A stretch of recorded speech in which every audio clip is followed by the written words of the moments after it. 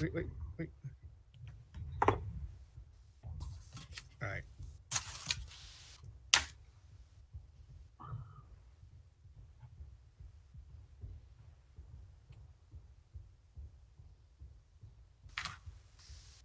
It got real quiet in the last seconds. You guys still there? I think you guys are listening. About to go live, right? I almost didn't mute myself. I said, "Oh, okay." I gotta mute. We are going live. So good evening, everyone, and welcome to the Board of Education for San Bernardino City Unified School District. Thank you for joining us tonight. And we are going to call this meeting to an order. And 1.2, the Pledge of Allegiance, is going to come from Mrs. Guthrie's class, Vermont Elementary. Her second graders are going to give us the pledge. Good morning. This is Miss Guthrie's second grade class at Vermont Elementary doing the Pledge of Allegiance. Good day, explorers. Broadcast Cal here with the Pledge of Allegiance. Everyone stand up and say it with me. I pledge allegiance to the flag of the United States of America, to the republic for which it stands, one nation, under God, indivisible, with liberty and justice for all. Everyone, now get out there and explore, discover, and create. Broadcast Cal. Congratulations to the class. They did an excellent job. They told us to get out there and explore. We will now move to 1.4 inspirational message. Our inspirational message tonight is coming from me, but technically not coming from me. President Rogers, excuse me, we need to do 1.3. Sorry. Oh, I'm sorry. I'm so excited about that. You're right. I clicked over and went to 3. Went to 4. 1.3, approval of the agenda. So moved. Second. Okay, I think I heard a second. All right. If there's no, is there? Madam President? Yes. We do, staff is needing to pull item 12.13. Right. Agenda just to gather more information. Okay, 12.3 pulled. 12.13.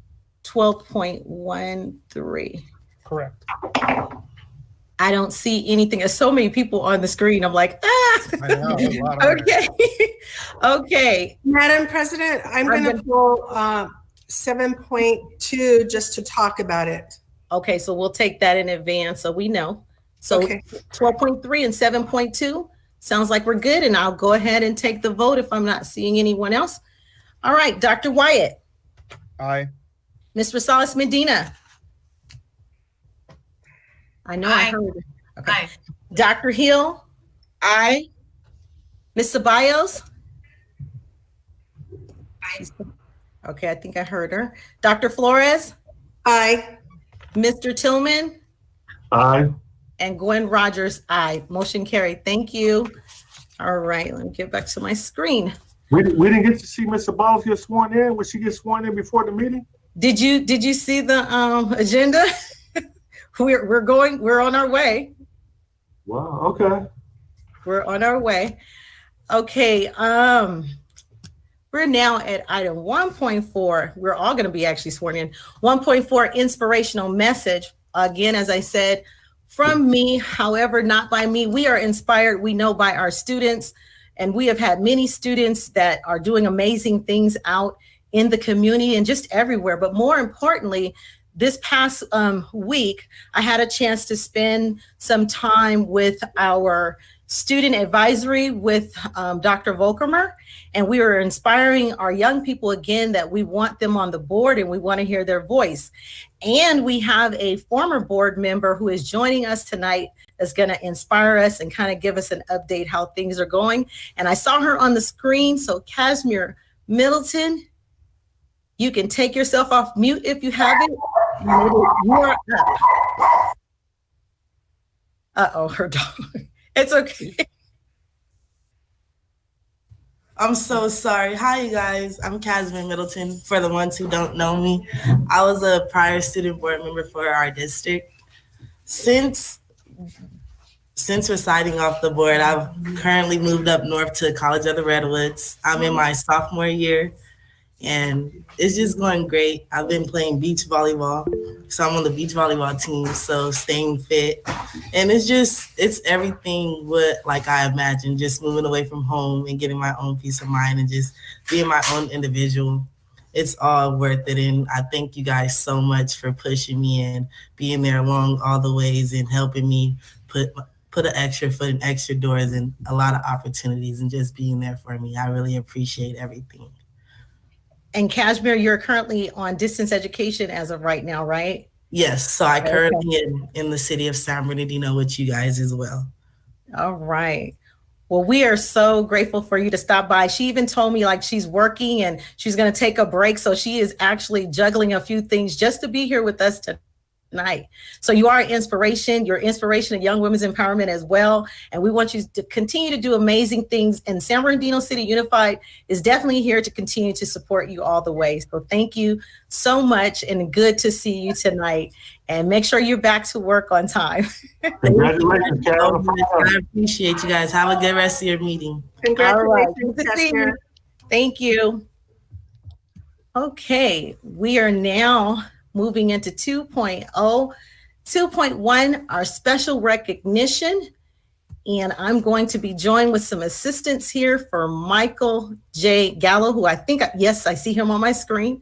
He just moved on there. And we're going to Michael. Hi guys. Hi guys. Good to see y'all. Thank you. And welcome to Myra too. All right. So team, you're assisting me. We're going to move into that presentation. Thank you, President Rogers. Good evening, ladies and gentlemen, and thank you for joining us today for today's Board of Education meeting, the last meeting of 2020. This evening, we have the pleasure of honoring the dedicated service of former Board of Education member, Mr. Michael J. Gallo. San Bernardino City Unified School District will be recognizing his public service with a special board resolution, and the board is also presenting its own token of appreciation to Mr. Gallo. This time, I would like to turn the floor back over to Board President Gwen Rogers for comment. Thank you. All right. So, Mr. Gallo, as you know, we've spent some time getting in some good trouble, and we appreciate what you have brought to the Board of Education. And I know how we're virtually, sometimes you can't see, but we do have a recognition for you. And it says, in recognition of your outstanding leadership and dedication and service to the students, parents, and staff and community of San Bernardino City Unified School District 2011 through 2020. And there it is for you to see. You guys are great. You're embarrassing me already. I know you wouldn't stand for this, but we appreciate you. And so I think is IT ready to help me out there? Oh God. Communications has a special resolution video for us. For you. I can imagine.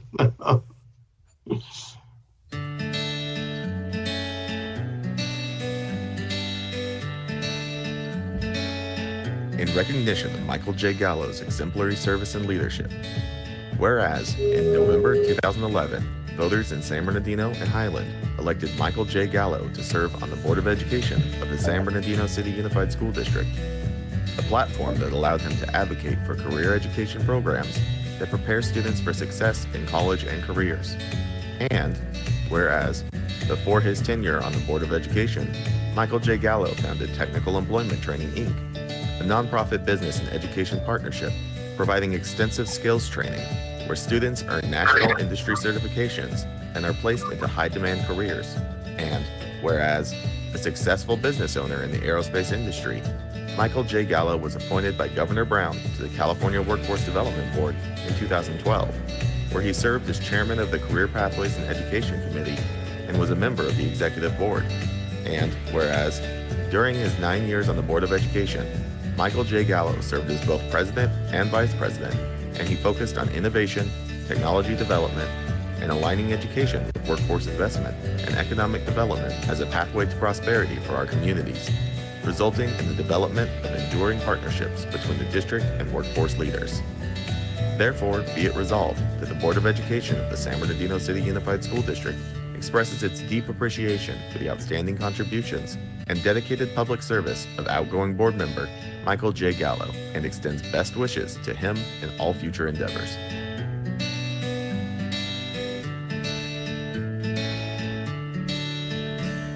Wow. Very special. Great. And so at this time, I know that there are a few comments or more.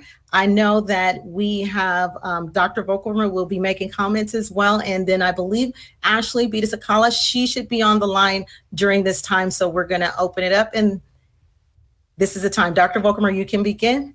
I'll defer to Ashley, actually. Okay. She's on. Ashley, did you get on? Yes. I didn't see. Oh, there she is. Oh, there you are. Thank you. Ashley Bitasakala, president of the San Bernardino Teachers Association. And tonight, on behalf of 3,000 members of SBTA, we would also like to thank you, Mr. Gallo, for your 9 years of service to the students and the staff of SBCUSD as our board member.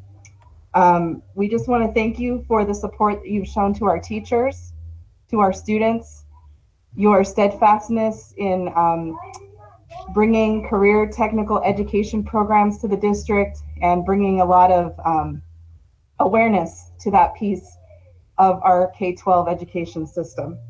We appreciate your time and your expertise, and we believe that you're leaving us in a better place than when you came. So on behalf of the members, we just want to thank you for your service. I know sometimes we didn't always see eye to eye, but we always had an open channel of communication with you, and we appreciate that. And sometimes we even got you to change your mind. So thank you very much. Thank you, Ashley. And I'll come back to you, Dr. Vogelmer, and I'll go to the Dr. Wyatt. Well, thank you, Madam President. And well, Mike, first of all, I just want to say thank you. You're probably one of the main reasons why I'm here. I know I wasn't too sure if this was something I wanted to get into, and with your encouragement, motivation, and mentorship, well, we made that decision, and I've been very fortunate to be a part of an amazing board. I don't know about that little resolution presentation, but that last picture of you, boy, I think you could get into Esquire and Fortune magazine. You look pretty darn sharp. And, you've always been a sharp dresser, consummate professional in every way. You know, I just want you to know that that was my stunt double. Was it? Wow, I'm gonna have to hire that guy. And I just I really want to say thank you for all the contributions you've made and done and created, not just for our children, but for our community and our city as well. You know, you've really established a bar when it comes to career technical education and developing partnerships with businesses in our community. And fortunately for our students now, I always say this, and I don't take the credit, but I know we have a lot. We have like 52 career pathways with 26 certifications, and Mike, you're a huge part of that. And I think everybody here knows that, and our students, hopefully in time, will realize the benefit from such an amazing program and education and training that's going to catapult their careers, as you would say, from poverty to prosperity. And I'm not going to forget that, Mike. And I know this is definitely not the end of you and your contributions to our community and our city. Just know you'll always have my support, and more importantly, my friendship. I'm going to miss you. Thank you, Scott. I appreciate you. Thank you. All right, Dr. Flores. Well, I want to say thank you so much to my dear colleague and friend, Mike Gallo. At times we intellectually sparred, but always always hugged each other afterwards. And I loved that we were always able to discuss and share our views, even if they were different, and listen to each other's perspective. You are a giant. You're a great leader. I know that you will still continue to contribute to our community. And like Scott said, your leadership in our career technical education is, incredible, and we're great for it. And I know you'll continue to support us in doing that. When you first came on the board, I was so excited because you shared my vision of a strategic plan, and because we led that strategic plan, and all of our board, we are where we are today, and people should know that. I am going to miss you and Danny sparring. and bantering back and forth. Well, I'll see if we'll see if we can continue that every once in a while, just so you don't forget. Public comments. But anyway, your collegiality, your friendship, just second to none. And I wish you the best. And I know we'll be in touch and so forth. And take care of your health. Oh yeah, that's good. Thanks, Barbara. Thank you. So you do the same. Yeah. Love you so much. Love you too. Yeah. Dr. Hill? Thank you.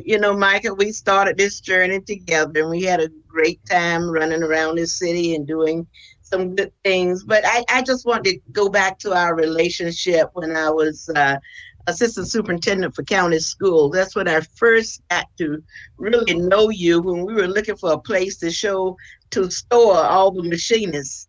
And you openly said, bring them out here, I'll take care of them.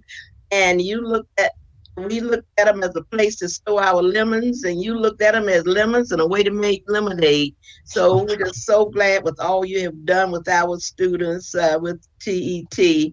And I know you're going to continue with that work and support us with the career pathways. Even though you're not on the board, I know we're going to hear from you, and that's good trouble. And Yep. So we look forward to that. I'm going to miss you a lot. I'm going to ask that you not change your cell phone number so that we can contact you. And I know Ginger will still be looking for people to serve on Making Hope Happen board, hint, hint. But just wish you the best. And again, there's so much I know you'll be doing because you've been doing things outside of the board already. And I wish you the best and just continue what you're doing. And it's just been a joy. Gonna miss you a lot and just want you to know how much I love you. I love you. Love you too, Margaret. Thank you. Thank you. Thank you. Ms. Rosales Medina?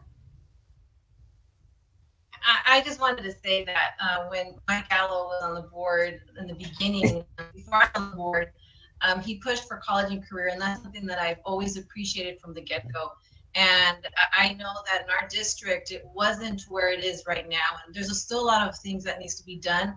But I was just so happy that he brought that vision of career and college access for all of our students and the career pathways and making sure that our students, regardless if they were able to go to college or not, they had these this employment opportunity. So I appreciate that, Mr. Gallo, for all of your dedication with that, making sure that we were continuing that. And I know I was definitely pushing the A through G's, and you were there very supportive and making sure that we were addressing that avid. So I'm gonna definitely miss you. And as it was mentioned before, just the fact that we're a diverse board and we don't necessarily agree, but you always brought a perspective that sometimes it just gave us a second, to really look at the conversation, to really look at the item. So I do appreciate you and look forward to the many things that you'll bring to our communities here and in Bernardino. Thanks, Abigail. And Mr. Tillman? Yes, and Mike, I'm gonna miss you. I think we first met when I was doing a tour with Black Future Leaders. We toured your business. Yeah, that's right. I had never heard of a guy named Mike Gallo, but you were hyped up then. And, we had some good discussions. So you've been doing a lot for the community for a long time. I'm going to miss our candid conversations. The great thing about talking to Mike, he's emotional, but you can't hurt his feelings. So we had some great back and forth and frank conversations. And I think that's a good thing. And I know you're going to continue to work with us. So I look forward to working with you. You know, we have like minds in terms of technology and where we want to go and the things we want to introduce all our students to. So I look forward to working with you in the future. And congratulations. Thanks for all the hard work you did on the school board. Thanks, Danny. And Danny, could you remind us how long you've been on the school board? 25 years for election. One last time, Dr. Multimer. Well, Gallo, on behalf of our cabinet, we just want to say thank you very much for everything you've done over the last 9 years. You know, you measure the impact of a person by how much good they've done. And you, as you've heard here, you've done so much good. You have fostered innovative programs. You've pushed like crazy for new, innovative types of ways to think. You've been a relentless supporter of applied learning, not just career technical education, but applied learning. We appreciate that with the idea of having kids master the standards through very, very practical applications. So we very much appreciate that. Personally, I want to say I admire anybody who sticks to their principles, whether they're popular or unpopular, and you've done that. And I admire you for that. But thank you for that. You've been a good friend to me. I will miss our conversation, although I think we'll still have the conversations, maybe even a little bit more candid now, who knows? I've appreciated those phone calls and just enjoyed you immensely. Your patience with our bureaucracy, which I know you love deeply, has been a model. You've been a model of patience in helping us get through that. I do want to say, please stay in touch. We know it's so long and not goodbye. You'll keep your fingers in something. We know that. And we look forward to seeing what will come from that. I do have some advice for you. When you ride, please ride where there are no cars. Join me on the Santa Ana River Trail anytime, because there are no cars on the trail. And we'll stay together. So anyway. Yeah, being on the school board is hazardous work, I got to tell you. Thank you very, very much for your support of cabinet and giving us, the prompts and the accountability, challenging us when we needed to be challenged, and giving the kudos when they were deserved. I very much appreciate that. Wish you all the best. Thank you. Thank you. And we do have, by the way, I'll show it. We have a certificate of recognition by newly elected 5th District Supervisor Joe Baca Jr. So we'll make sure nice. As well. Thank you. Thank Joe. So Mr. Gallo, AKA the Bionic Man, as I've named you over the years, the scientist above all scientists, right here in our own local city. Again, as I said, I appreciate you. I know you would not have even wanted all of this because I know how you are, but we did want you to know that we appreciate all of your work, and what you have contributed will continue on for years to come. And so I will turn it over to you for your final words, and just say again to you, thank you so much for everything you've done. That's what's fantastic. Thank you guys. I hate this stuff, and I'd like to first congratulate Myra for joining a great team, and that's what you are, really a great team. It's a diverse team. It's a fantastic organization. As Ashley mentions, 3,000 teachers, another 4,000 or 5,000 members of the other various employee groups and staff that, works as a well-oiled machine. This is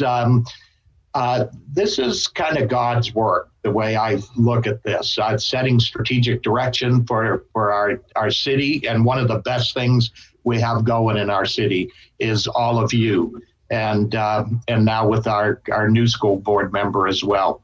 And I wish you all the best. I'll still be, of course, actively engaged with Technical Employment Training, Inc., and my workforce board initiatives, both at the county and state level, and other community-based organization supports that I'm engaged in, and expansions. We've been having fun flight testing our rocket engines and rocket test vehicles that we're developing here. So it's really a great time for me professionally as well. And I'm going to miss you all. Miss the sparring, as Danny mentioned, but I'll still keep my fingers in this. Obviously, I'm still committed to applied learning, linked learning, and hands-on project-based learning, and anything that I can do as a business, as a community engaged community person. Please let me know. how I can support. So I want to thank you all and wish you a great rest of the meeting. And I will not miss closing off at about 11:55 p.m. tonight. But it's good to see all your faces, and welcome aboard to Myra as well. Thank you, Mike. And I will give your award to you. If you continue to behave, I will make sure you get this. Yeah, okay, that's great. Be sure to, I noticed none of the video capture had me with a mask on, which thank God, that's great. Hopefully one day we'll be back to school together again in person, and look forward to that day. We'll remember those times. Thank you so much, and thank you. Have a good one, guys. Okay. Bye, all. Okay. Before I move to, I think it's 3.1, and we begin the formalized part of our board. Dr. Volkemer, I understand that there are a couple of unboarders out or watching perhaps with us tonight. Let me unmute. Yes, there are. Madam President, board, as you know, we have a very robust onboarding program for not just managers that are brand new to the management team, but anytime a manager transitions to a new job. So you'll hear some familiar faces, familiar names actually, that are going through the onboarding program. Attendance at a board meeting is part of that onboarding program. So please join me in welcoming the following people. Tamara Booker, who is a new personnel analyst with the Personnel Commission. Jorge De La Torre, the new principal at San Gregorio High School. Irma Garcia, our new director of the Personnel Commission. David Juarez, former principal at Ramona Alessandro, who is a new assistant director in special education. Ann Pearson, who actually was in our district, left, and now is returning to the district as an assistant director, also in special education. And finally, Barbie Rowland, who is a coordinator in our special education department. So let's give them a virtual round of applause for being here. Congratulations. Thank you. Thank you. Okay, let me get to my screen. We are now at 2.2, administration of oath of office for our board members. Wow. Well, thank you, Madam President. I will be kind of presiding over the festivities this evening. Congratulations to our returning board members and to our new board member, Ms. Ceballos. We welcome you to the board and to the team of our district. We're congratulate you on winning the election, and we very much look forward to working with you as a new board member. We've already had a chance to do that. Ms. Ceballos attended virtually, of course, a cabinet meeting a little bit ago, and we had a chance to share, and it was a great experience for us. We hope you enjoyed it too, and several of us have been spending some time with her, helping her get up to speed, and we'll continue to do that. Mrs. Ceballos has elected to have Mr. Gil Navarro administer the oath of office for her, so I believe Mr. Navarro is on with us. Gil, are you there? Yes, I am. Okay, and I'm hoping you have the script. I've got it. Okay, then we'll turn it over to you. Thank you.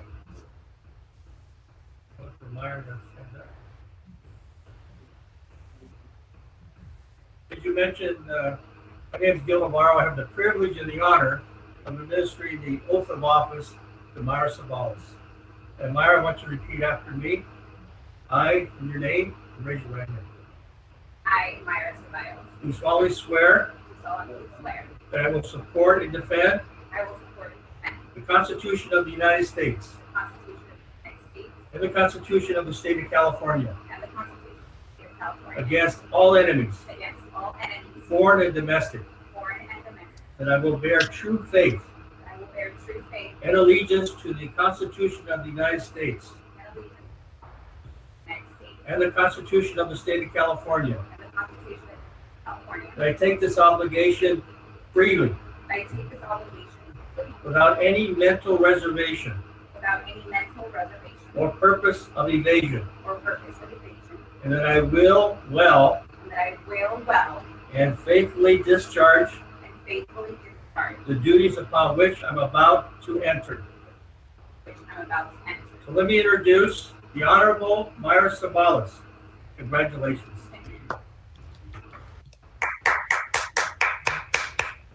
Congratulations. Ms. Ceballos, thank you, Mr. Navarro, for presiding over that special ceremony. Now it's going to be my great honor and privilege to administer the oath of office to our 3 returning board members. Congratulations to you all as well. Welcome back. We very much look forward to working with you as we continue to make headway for our district. So I'm going to ask Dr. Hill to go first. You could stand, please, Dr. Hill.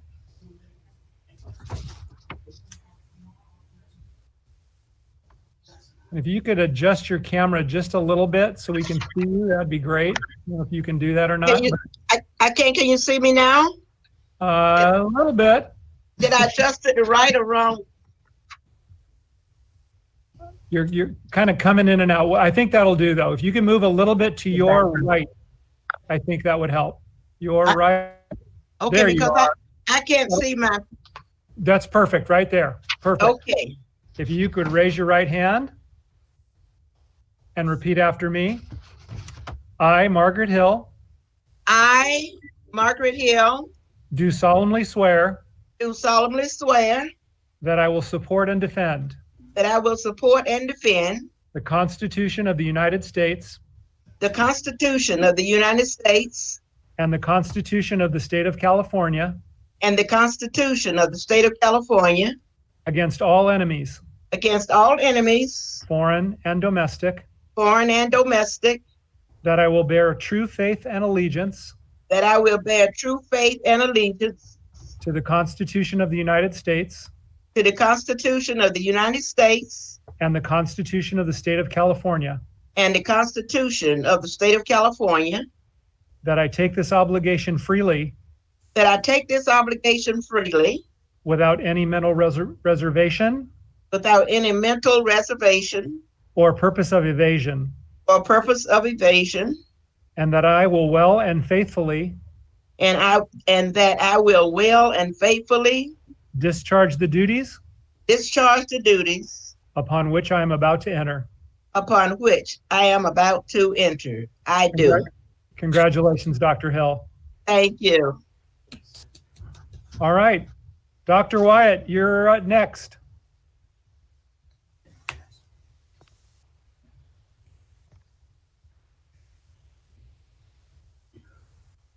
All right, Dr. Volkemer, and hopefully you can see me, and then my wife's going to be joining me as great.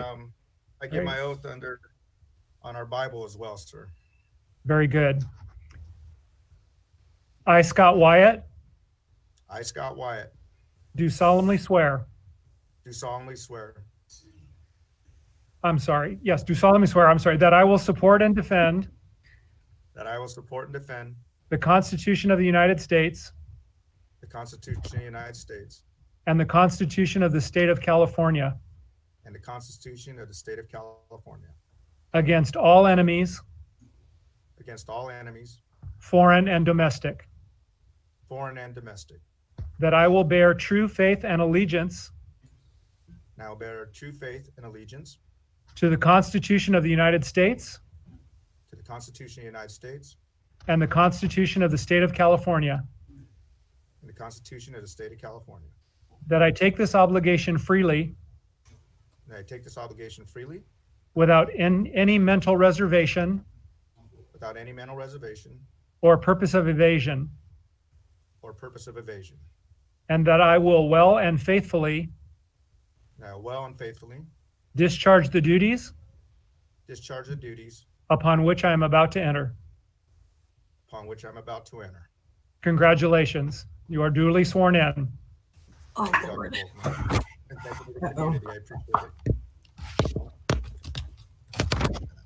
I haven't even been asked to get up, huh? I'm like being all proactive. President Rogers, you're next and ready. I, Gwendolyn Dowdy Rogers. I, Gwendolyn Dowdy Rogers. Do solemnly swear. Do solemnly swear. That I will support and defend. That I will support and defend. The Constitution of the United States. The Constitution of the United States. And the Constitution of the State of California. And the Constitution of the State of California. Against all enemies. Against all enemies. Foreign and domestic.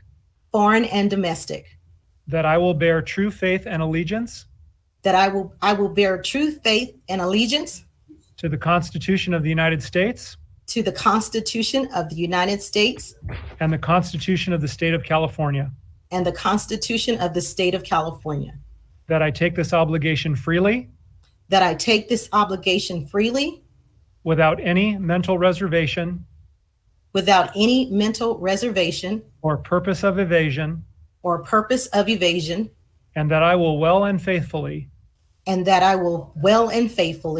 discharge the duties upon which I am about to enter.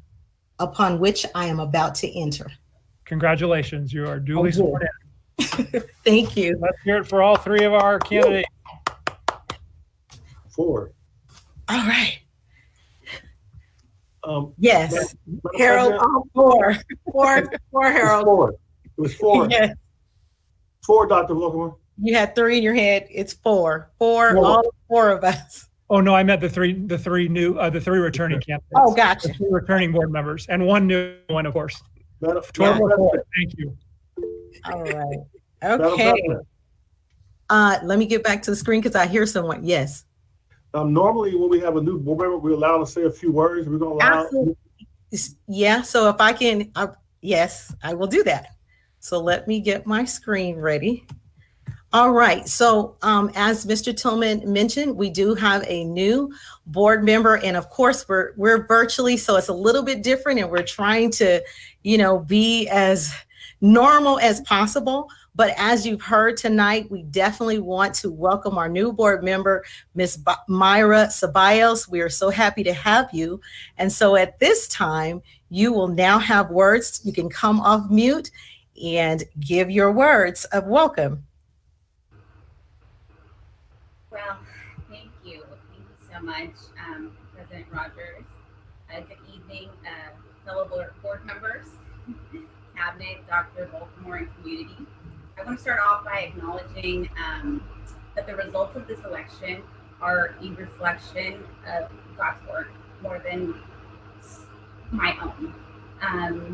It is with an enormous sense of humility and my sincerest gratitude that, of course, I accept the opportunity to serve my community through this position. I will work hard in keeping my fiduciary obligations to all constituents and stakeholders. I will do so with the following core values in mind, which are, justice, love of learning, curiosity, authenticity. These are some of the principles by which I live and by which I will operate as a board member. I want to also, I know Mr. Gallo left already. I have some words for him, but hopefully he's watching. I want to thank, the voters in the community at large for their support in making this accomplishment possible. I want to also acknowledge the unconditional support of my friends and family. I especially want to thank my son, Hijo. You will see this at some point. I just want to tell you that you are the driving force in my life. Te amo, I love you. My hope and desire for you, my son, as well as for every youth of this community, is that you all have the educational opportunities that will grant you access to a more prosperous, healthy, and happy life. Again, I also want to take a moment to acknowledge Mr. Gallo for his service and dedication. You will be missed on the board, I'm sure, and the community is grateful for your service, as am I. And then last but not least, congratulations to President Rogers, Dr. Hill, and Dr. Wyatt on their re-election. And I look forward to working with you all. Thank you. Thank you again, Ms. Ceballos, and welcome officially to the board, San Bernardino City Unified School District Board of Education. Okay, and just on a note, your volume was a little low, so I don't know, we might want to check that. And then also, hopefully in some of the trainings they did share with you, when we get to portions where you would like to make comments, we put it in the chat, your name, and then I know to call upon you in the order. So I know they've been loading you up with a lot of information, but here we go. Madam Okay. President, can I ask Mr. Biles, what month is your birthday? Take a wild guess. This one. Touche. December. You missed it. August. You're on. Okay, thank you. Okay, all right. So let me go to my screen here. All right, so we're moving now to 3.1, election of officers and assignment of other responsibility. Do not vote on those. We just begin to have the recommendations and whatnot, okay? So. Madam President? Yes. I'd like to make a motion. Are we gonna do it one by one, each position by one? We'll do the vice president and the president. If I'm correct, Ms. Cunningham? No. We always start with hold on a second, because I got a couple of notes from two. So Karen, are you there? I'm there. You're going to start with the motion for the president, and then second, and then you'll do the motion for the vice president. Okay. I move that we make continue Gwen Dowdy Rogers as president for another year. I second. Okay, there's a motion been made, and if there's no further comments, and has been a second, I'll go ahead and take the vote. Dr. Wyatt? Aye. Ms. Rosales Medina? Aye. Dr. Hill? Aye. Ms. Ceballos? Aye. Dr. Flores? Aye. Mr. Tillman? Aye. And Gwen Rogers, aye. Motion carried, thank you. And now we will move to the vice president. I make a motion that Dr. Scott Wyatt remain in the position as vice president. I second it. You nominated Scott Wyatt? I second it. It's gonna be a long night. Okay, there's been a motion. There's a second I hear. Okay, if there's no questions, we will go ahead and call for the vote. Dr. Wyatt, vote for yourself. Aye. I recuse myself. Ms. Rosales Medina? Aye. Dr. Hill? Aye. Ms. Ceballos? Uh-oh. She went away. She got signed She off. might have hit her mute and she logged off. Dr. Flores? Aye. And Mr. Tillman? Aye. And Gwen Rogers, aye. Motion carried with Ms. Ceballos. I think she probably hit the wrong button. So, okay, be it resolved that the Board of Education elects Gwen Dowdy Rogers to serve as the board president for the ensuing year, and be it resolved that the Board of Education elects Dr. Scott Wyatt to serve as the board vice president for the ensuing year.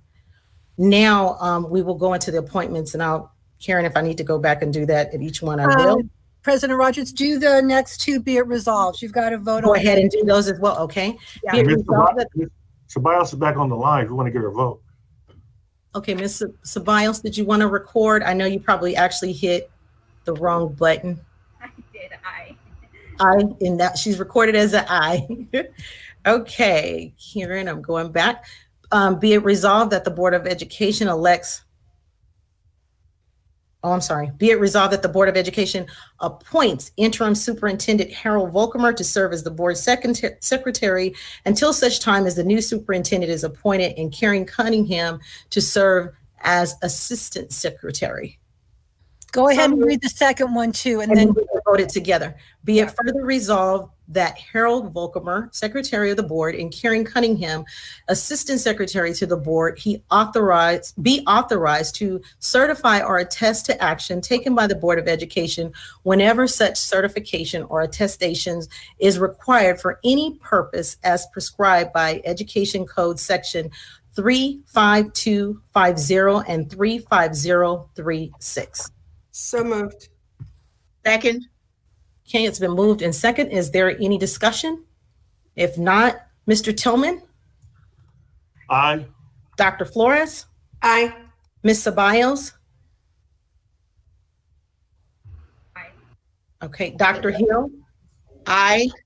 Ms. Rosales Medina? Aye. Dr. Wyatt? Aye. And Gwen Rogers, aye. Motion carried. Thank you. All right. Now we are the first election of officers in the County Committee on School District Organization representative, and these were previous ones. Scott White, you're currently serving, was appointed to serve as a representative for the past year. The board president appoints, and it's for the you're moving forward, Scott, for the remainder of the 21-22 year. I believe so, Madam President. Okay. This is my first time serving, so I'm not sure on for your full term for the ensuring year. All right, and then we have CASBA delegate assembly representative based on District 80A. The board is entitled to 2 representatives. Currently, the delegates are Gwen Dowdy Rogers and Scott Wyatt. The position held by Gwen Dowdy Rogers will expire March 31st, 2021. And it's odd to say the board president appoints, and this is for the upcoming term year, for the 2-year term effective April 1st, 2021 through March 31, 2023. And I do not mind continuing serving. So, Madam President, since Yes. you are that board member, is it appropriate for us to make the motion? If so, I'd like to make the motion that Gwen Dowdy Rogers continue in that position. All right. As a delegate on the board for the next year. And I second. Okay, thank you. All right. Is there any other discussion? If not, I'll take the vote. Mr. Tillman? Is he on or off? Dr. Flores? Aye. Okay, Dr. Flores? Aye. Ms. Ceballos? Aye. Dr. Hill? Aye. Ms. Rosales Medina? Aye. Dr. Wyatt? Aye. And Gwen Rogers, aye. Motion carried. Thank you. Karen, I'm going to pause as I go to the representatives on these committees. We don't need to vote on these. We just need to plug in here. Okay, on all of these, they're strictly appointments. So basically what you will do is read that sentence, and if you want to appoint somebody that's not there, you just ask them if they want it. They'll say yes or no, and then you move on. You don't have to vote. The rest of the, okay. So for the Education Bridge Committee, we obviously have a vacancy in there where currently Mr. Gallo, myself, and Dr. Wyatt served as representatives. I don't think I thought at one time we did have an alternate, but I'm not seeing one here. So with anyone interested in joining the Education Bridge Committee, I'll look at people to see if I can appoint the Education Bridge Committee, which is our connection to our city, in partnering with them for the work that we do in order to see what we can do in our education side to build up our students in connecting to their city. Are there any? I could, if nobody else wants to do that, I can. Okay, thank you. All right, so we will put in here, we will take out Mr. Gallo and we will add Ms. Rosales Medina, and myself and Dr. Wyatt will continue to serve on those for this upcoming 2021-22 year. Okay, the budget subcommittee. Currently we have Dr. Flores, we have Michael Gallo, Scott Wyatt, and Danny Tillman is the alternate serving as representatives. We know that, again, there's a vacancy there because Mr. Gallo is no longer on there. Would someone like to be on the budget committee? That is not, or Mr. Tillman, I'm sorry, go ahead. Besides the ones that are on? Besides the ones that are on, but there's a vacancy unless we move. Mr. Tillman wants to be on the budget committee. And then we just don't have an alternate at this time. I'll go ahead and get on the committee. Okay, so we'll move Mr. Tillman over to the committee. Does Mr. Bias want to be an alternate? Yeah, probably a good idea. Ms. Yeah, Ceballos? I would recommend that. Okay, so Ms. Ceballos, we will put that down, Karen. If she wants it, I'm not. I'm looking at her. I didn't see her. Okay. Are you okay? I can see. Okay, I saw. I didn't see any reservation. Very good. Okay, and now the Charter School Subcommittee. We have, again, Mr. Gallo is on there, Ms. Rosales Medina, and Dr. Wyatt, and I do not see an alternate. So let me get back to the screen. Is anyone interested in joining the Charter School Subcommittee? Okay, I don't hear any. How many do we have? Mr. Gomes. We have 2. Okay, so just 2. Yeah, I'm looking. So we need one more, right? One more person to serve on that. Is there any takers? For the charter. That's another good one for Myra. Myra's like, look. Myra, are you I mean, you don't have to, we're very, we love to get everybody involved, but it's okay if you say no. I got you. No. That's fine. Okay, great. Okay, so we will. Or am I still kind of low? Okay, yeah, you're a little low, but I can hear you a little bit.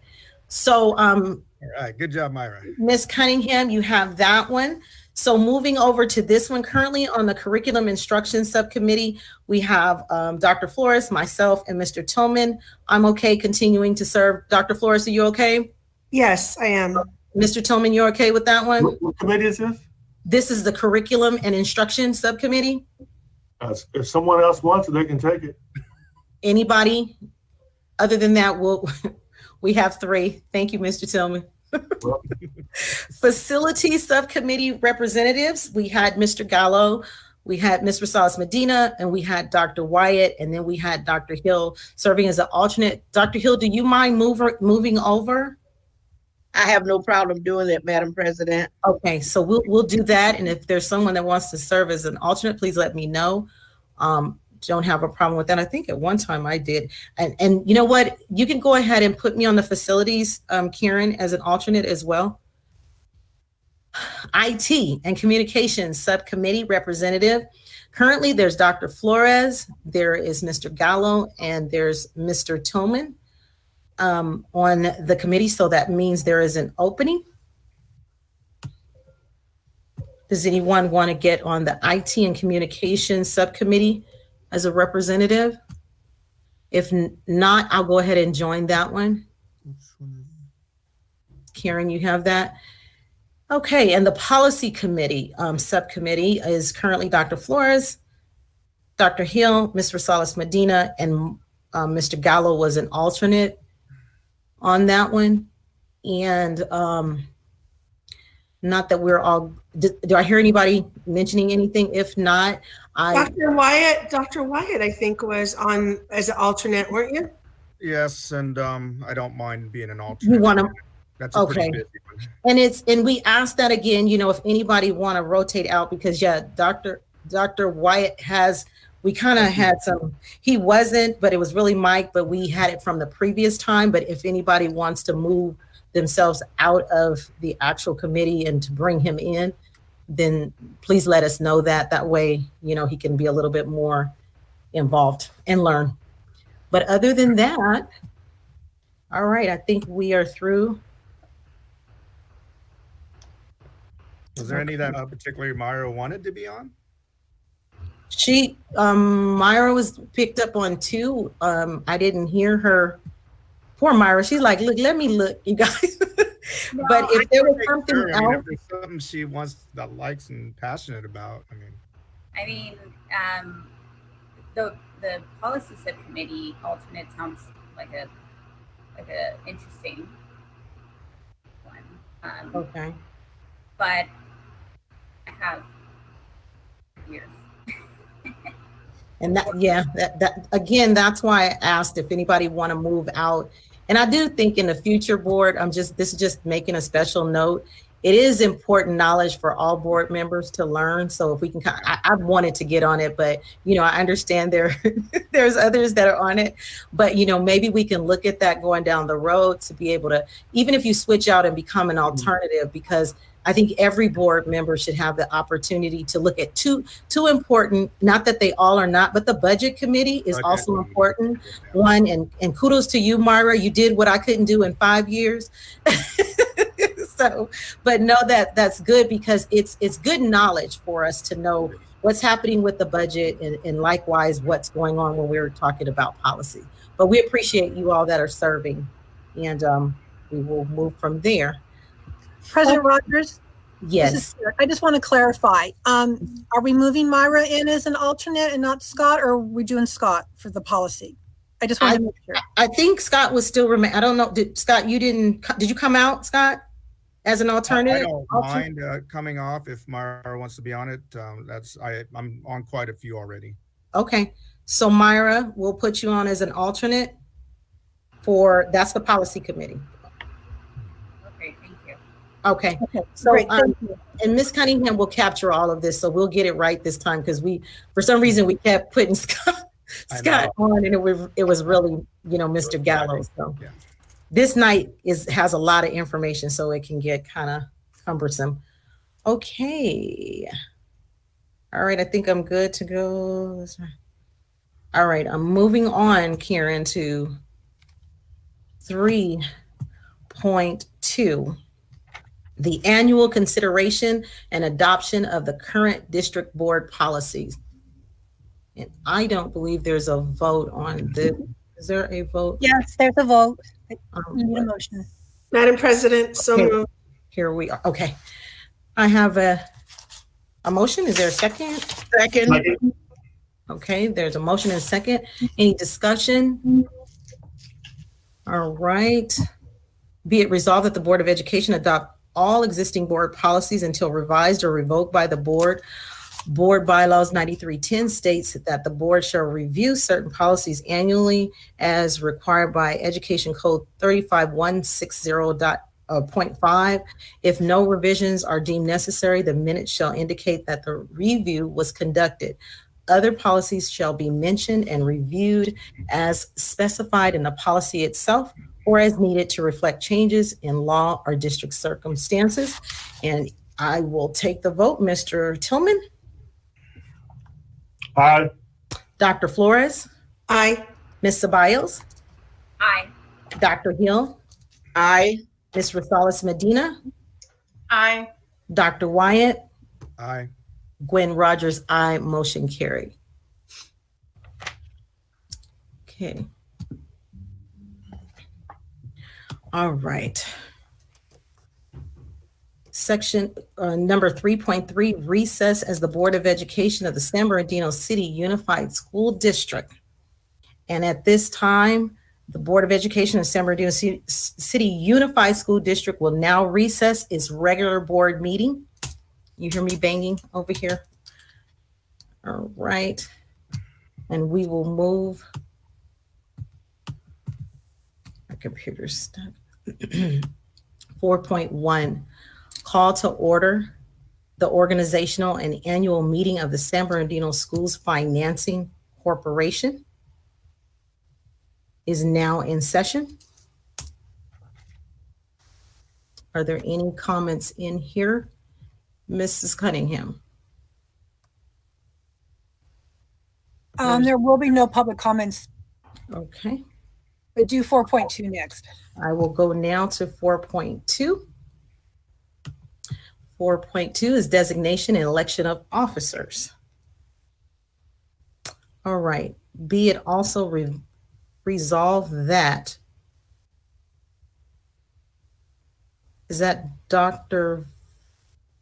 Volkermer in? No, it's you. It's, wait, I scrolled too far. President Be Rogers. it resolved that Gwen Dowdy Rogers has been elected as the corporation's vice president.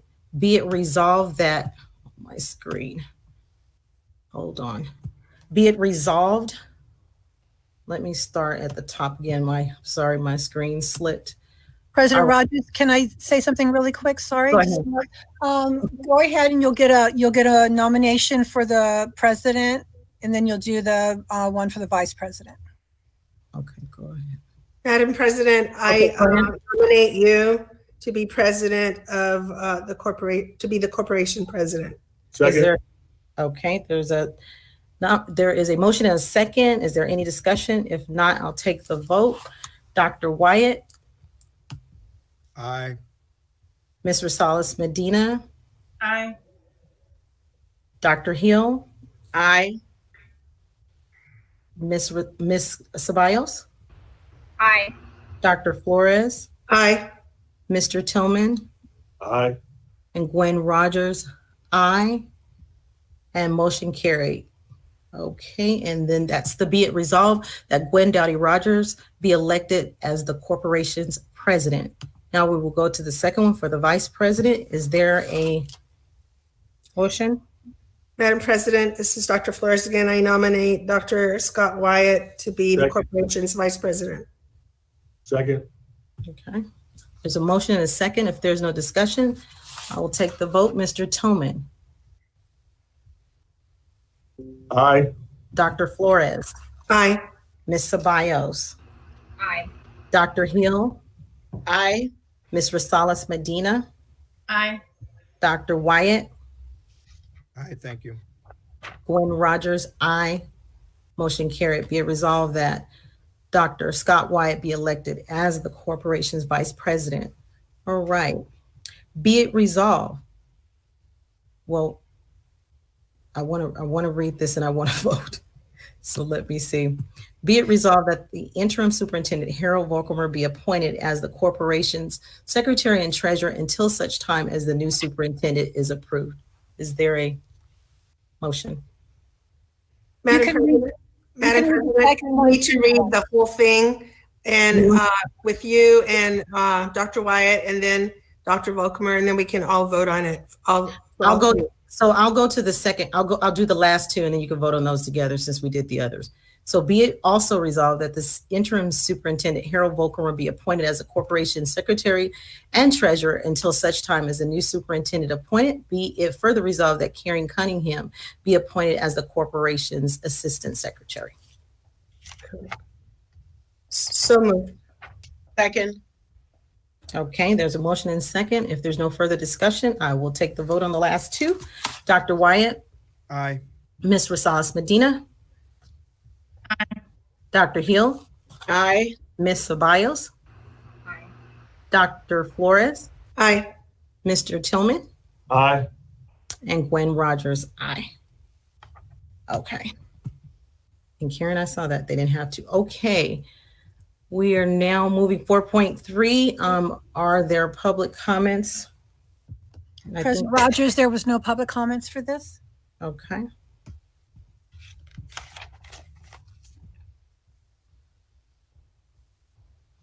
All right, I'm going now to 4.4. Adjournment of the Board of Directors of the San Bernardino Schools Financial Corporation. And it says, the Board of Education of San Bernardino City Unified School District will now reconvene its regular board meeting. All right, we are now at 5.0, which is 5.1, our closed session, but are there any public comments for closed session? No, Madam President, there are none. All right, well, we will move to 5.2. We will now adjourn to closed session. Thank you thus far for laboring with us tonight, and we will be back shortly. Board members, let's log out and log into our closed session.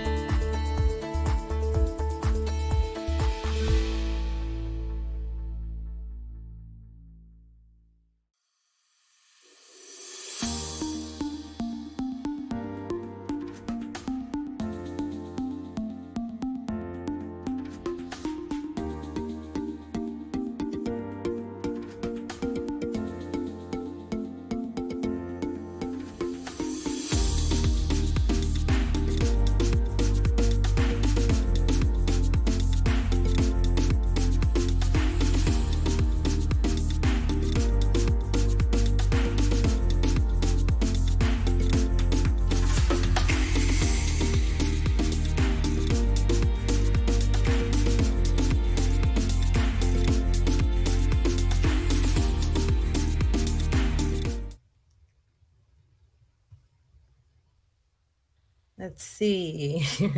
Okay, I see Mr. Tillman. I see Dr. Hill. I see Mr. Salas Medina, Dr. Wyatt. Is Dr. Flores in?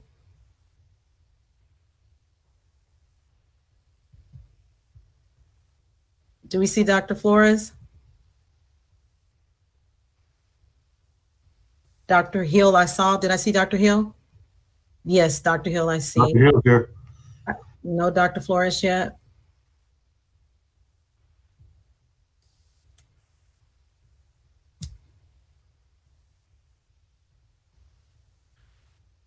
Let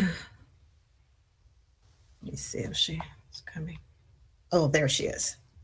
All right, Dr. Flores, there you are. You're in. How about Mr. Barlow? And I thought I saw her. Oh, maybe I didn't. Let's see her. I can't see everybody. Miss Ceballos? No, I don't think so. It took me a bit to get back on. Okay, there she is. Here now. Okay, great. Okay, I think that's everyone, right?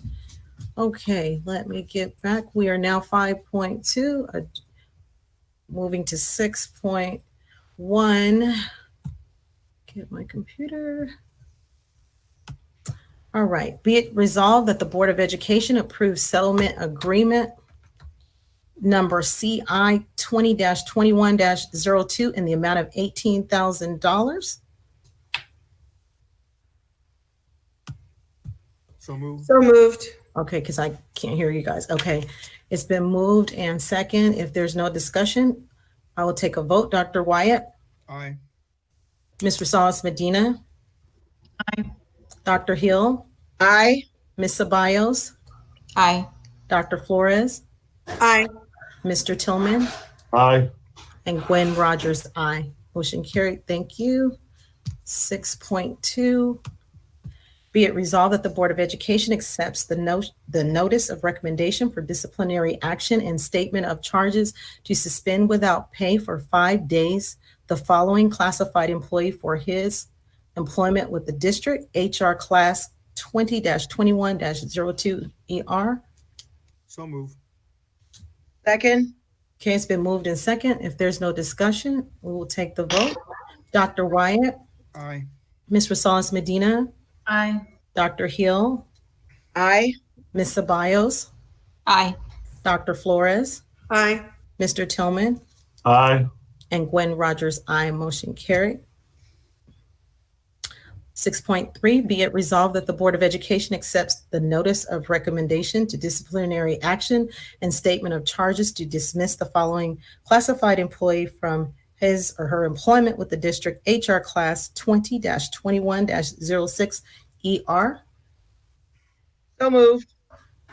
Second. It's been moved in second. If there's no discussion, let's take the vote. Dr. Wyatt? Aye. Ms. Rosales Medina? Aye. Dr. Hill? Aye. Ms. Ceballos? Aye. Dr. Flores? Aye. Mr. Tillman? Aye. Gwen Rogers, aye. Motion carried. Thank you.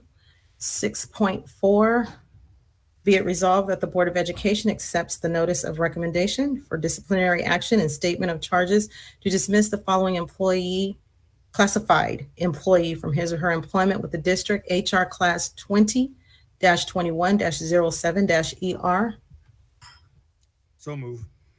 Second.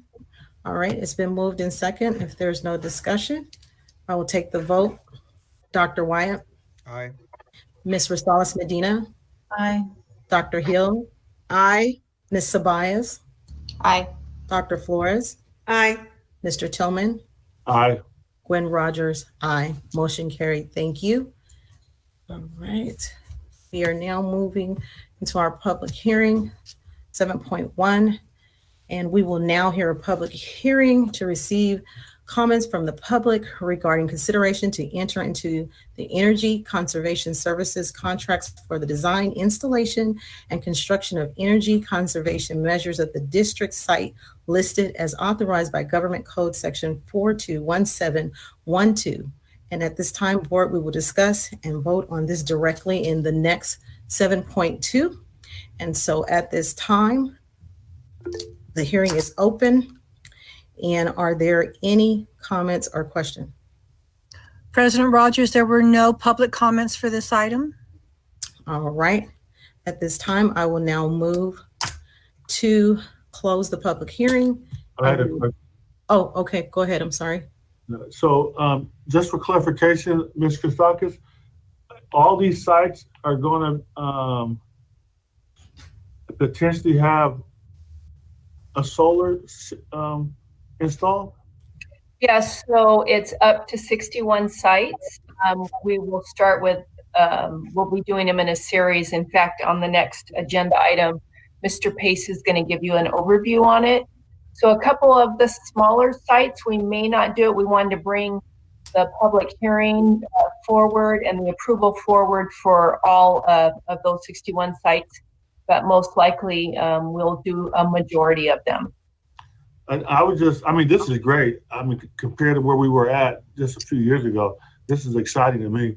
And I hope that in doing the solar, that we also look at using electricity for a host of other things in terms of, maybe be able to replace the natural gas at the sites, maybe be able to purchase cars that are electric and use the power we're generating from our sites to power the cars and go as much green as possible. That'd be great. It'd be great for the environment, but also a huge cost saving for the district if we could produce enough power to power everything that we use day to day in the school districts sites. Yeah. Thank you, Mr. Tillman. We'll be looking at all sorts of energy savings measures, and the board's been champions in this regard, and we have saved a lot of money through our energy savings as well as the first 10 solar projects. Thank you. Madam President, I also have a comment. Go ahead. Janie, I would like you to share with the public how much we're going to save going this route. Sure. So the kilowatt, and we were going to talk about this on the next item on item 2, but we're going to have an average kilowatt cost of about just under 12 cents. Some sites will be 8 cents depending on the amount of energy they generate.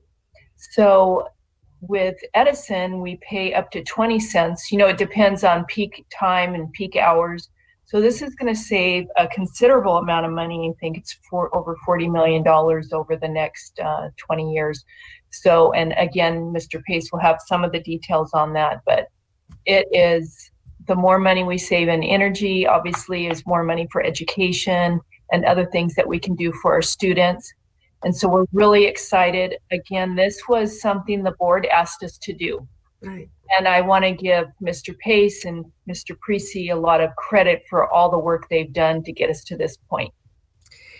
And then my next question, I was going to wait till it was, on a consent, but I wonder what is the cost of the installation for the 61 sites, and how long is it going to take to upgrade them? So it's a purchase power agreement. And so we will just be paying that cost of the energy. There's no cost. In fact, Mr. Pace, are you in here somewhere? I don't see him. But yes, ma'am, I'm here. I'm going to let Mr. Pace give you an update.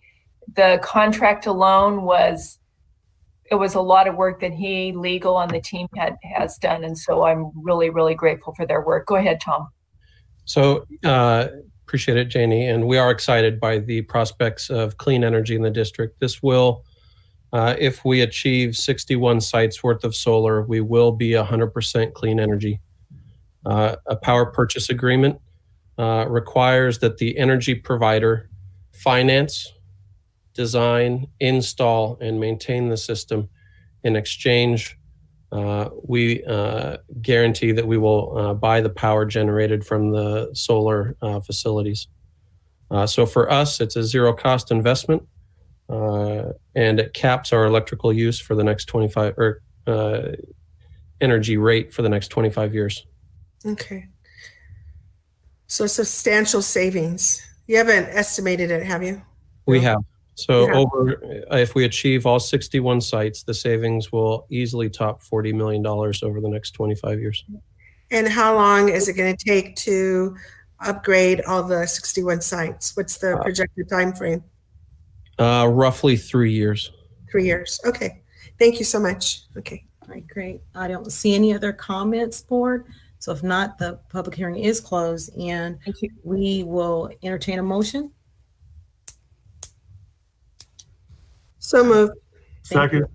Okay, it's been moved in second. If there's no further discussion, then I will take a vote. Dr. Wyatt? Aye. Ms. Rosales Medina? Aye. Dr. Hill? Aye. Ms. Ceballos? Ms. Ceballos? Okay, thank you. Dr. Flores? Aye. Mr. Tillman? Aye. And Gwen Rogers, aye. Motion carried. Thank you. Moving to 7.3. Here we will now consider the adoption of the tentative agreement, reopener Article 4, or I'm sorry, 4, wages, Article 14, leaves, and Article, just trying my Roman numerals, 14, reimbursements, expenses, and materials between the San Bernardino City Unified School District and California School Employees Association and its Chapter 183. Are there any public comments? Yes, Board President, I have one. Okay. Okay. And I'm sorry if I didn't say I was opening the public hearing on this one. I want to make sure I did that. Go ahead. Okay, this is from an anonymous person. I would like to speak on the item related to the proposed stipends for classified employees. As this proposal is written, an employee working 8 hours per day, 12 months per year, earning $15 per hour would gross an additional $234 per month. An employee earning $50 an hour would gross an additional $780 per month. The $50 an hour employee could possibly exceed the annual salary of the employee's supervisor. Currently, a classified management employee with a master's degree receives an additional $100 a month only if they hold a position as a director. Lower level classified management employees do not receive any type of an education stipend if they have a degree exceeding the requirements of their job. How is this fair or justified? The current education stipend given to some classified employees is based on a first come, first served basis. It is my understanding that there is some level of degree verification conducted. If an employee has a master's degree in engineering, but they hold a position that does not require engineering experience, how does that degree warrant extra pay? Does the reimbursement committee do any analysis in determining whether the degree benefits the position other than basing the decision on when the request was received? And why is it required that proof be resubmitted on a yearly basis? Nonetheless, school police officers, including police management, have been receiving education stipends for several years. School police personnel do not need to resubmit proof of education on a yearly basis. The degree does not go away, nor does the additional stipend pay. If one group of classified employees receive an education stipend, all classified unit members, including confidential and classified manager employees, should be afforded with the same benefits. Lastly, the stipend should be ongoing. Resubmitting proof is busy work and a waste of manpower hours. Thank you. That's all, Madam President. No other. Thank you. All right, I will now close the public hearing. I'm banging over here. Do I have a motion? Or so moved. Can't see you guys. Second. Okay, it's been moved and second, I believe I heard. And if there's no further discussion, I will take a vote. Dr. Wyatt? Aye. I think I hear you. Ms. Rosales Medina?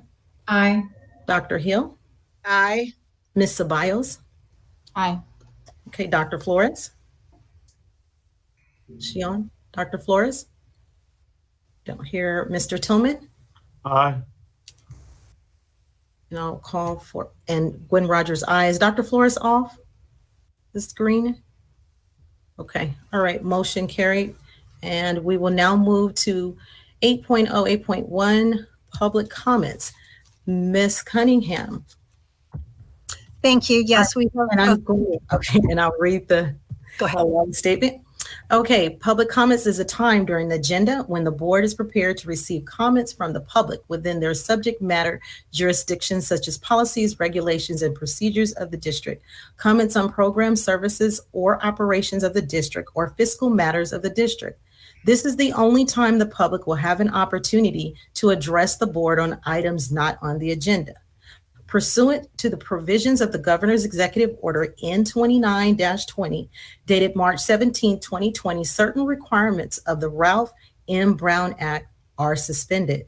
With the district temporarily suspending public access to the Board of Education building, members of the public who wish to submit a public comment can do so beginning 24 hours prior to the start of the meeting via email until 4:30 p.m. on the night of the board meeting. Forms can be found on the district's website and Facebook. Comments are limited to 5 minutes or less. All comments on one subject matter are limited to a total of 30 minutes. Comments will be read by a facilitator. Speakers are cautioned that under California law, no person is immune from liability from making intentionally false or defamatory comments regarding any person simply because these comments are made at a public meeting. Thank you, Ms. Cunningham. Okay, thank you.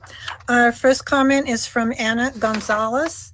She is the president of the Chicano Latino Caucus of San Bernardino County. Good evening, SBC USD board members, staff, and beloved community. On behalf of the Chicano Latino Caucus of San Bernardino County, we want to congratulate Mayra Ceballos on her election to the SBC USD Board of Education. We are positive and hopeful that she will help change the course of this board to make sure students and families of this district have the opportunities and resources they need to be successful. We are in a fight for equity and inclusion, and we will serve as a resource to help achieve this. Congratulations, board member Ceballos. We are very proud of you, and congratulations to board members Hill and Rogers on their re-election. Sincerely. The next one is from Fatima Christerna Adami. She is the Senior Director in the Inland Empire for the California Charter Schools Association. On behalf of our association and member charter schools, we wanted to congratulate members Gwen Rogers, Dr. Margaret Hill, and Dr. Scott Wyatt on the re-election, and welcome Ms. Mayra Ceballos on her election to this great board. We also want to thank Mr. Gallo for his countless years of service to this board and the support of all children in the district. As a lifelong resident, we know we will continue to watch him work tirelessly to support the city and residents in many other capacities. The California Charter Schools Association is the membership and professional organization serving the vast majority of the over 1,300 public charter schools in the state of California. Our mission is to increase student achievement by strengthening and expanding access to high-quality free public charter school education. Currently, there are 51 charter schools in San Bernardino County. This board authorized 13 of those independent charter schools. Our county is also home to some of the state's oldest charter schools, like the Lewis Center, currently celebrating 30 years of operation, and Powell Charter Academy, celebrating 20 years of service in the city. Charter schools vary in programs and size. For example, programs that focus on entrepreneurship and creating the next wave of business owners in our communities, or train the next team of public safety officers. We have 100 student charter schools and 2,000 plus student charter schools, all providing unique programs for students and families. On behalf of the almost 4,000 charter school students and their families in the city of San Bernardino, we welcome Ms. Ceballos to the board, and we look forward to our continued partnership with the school district staff and board. The next one is from Anonymous. We heard from the interim superintendent that the district has explored options for an early retirement incentive and has options ready to consider. While we appreciate knowing the district has done its research, why are you waiting until January or February to make a decision and then notify staff? By doing that, you give staff very little time to consult with financial advisors, family, etc., especially since certificated staff must provide written intent to retire by the end of March. This district and board always talks about the respect they have for the staff and that they have the well-being of the staff in mind, but by not providing the information early, it clearly shows a lack of respect. Please reconsider your timeline and give people enough time to make this decision if you are planning on offering this. And if you are not, have enough respect to tell staff that it is not an option this year. Thank you. Next comments from Lori. She's a parent. I came across this on the California Department of Education, stated on December 8th that State Superintendent Tony Thurmond announced additional educator trainings and grants to address equity and learning gaps, and that the CDE will award grants of up to $20,000 each to schools, districts, and charter schools that can demonstrate that how they will address equity and opportunity gaps by utilizing the funds to target educators or students' needs in distance learning, in-person instruction, or hybrid models. Funds can be used for a variety of purposes, including professional development, family engagement, or other activities that strengthen student learning and connections. So I'd like to ask, when our district and school sites when will our district and school sites receive this grant? Where and how will this grant be used? And will parents be notified on where or how this grant will be spent? Thank you for your time, and looking forward to hearing from someone within our district with my question answered above. Next one is from Richard, classified employee. Good evening, board. I wanted to address you because there seems to be a discrepancy on how assignments are being given during this COVID shutdown.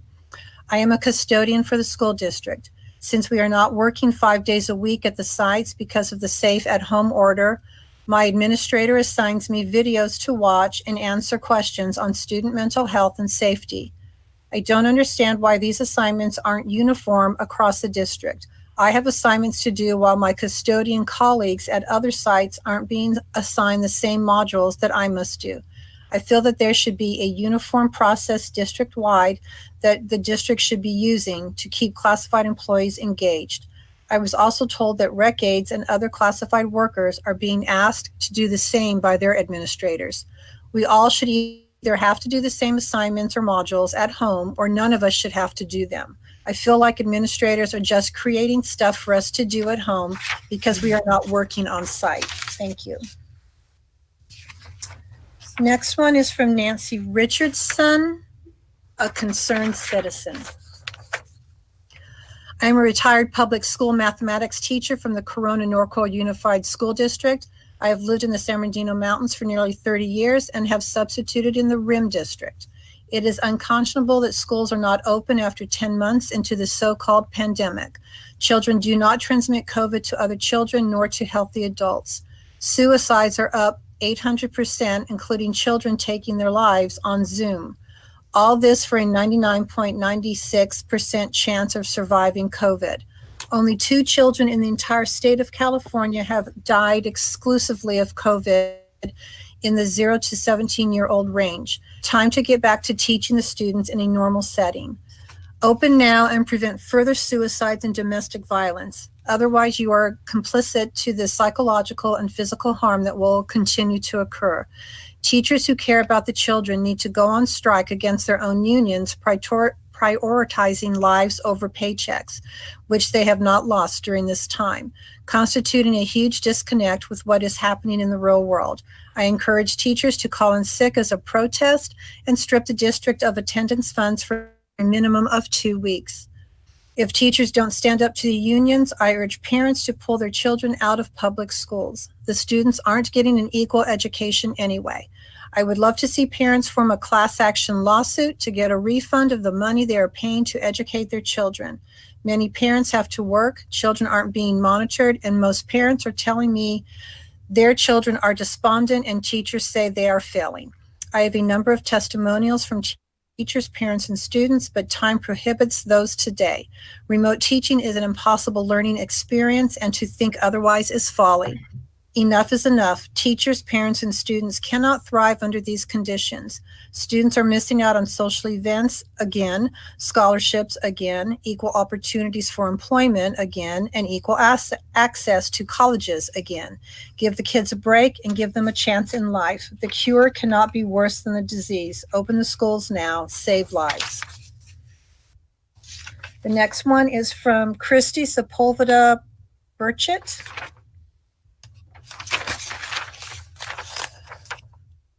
My public comment today is on behalf of both Educate Advocate and Stand Up San Bernardino County. At the last meeting, your board voted to keep schools closed for in-person learning for the rest of the school year. This is a travesty and harms the mental, physical, and spiritual well-being of students. Students were already behind, and virtual learning will keep them in this position. Suicides, depression, anxiety are increasing among students stuck in virtual learning. Students in ESL and special education are suffering most acutely, not to mention low-income minority students. Your board needs to look at the science and reevaluate your position. On our website, we have science on this topic, articles, and videos. Reopen in-person learning. And she listed a website, which is educateadvocateca.com. The next one is from the Inland Congregations United for Change. In recent review of your facilities webpage, we found that there is a proposed project to build a brand new school police station at the cost of over $10 million. This is an absolute misuse of school district money that should be spent on updating school buildings for our most needy students. You should also be reminded you're on the verge of a loss of funding from the state and will be having to make major cuts. Is this a wise use of precious dollars? The district's small police force should move into the local police station or find space in an empty building. Police do not need a multi-million, multi-story police building while you have school buildings falling apart and San Bernardino residents struggling to make ends meet. Oops. My next one, this is from Tim Edmondson. I am the owner of Art Specialties, and we specialize in digitally printed graphics for schools. My company has developed a line of hands-free, safely distanced floor games so your students can safely play together as we climb out of the valley of COVID-19. The products I want to introduce you to today are called Afoot Prints. We named our products Afoot Prints because all of our games are played afoot, which means there's no need to sanitize game surfaces after they are used. Our products are also designed to keep a safe distance between players at all times. The games are challenging, fun, and easy to install. They can be applied to concrete, asphalt, carpet, or linoleum, so they work well outside or inside. Our products are already being used at daycare facilities and a few local schools that have already opened with much success. The games can either be purchased individually or as packages. We offer discounts if you order in bulk. Each game has a QR code for instructions on how to install and how to play. I'm sure you are all looking forward to a safe return to in-person learning, whether it's this school year or next, and I'm happy to inform you that my company has the perfect solution to help incorporate physical education and recess into your school day. And their website is afootprints.com.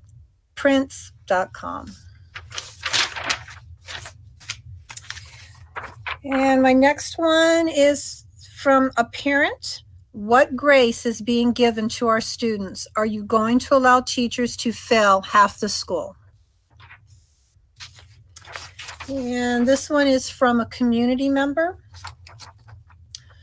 The United States Census Bureau recently released its figures on the most impoverished large cities in the country. San Bernardino is the second poorest large city in the U.S.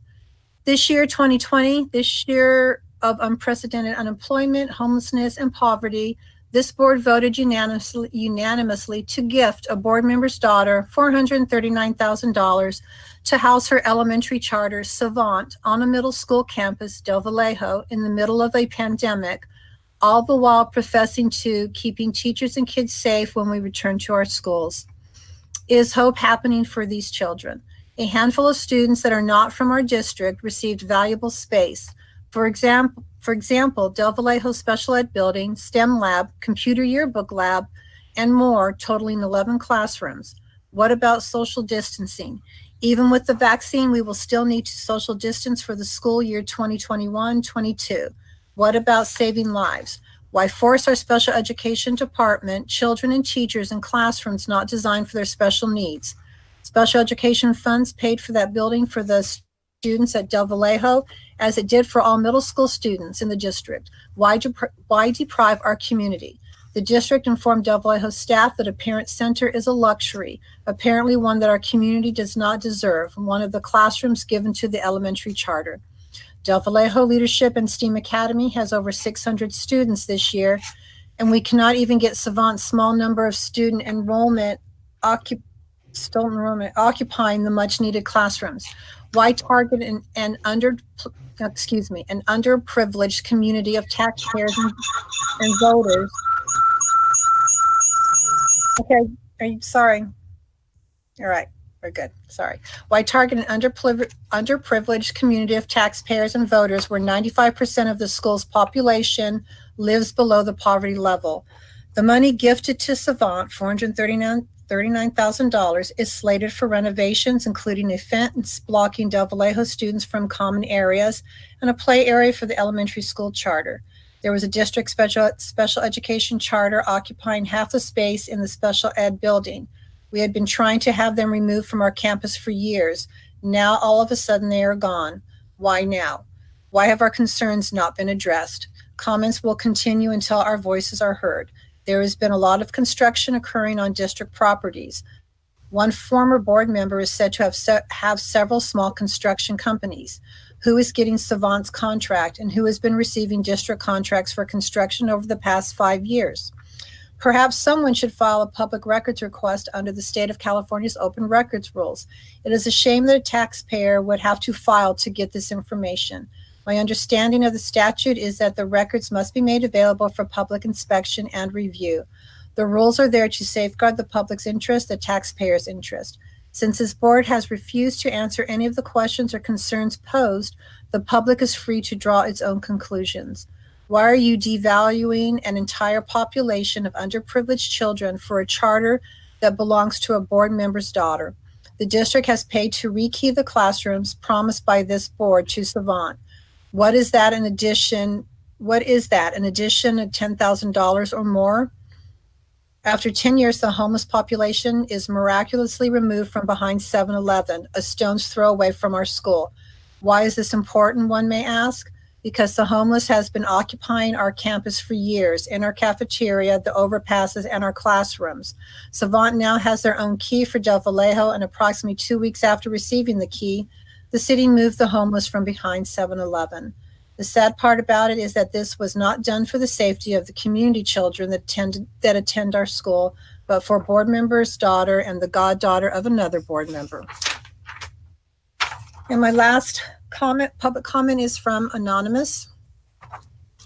During the early months of the pandemic, this board stated that Savant Charter would be second to Del Vallejo Leadership and STEAM Academy. At this time, Savant is working from Del Vallejo Leadership and STEAM Academy's campus, but our staff and students are prohibited from being on our site. The district said we would be able to use 3 rooms for the 2020-21 school year that were given to Savant. Since we are now in quarantine and doing distance learning, those classrooms, including Del Vallejo's teacher's room, will be given to Savant, and compensation is nowhere in the works for Del Vallejo's staff.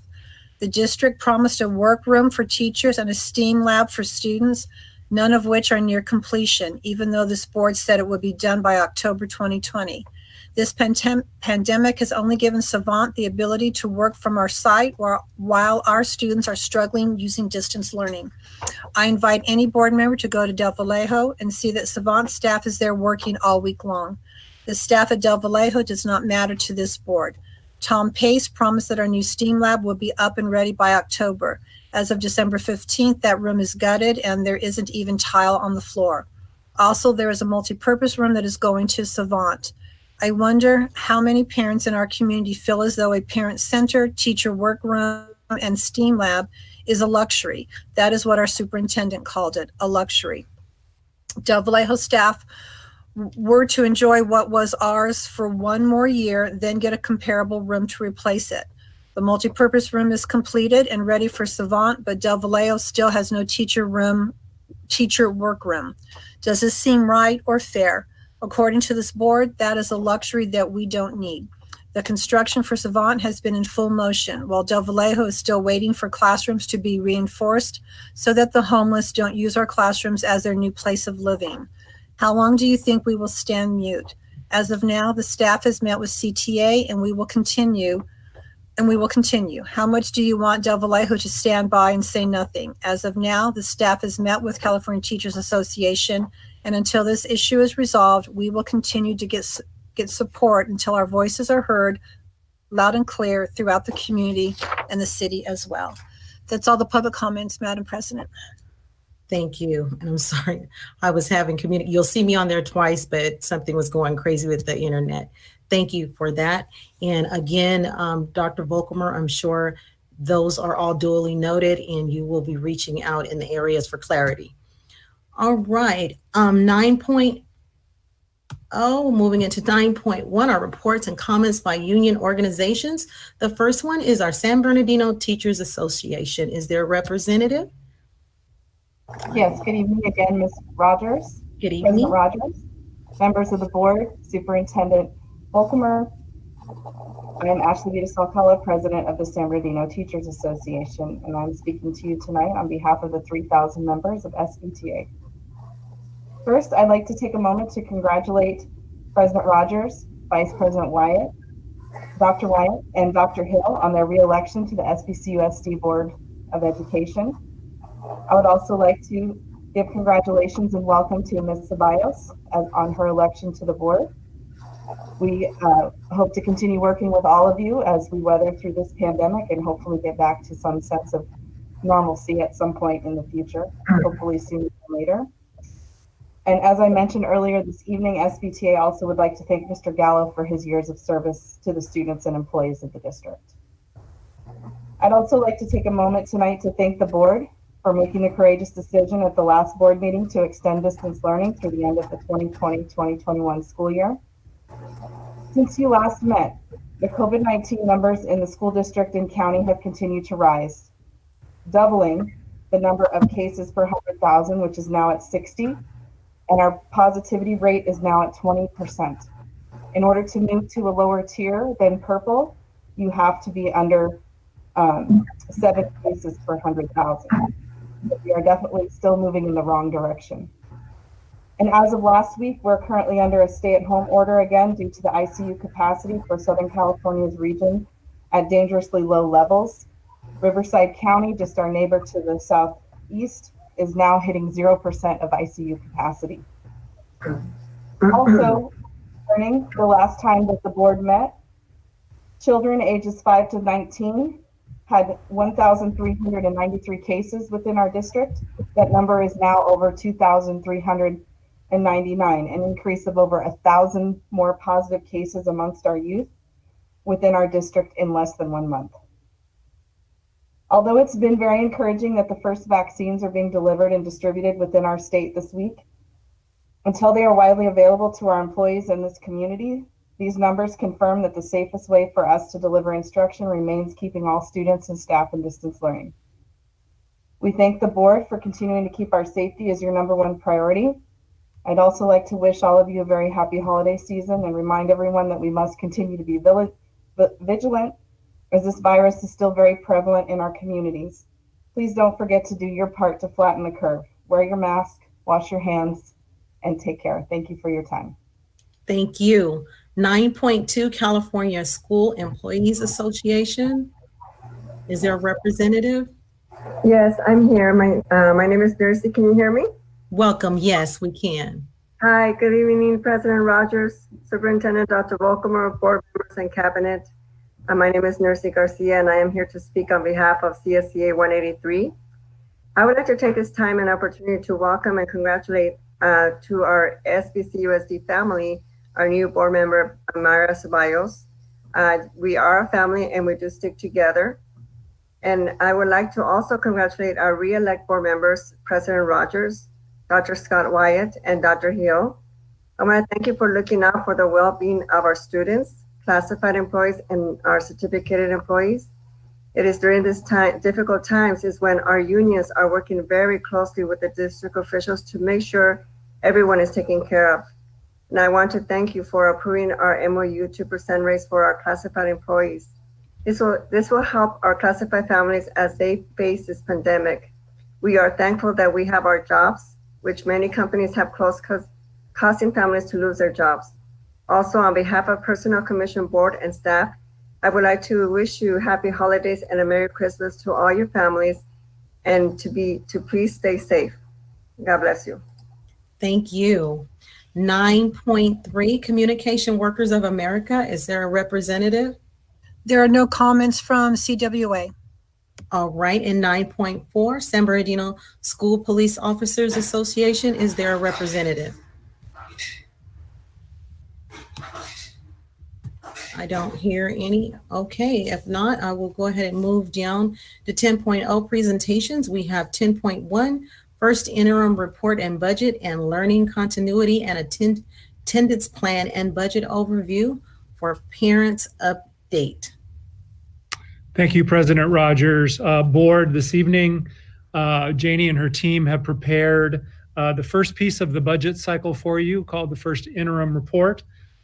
It's designed to give you an update on our spending so far this year in relation to the budget that you passed for last June for the 2021 school year, as well as a look into the future to determine how we're positioned, give you an indication of how we're positioned for the upcoming year. A little bit early, but Janie will give you some preliminary figures, and then we're going to kill a couple other birds with one stone or one presentation. In terms of our requirements for the new learning continuity and attendance plan update. So we'll turn it over to Janie and her team. Thank you for the work that you've done in preparing all of this, Janie. Thank you, Dr. Volkemer. And right before I get started, I just want to thank Ms. Janet King and her team for all their work in preparing this. You can go ahead and move to the next slide, David. So here's our discussions for this evening, typical areas to discuss on our interim reports, and then Anna will wrap it up with the LCAP update. Next slide.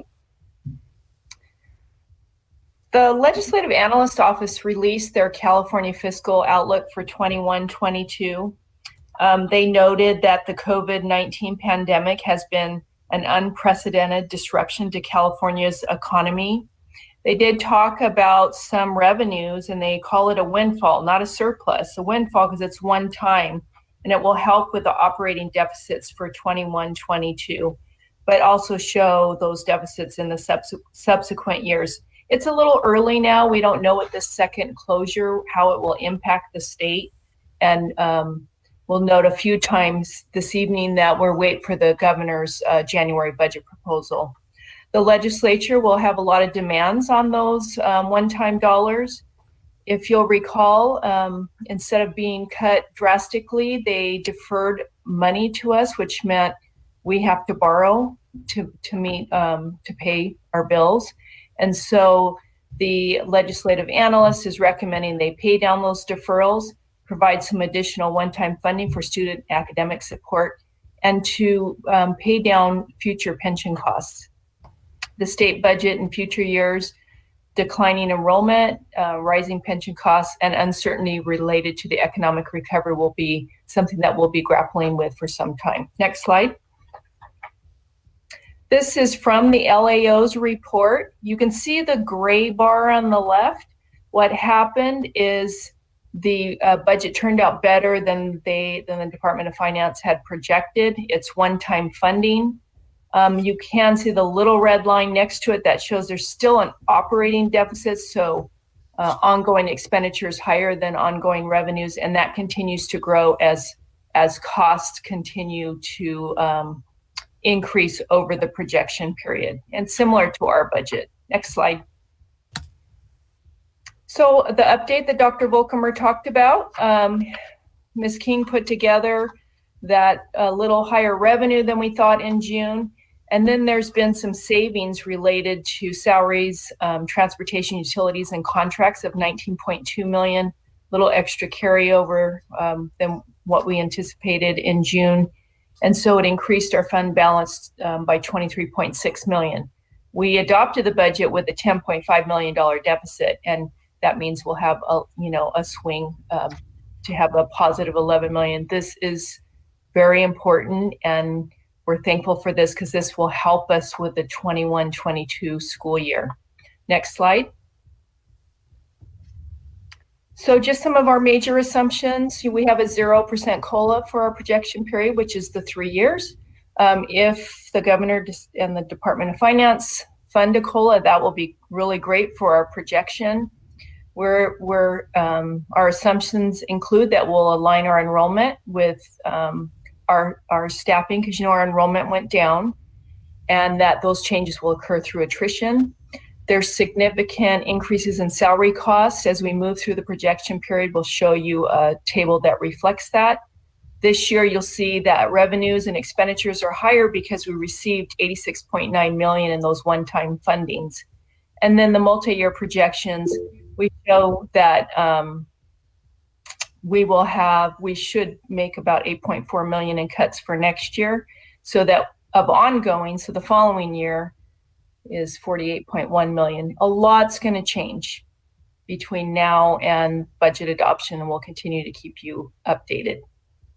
Next slide. This chart you've seen several times. The first column shows where we were in 12-13, the first year of LCFF. The red line that goes across is our revenue increases, and then the bars show our expenditures. If you go to the bar with 2021, which is our estimate for this current year, you can see where the revenues went up because we received those one-time dollars from the government, and then expenditures going up as we're preparing our schools, and we provided technology and other equipment for distance learning. And then you can see then the revenue goes back to where we were in 2019-20 into the projection period. When we get to 22-23, we will be funded on our actual enrollment in ADA. Next slide. This chart's a lot of numbers, but it shows on line 2 what we're projecting for decreases in LCFF, and you see quite a jump in 22-23 because we no longer will receive the hold harmless of the 2019-20 ADA. And then if you go down in that same column to line 4, you'll see a circle, and that's where the PERS and STIRS costs goes up quite a bit. And so that's almost 10 million just in PERS and STIRS for our district. So that's what makes the year so challenging. So hopefully we're going to work with our legislature and talk to them about using some of that funding to pay down the pension costs. Next slide. Our multi-year projection. David, can you click that? You saw the actuals in September, so I won't go through all of that. The next, another click takes us to where we adopted the budget. And then if you can click one more time, David, this is where we are this year. So I'm going to walk through this. Our beginning fund balance of 51.5 million. That's total general fund, unrestricted and restricted. That revenues you see is a little higher because we received those one-time funds, even above what we thought in June. Expenditures are correlated higher as well. The increase in the ending fund balance that you saw on the previous slide of 22.5 million. So we project our ending balance will be 74 million. If you go down to see what we'll be using the ending balance, we have reserves for restricted ending balances that can't be used for general operations of 30.7 million. The 15.6 million we must set aside, and then reserve for deficit spending, because as you move through the projection period, you see bigger deficits. So I won't go line by line on those. We'll be bringing you a new multi-year at the second interim, and we'll also give you some updates in January. Next slide. And then board, there's a lot of uncertainty ahead of us. We're not alone in this. This is across the world. Our whole nation is dealing with a lot of things, with declining enrollment, the impacts from COVID, increases in costs, and revenues not, keeping pace with that. So we'll continue to keep you updated on all of this. I think the next slide shows the calendar. Oh, it's actually a positive certification, which is great. We will have to be proactive depending on what the governor provides and continuing to align our expenditures with our revenues. Next slide. And then you'll see next step is the January budget proposal. And in March, you will get the audited financial report. You usually have it in January, but because of COVID, it has been delayed. And that's my update. Before I turn it over to Anna, I thought I saw something in the chat. Yes, thank you, Ms. Christakis. Mr. Tillman? Yes, so just for clarification, Ms. Christakis, when you say that we're going to be held harmless for, you also said 21, 22? Yeah, so next year we will receive either 1920 or 2122, whichever's larger. Wow, that's good news. Yes, it's very good news. And with that, I do want to address, because we've had the public comment where there's been a question about doing an early retirement. And I'm just one board member, but from my perspective, even doing the distance learning, we need as many teachers as possible. The only time we ever done a cert is when we don't have enough funding to maintain the teaching staff that we have. But I can't foresee us not needing the teachers. When we go into next year and start opening up regular, or even if the Senate man gets his wish and they do the hybrid where we have to come back to school sooner, we would need as many teachers as possible. So I don't see where there would be a case in this school year where we would want to have fewer teachers. From my perspective, we definitely want as many teachers as possible. When we go to open up next year, in the fall, we definitely want to have as many teachers as possible on staff. So I don't know, somebody mentioned in the public comments that we're doing analysis for early retirement. Are we doing that? Mr. Tillman, there was a couple requests for us to get the information, so we do have the information. Right now, we can handle the reduction that we need to do through attrition for the next year. So that's our plan. That's how we've built our budget, that through retirements that will happen naturally, that we can align our staffing with our enrollment. Because we did lose over 1,700 kids this year. I know Dr. Rodriguez is working really hard to, recapture a lot of that, and so that work. And the biggest difference is what you mentioned about being held harmless.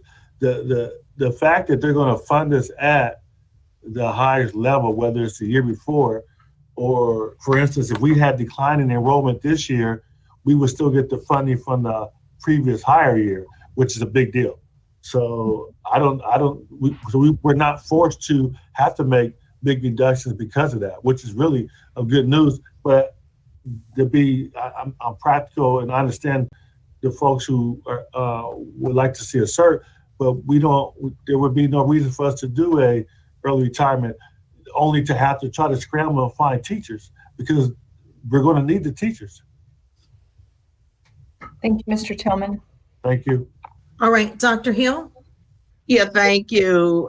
Ms. Christakis, thanks so much for a great presentation.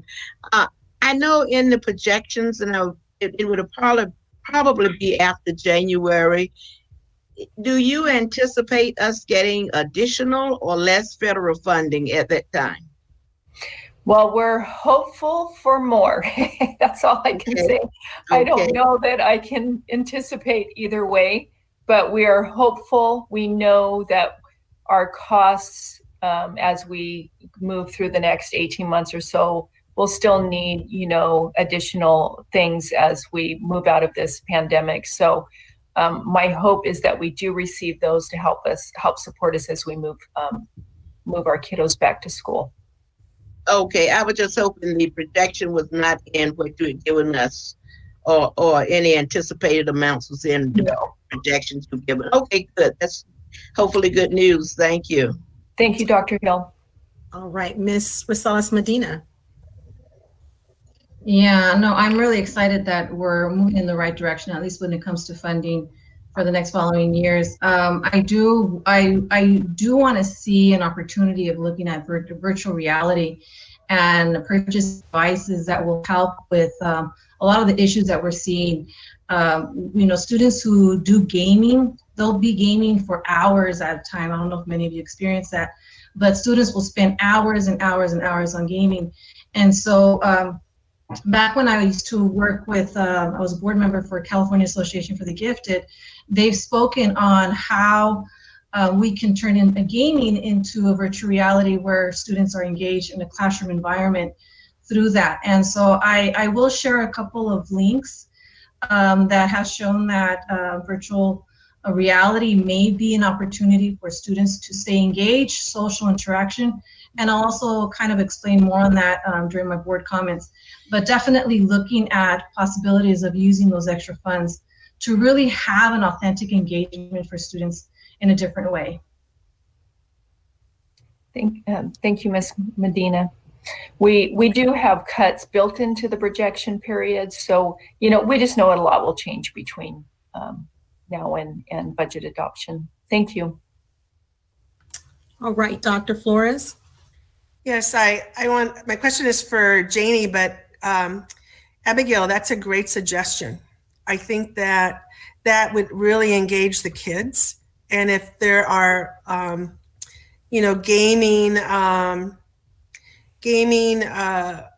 games or, that engage the kids in learning certain things that are quality things that are part of our standards and our content standards, I think that would be worth pursuing. I really, really do, because they do spend a lot of time on those games.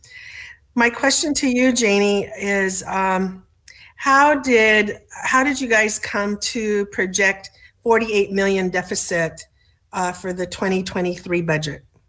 Yeah, that's a great question. So our cost, I don't know if I went through it quickly, but PERS and STIRS alone go up 10 million that year.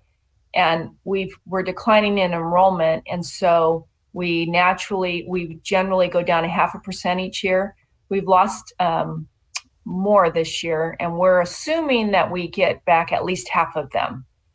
And so when the costs keep going up, step and column, all the costs that were listed on that sheet and your revenues are going down, that's what happens, is that just that deficit's large. So we really want to help with pension costs at the state level and more funding. So that's if we get zero COLA, right? Correct. That is correct, yes. That's one of the aspects. So that would be like 10 million. So then 10% would be about, so you're right, Dr. Flores, 1% would be over 5 million, but for each year, so for 2 years, Right. it'd be 10, yes, thank you. 10 million.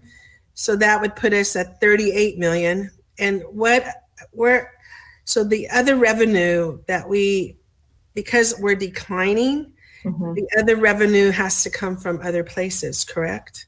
Or Well, we can increase our attendance rate, that's one way, right? We can get more enrollment, and I know the team's working on this as well. So and have you projected retirements? Is that calculated in there? Yeah, so we, for next year, we projected that we would align our staffing with our enrollment. And each year when we go down 0.5%, we do the same. And so we work with Dr. Funches and we look at these are the fewer positions we'll need next year. And then we work together on that so that they don't get hired backfilled. Okay. So they're based on attrition. Okay. All right. Great Okay. question. Thank you. I just wanted to know, because that's pretty high projection. It's a lot. I think, because of the closure, we saved some money, which pushed the problem, out a little bit. I'm just hoping Right. that the governor gives us more funding, pays back the deferrals, gives us some one-time funding that'll help us even more. So if we get that, we should probably save some of that for the incurring increases, correct? Yes, that's what we have it set aside now. And, we may save a little more. We can look at some of what Ms. Medina proposed as well. Right. Okay. Thank you so much. Welcome. Right. Thank you. Thank you, Ms. Christakos. And the next part of the presentation. Thank you, and good evening once again, board. And I'm going to be presenting you with an update on our learning continuity and attendance plan and our budget overview for parents. And I'd like to thank Mr. Komnick and Categorical Programs and our directors for helping put together the presentation. The next slide.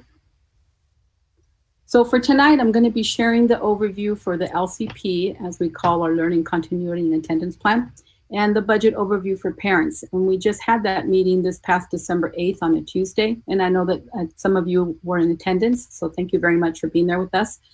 We're going to share some current activities and some services that are in that learning continuity and attendance plan, and highlight the priorities that have come about as a result of feedback from many of our stakeholders, and of course, based on student need.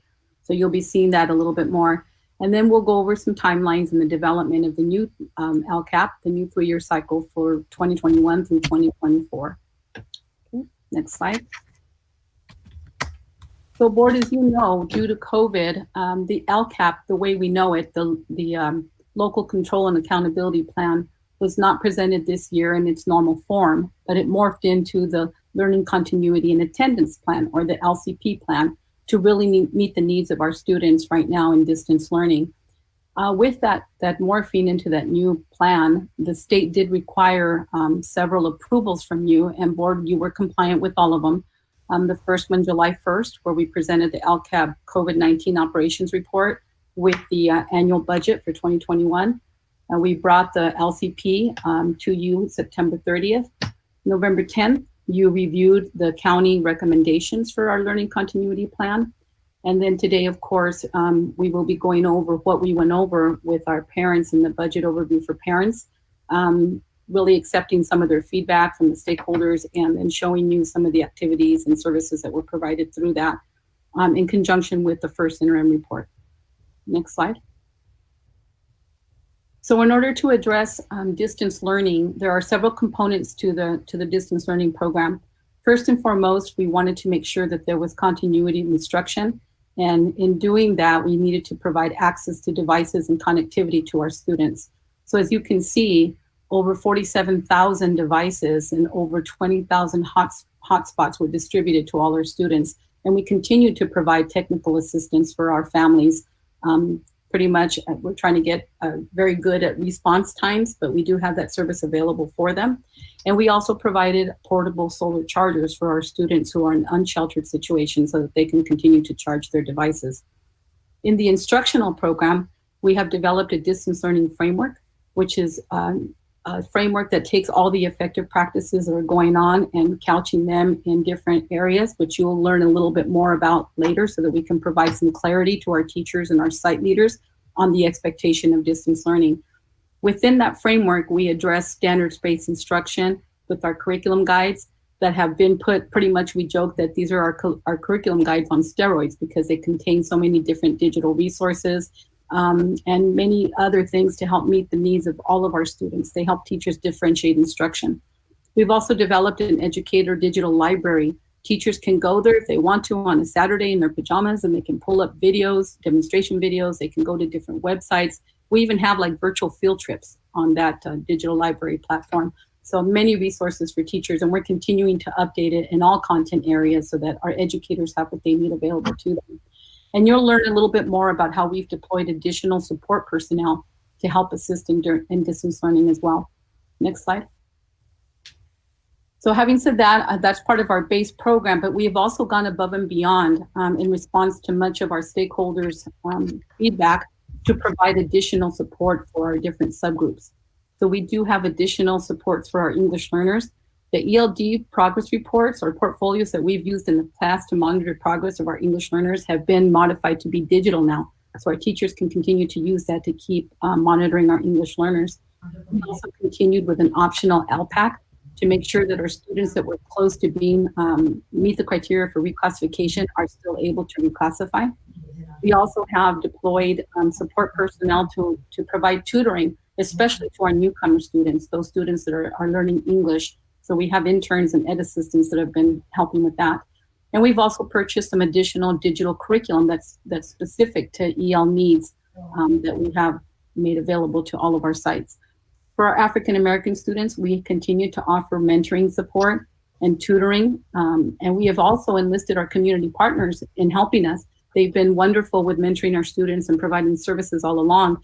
And they've also pivoted with us. They've now been very flexible in helping us to meet our students' needs. So they've shifted some of their mentoring to also include tutoring and family outreach. And we're very thankful for that. Our EDSA department, our Equity Targeted Student Assistance Department, is providing program specialists to help teachers with direct support to students in grades 4, 5, and 8 in the area of math and third grade ELA, which are the areas that have been identified for the in the African American Student Improvement Plan. Next slide, please. And then we also have paid some extra attention as well to our special education students. We have a very comprehensive digital curriculum called Don Johnson, which contains many modifications for learning in different content areas. We also have Unique Learning Systems, which is an online support platform that can be accessed. There is much tutoring support. Reading Wonderworks is another resource that we have. And I especially want to highlight the gifts of joy that were passed out to our students. They were taken to the homes. They were distance learning bundles, that included school supplies and many sensory items such as fidget balls and stress balls and little gadgets. And so I know that parents were very grateful and enjoyed getting those bundles for their students. For our foster and homeless youth, we continue to provide the hotspots and devices with the portable chargers. As I mentioned, there are housing referrals out. They are also being provided extra tutoring, and we see referrals for counseling and support on a consistent basis to help meet their needs as well. Our continuous improvement schools, the staff is still continuing to provide planning sessions and support sessions for their teachers. And there is very strategic and frequent progress monitoring going on there as well, so that we can keep close track of how students are progressing. Next slide, please. And some of the targeted student academic supports that we have in place are pretty powerful. And I'm going to brag a little bit about some of these things that have been put in place by our different, this is interdepartmental and interdivisional. So we're all working together to make these things happen. One of the first things that we did is we did hire resident subs at the tune of about $1.5 million to support kinder through third and early literacy instruction. Because we know that our little ones, we don't want gaps created. We want them to continue to learn how to read. So these resident subs are trained. They have monthly trainings, and they actually go in to help in the classroom, or they provide small group help. Some are in the learning centers, but they're providing additional tier 1 and tier 2 supports to help our students learn to read. We have also invested in BrainFuse online tutoring. This is a tutoring company, K-12, that will be available in January. It's available during the day, in the evening, on Saturdays, and students can sign up in pretty much every content area that you can imagine to get some extra assistance. As I mentioned earlier, we deployed over 40 interns to the secondary sites to help our newcomers, our students that are learning English, with homework help and assignment help, and some access to core as well. And we've also, we've kind of reassigned our support personnel to help with small group instruction, our ed assistants. They're now using their time to help with small group instruction. And there, we also have aides that are available for one-on-one assistance to our students with IEPs. And there's additional tutoring supports, as you can see, with Let's Go Learn. And this is, again, for our students with IEP to help support in different content areas. And we have the iLearn to Khan Academy, which is a free service that kids can log on and also get video tutorials and much assistance there. And again, mentioning the bundles of joy that we got for our special education students. Next slide, please. Our professional development has changed as well. So we're very focused on giving our teachers what they need. And we do get feedback from them to find out what that is. And much of our professional development is now focused on technology, making sure our teachers are familiar and well-versed with the Google Education Suite, screencasting, and many other tech tools that our district has purchased for our teachers. And then the sites do theirs as well, according to what they've purchased and what they are using. Our district level PD not only is for teachers, but it's also for site leaders, support personnel, and we also have our family engagement office, which you'll hear a little bit more about later. That's providing development for our parents, and that's around many of the programs that our students are using, so that our parents are familiar with the same programs and they can help their students at home. We also have networking meetings that are voluntary. Teachers can come as often as they like, but it's kind of like a networking group where they can come and bring some issues. They can come and learn and really explore different resources as well. And then again, our EDSA department has some very focused professional development around teacher mindset and effective strategies in working with our African American students. Next slide, please. We've also paid close attention to much of the feedback from our parents as well, where they were asking for mental health support and SEL support. So these are some of the activities and some of the services that we're providing for our foster youth. We are providing referrals to counseling and support services. We've embedded the social emotional learning concept into everything that we do instructionally. It is the foundation for the way we look at instruction. We know now more than ever that our students need social emotional learning support. We've also rolled out some mental health for state staff trainings. We have counselor support and wellness representatives to meet with families that need that type of support. We also have a partnership with Hazel Health and IEHP.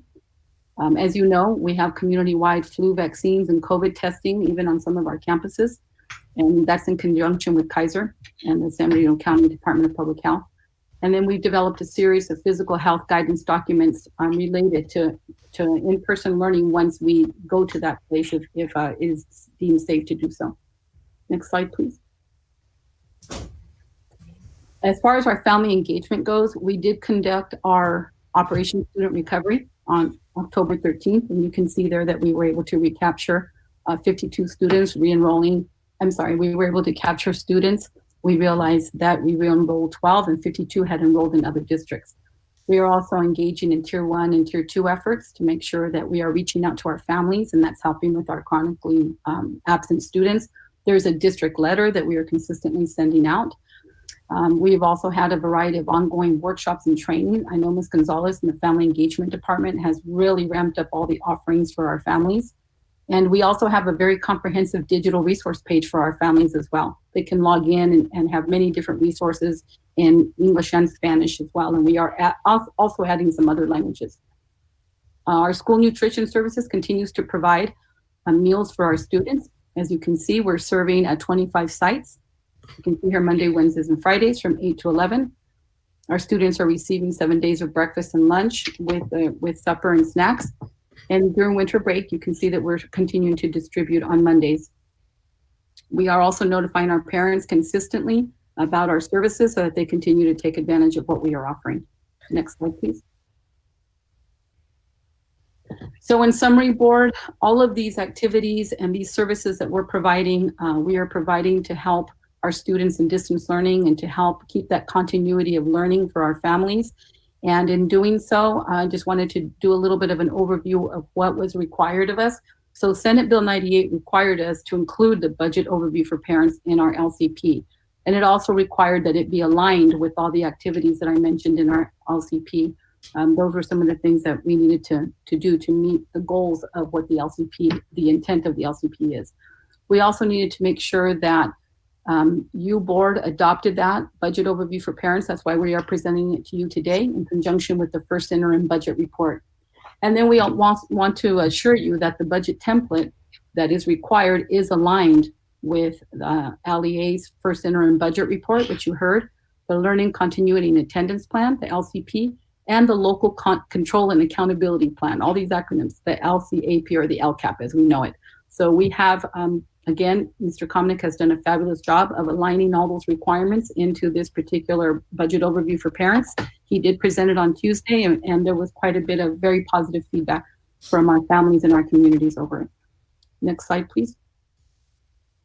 And so board, this is the timeline for the development of the LCAP. So on December 8th, we had that meeting, as I mentioned, the budget overview for parents, which was an LCAP community meeting. And basically it was to explain to the parents what I just presented, that our LCAP had to morph into the learning continuity and attendance plan due to COVID, and present them with the activities and all the services that we are providing in response to some of their requests and some of their needs. Then today, of course, we are presenting our budget overview for parents and our LCP update with the first interim report. In January, we are expecting to get a new template for the new cycle of LCAP, which would be the 21 through 2024 cycle. And from January to June, we are going to continue to engage our stakeholders as we've done in the past. We will continue to have LCAP community meetings Mr. Komnick will be reaching out to all of our stakeholders. We will begin to get input again as we come into June in writing the new LCAP. Next slide. I believe that was the last slide. So thank you.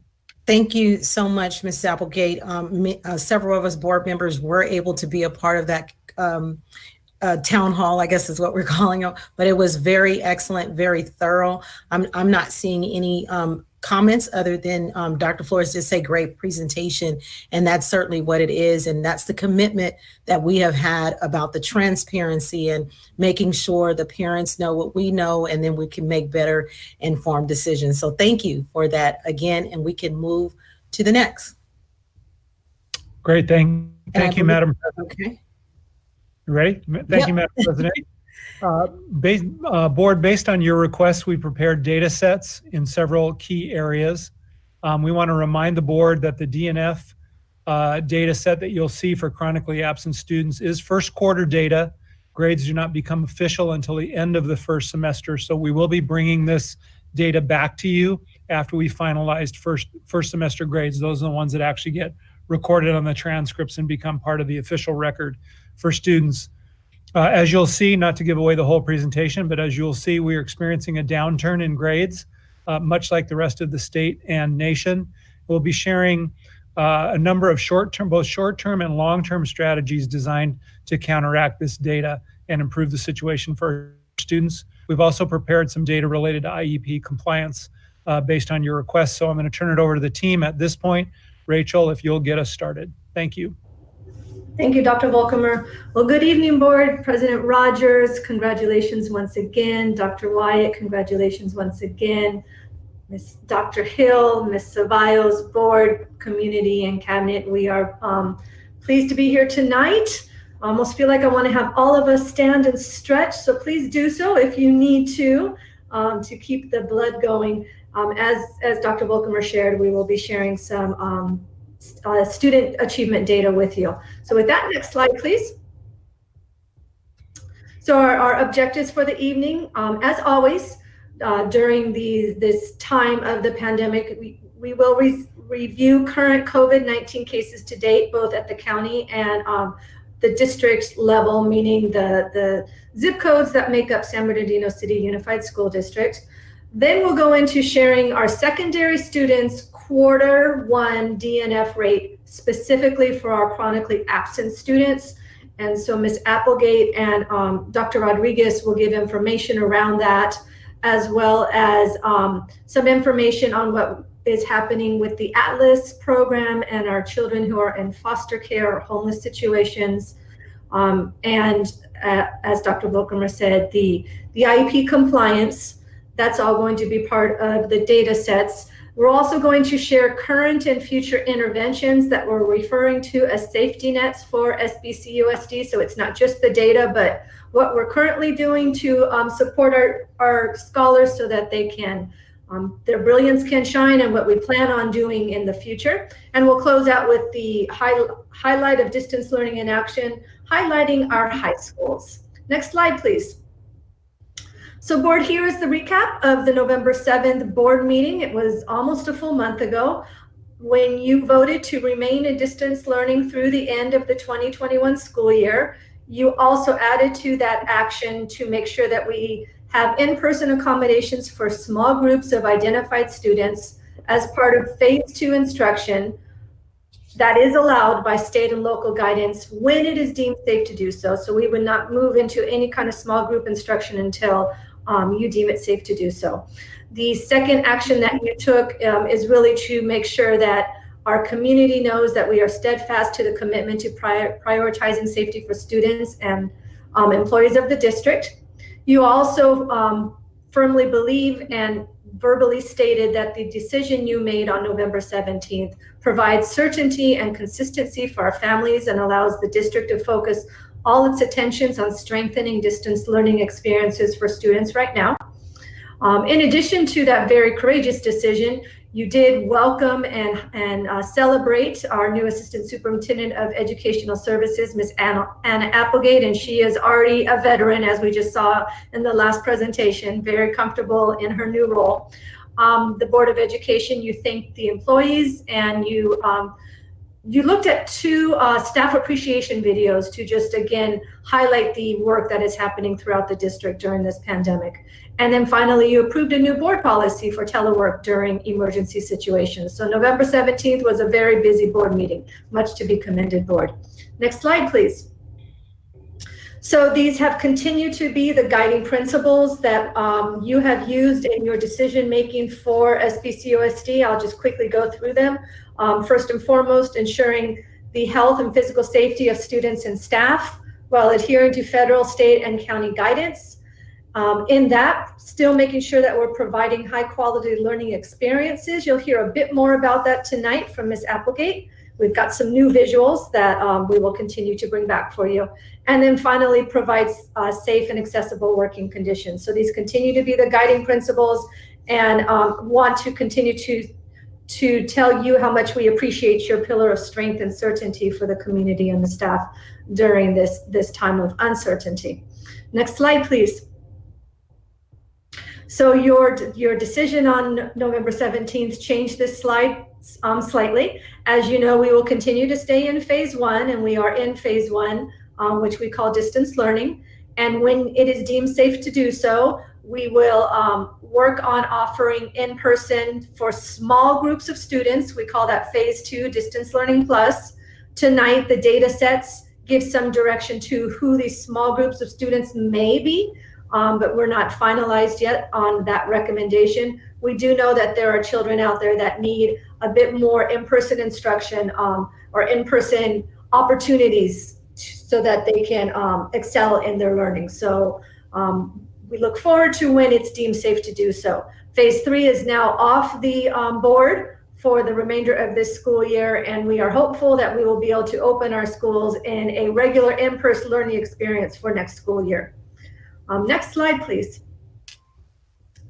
And so board, we're going to come back to this, this image at the end of the presentation, but what you will hear tonight, just to give context, is that we will share specific data points explaining how safety nets are being provided and then will be further developed for all students through strength and distance learning. Specifically, as I previously shared, you'll hear an update on Q1 DNF grades for our chronically absent scholars. You'll hear about our attendance and re-engagement plan for those chronically absent scholars and overall, so tier 1, 2, and 3 for around attendance. You'll hear how we're supporting our scholars who are on foster care or homeless situations.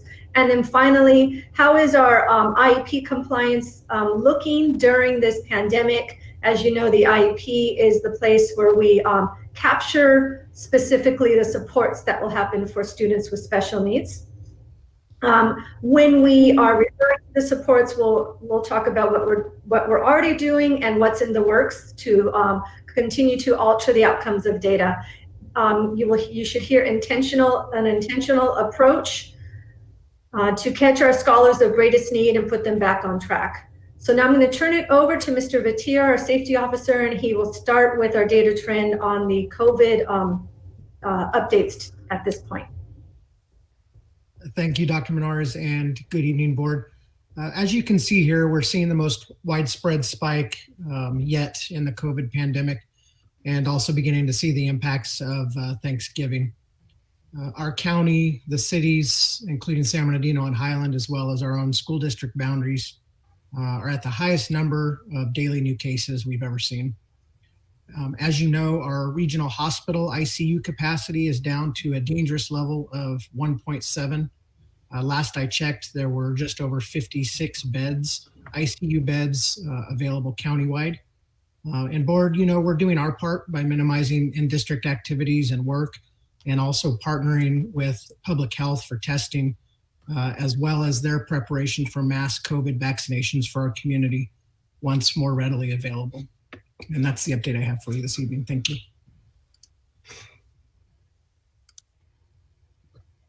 Good evening once more, board. And I'm going to be sharing with you some data around Ds and Fs. And so we'll get into that in just a little bit. but I wanted to reframe us to remind us that our chronically absent students are those students who've missed 10% or greater of the total number of days enrolled in the school year. And Dr. Rodriguez will be speaking to that a little bit more in detail in just a bit. So I'm sure that it's no surprise to anybody that we have had a significant increase in Ds and Fs reported from the first progress reporting period from 2021 as compared to, from the progress reporting period from 2021 as it was last year in the 1920 school year. And it is a similar trend going on in our state and our nation. And we're not saying that we're happy with that. So I'm just presenting you a factual statement, but we are not okay with that. So we definitely want to dig in deep to see what it is that we can do to help our scholars do better. So we will also be sharing some next steps on what we plan on doing with strengthening our distance learning and re-engaging some of our students. So Dr. Rodriguez will now talk to you a little bit more about who our chronically absent students are, and then we'll get into the actual data around the first quarter progress report grades. Thank you, Mrs. Applegate. Next slide. So we wanted to give you a picture about what's happening out there with our students. We've made very marked improvement in some of the things that we can do. And chronic absenteeism continues to be a fight that we refuse to lose. And so in that, you'll see as we compare from one year to the next, we see almost a doubling of our chronically absent students from last year to this year, looking at our COVID trends. But I do want to celebrate because we want to keep that positive mindset that in spite of what's happening right now, we have 84.6% of middle school students coming to school on a regular basis.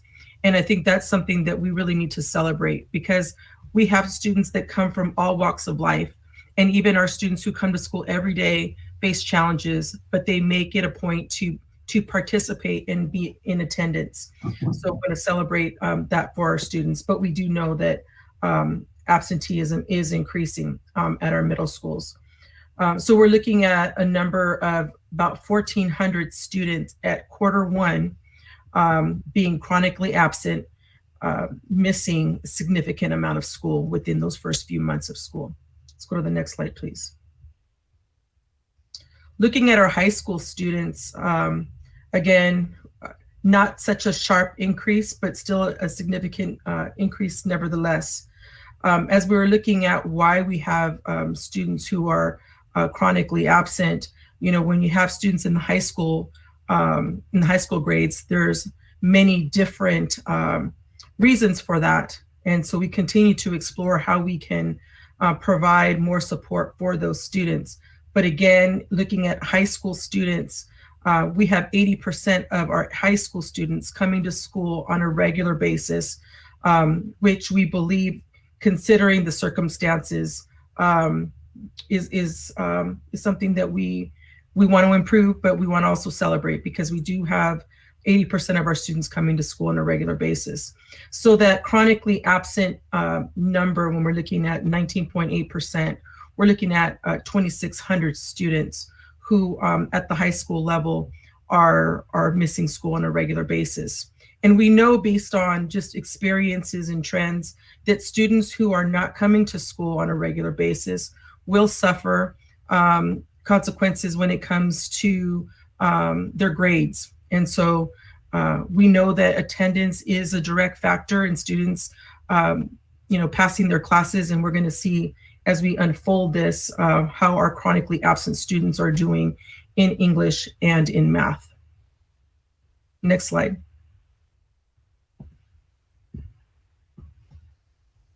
So board, we want to go ahead and provide some context to the slide that you're looking at because they are about to get a little busier. So I wanted to take this opportunity to really clarify what it is that we're looking at. So we're going to be looking at the chronically absent students for first quarter progress report grades, these students that receive Ds and Fs that are in middle school, English language arts. So we are only looking at English language arts and math, and we'll be looking at middle school, and then we'll be looking at high school. And as you can see, the slide is also broken out into our different student groups. So you do have the percentage where you see district, the first bar there, 45.5% of our students in the district are chronically absent, and that amounts to 1,119 students that are in middle school. And these are the ones that received, the ones that are in language arts. So these are for their language arts grades. So the slides that you will continue to see, you're going to see now 2021 superimposed on this slide. Because if you can see, this is from 1920. So now we're going to compare the new slide. If you could go into the new slide, please. Next slide. You're going to see the orange now, which is 2021. So immediately you can see almost a doubling in some cases of the students that are in middle school that are getting D's or F's in English language arts. So you can see that it went district-wide from 45.5% to 83.3%. And then you can see the different subgroups and the increase in the D's and F's in middle school English language arts for each one. So we see that these rates have increased quite a bit, and you can see then the actual number of the students at the bottom and what we've increased. Okay, next slide. So you will see the same trend in middle school math. These are the students that are getting D's and F's first quarter in middle school.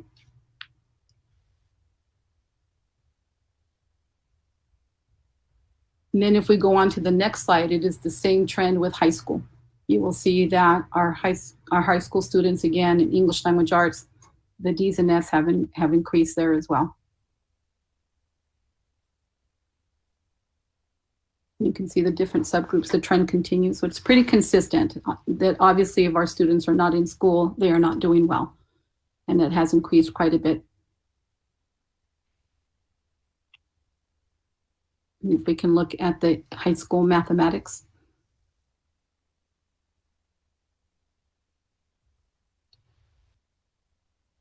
And again, it continues.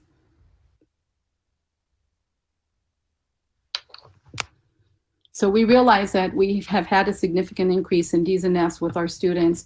And so we want to talk a little bit about what we are going to do about it. Because as I mentioned, it happens to be a trend, but it's not a trend that we want to continue. So we want to definitely be very aggressive and very strategic in how we're going to intervene with our students. So if you can, the next slide, please. So at this point, we wanted to really recommit to making sure that everybody understands that the San Bernardino way is to provide high quality learning experiences for all of our students. And these particular pillars are pillars that we believe we need to really incorporate to provide those high quality learning experiences. So this is kind of a reaffirmation of the way that we do things in San Bernardino. We want to make sure that we provide access, like I mentioned, the devices, the standards, making sure that our kids have access to high quality instruction, devices, everything that they need. We want to provide opportunities for our students to learn. So we're very focused on making sure that our students do come to school and are provided with all the opportunities available to them. This is why we're investing in tutoring and additional support personnel and many other things that you'll hear about. And then of course, we want to always look at it through that equitable lens. We want to make sure that students at school A are getting equitable experiences to students in school B. So we have to always be focused on providing those learning experiences for all of our students. And we want them to be rooted in rigor and excellence for all of our students, for our staff, and for our families as well. So we just want you to know that we are reaffirming our commitment to our students and providing these high quality learning experiences rooted in these pillars. Next slide, please. So we think it is a pretty lofty but very, very worthwhile goal. And it is our moral obligation, we believe, to provide those learning experiences for our students. So when you have such an ambitious goal, we want to make sure that we actually have a framework to do it. So what we've done is we have developed a distance learning framework. We have some core principles to make sure that our teachers have clarity and our site leaders have clarity on what the expectations are. So these practices are effective practices that are going on all over our district. We just wanted to make sure that we couched them in a framework that was comprehensible to our students and to our families and our teachers and everybody, so that they can see that we actually have a plan. We are not just doing distance learning in a haphazard way and leaving it to chance, whatever we might do. We want to make sure that this framework is implemented across the district so all of our students have this excellence and opportunity that we've been talking about. So the 5 different principles for distance learning are clarity through instructional design and delivery. Each component has subcomponents. And one of the main components of being clear about instruction is making sure that our teachers have what they need in the standards, the curriculum guides, all the different resources that I mentioned. We want all of our teachers to have those same equitable resources so that they can deliver instruction. We also want to make sure that we provide a standardization in the technology. We don't want teachers to be using computers that are really old, and you know that we have a very ambitious replenish and refresh plan to make sure that we do that. So we're being very strategic about that. We also, our second principle is making sure that we include social emotional learning in everything that we do, because we want to make sure that we are intentional about engaging our students and our families. We hear stories about our students being depressed, our families being at their wits' end, and we absolutely need to make sure that we're including some of these strategies and some activities that are helping our students and families during distance learning. Our third principle revolves around assessment and data. As you know, there's a lot of what is called assessment uncertainty going on right now. We're not sure. So far, we think we're doing the state tests, but that could change. We know we didn't have state tests last year, so we still have to be very, very vigilant in making sure that we're monitoring the progress of our students. We're not just throwing our hands up and saying, well, there's no state test. We're being very, very ambitious, and we're working with our site leaders in providing information, student information through authentic work and other pieces, like I mentioned, the ELD portfolio. So we are still progress monitoring our students, even though that we may not have the consistent assessments that we used to have. We have our own district assessments that we're confident in, and so we have plenty of opportunities to look at how our students are doing. Our fourth principle revolves around professional development. As I mentioned, we definitely want to provide that assistance for our site leaders, our teachers, but even all of our support personnel, our interns are being highly trained to make sure that they can provide assistance where needed. Our subs are being trained to make sure they're providing assistance. So this is comprehensive. It's not just all about teacher professional development, but we're really expanding that, and to our families as well. You'll hear a little bit more about that, but Ms. Gonzalez has done a fantastic job under Dr. Rodriguez's leadership too, with our families and helping them be familiar with programs and other things that need to be, that they need to learn. And then of course, that homeschool connection that we mentioned earlier, we're trying really hard. And then some of you mentioned that at the LCAT meeting, we did have quite a bit of engagement from our stakeholders, and they are not shy about telling us what we want and what they want. And we want that. We want to hear from them. We want that feedback so that we can get better and that we can provide better service. So these 5 principles are our core principles for distance learning. And as I mentioned, each one has components underneath as well, but we're trying to provide clarity to our workforce, and we're trying to provide some assurance and recommitting into our commitment for our students to making sure that we're providing these quality learning experiences. Next slide, please. So having said that, some of our next steps in strengthening our distance learning is, of course, implementing our core distance learning principles, our strategic distribution of technology and instructional materials. And what I mean by that is exactly what I was talking about with equity. We want to make sure that all of our teachers are equipped with what they need. We want to make sure that they have, that our students have availability to get the supplies that they need. If they need school supplies, their textbooks, their workbooks, whatever they need, we're committed to make sure that we are providing all those resources and materials to staff and to students and family. We are also working on helping our educators in the effectiveness of their daily instructional minutes and providing more small group instruction so that we can meet student need. Then we also have some strategies that we're working on to actively engage our students and families. So you'll hear a little bit more. It's coming down the pike about our cameras on expectation. So that is something that will be part of our next steps to make sure that our scholars can have their cameras turned on. And like I said, you'll hear a little bit more about that, because we know that if they're able to see their teachers and they can see each other, that will engage them more. So we're also working on a positive PR communication. Now that we know we're in distance learning till June, we need to buckle down and get it across to everybody that we want to help them in any way that we can. So we're going to try to provide them with ideas and tips and things like that on how our families can help their students, and just really bring in some positivity around distance learning, because we know the challenges, right? I don't think any of us are really in the dark about the challenges that distance learning is posing right now. But we also want to highlight, we know that there are some students having some success out there. As Dr. Rodriguez mentioned, we do have students that are coming to school. So we definitely want to continue to bring positivity as well. And then, as I mentioned, our professional development will continue to revolve around distance learning so that we can support all of our educators.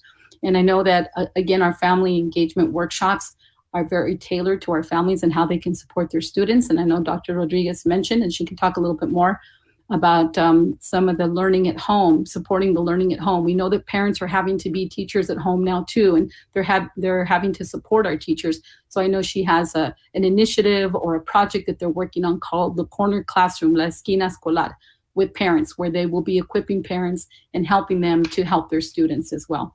Next slide, please. And as Dr. Monares mentioned, we don't want not one student to fall through the cracks, not one. Well, we see these trends, and as previously mentioned, we are compelled, and it is our obligation to do something about it. So some of the things that we're talking about and we're really planning around is, of course, continuing the increased support for tutoring, from support personnel, from our partners, from anybody that we can help assist some of our students, because some of them do need additional assistance above and beyond. And we've even talked about, and board, I know that was on your mind as well, and you said that as soon as it was deemed safe to do so, we would explore the idea of hubs for some of our highest need students, because they may need to come in. And then we also were discussing a very robust summer program. We have a great summer program now, but we can definitely expand on that, and we see that we can recapture some students during that summer program as well.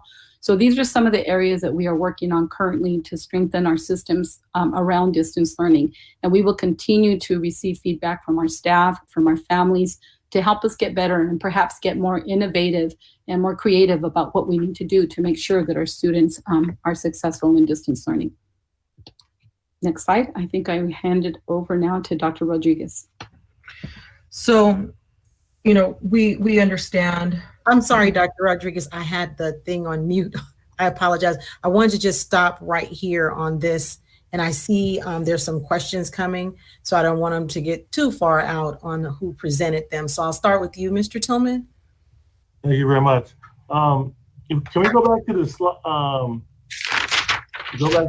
slide? And where we start with it says middle school students, the number of people who are chronically absent. Is there a reason why we don't have elementary students? I'm sorry. I'm sorry, Mr. Tillman, this report is focused on D's and F's, and at the elementary level, we don't have letter grades. So we've just concentrated on secondary for now with D's and F's. Okay, I guess so, but this is showing on this middle school student, isn't it showing just the number of students who were chronically absent in 2019, 2020 compared to 2020, 2021? So it'd be interesting to see what the chronically absent is for elementary students. I know maybe you explain why it's not on here, but it'd be good to see. We can provide that to you either in a board correspondence, or if the board wishes, we can bring that back for another board presentation. And then the other thing that'll be interesting to see, on here you have 2019, 2020 chronically absent students with quarter grades, D's and F's.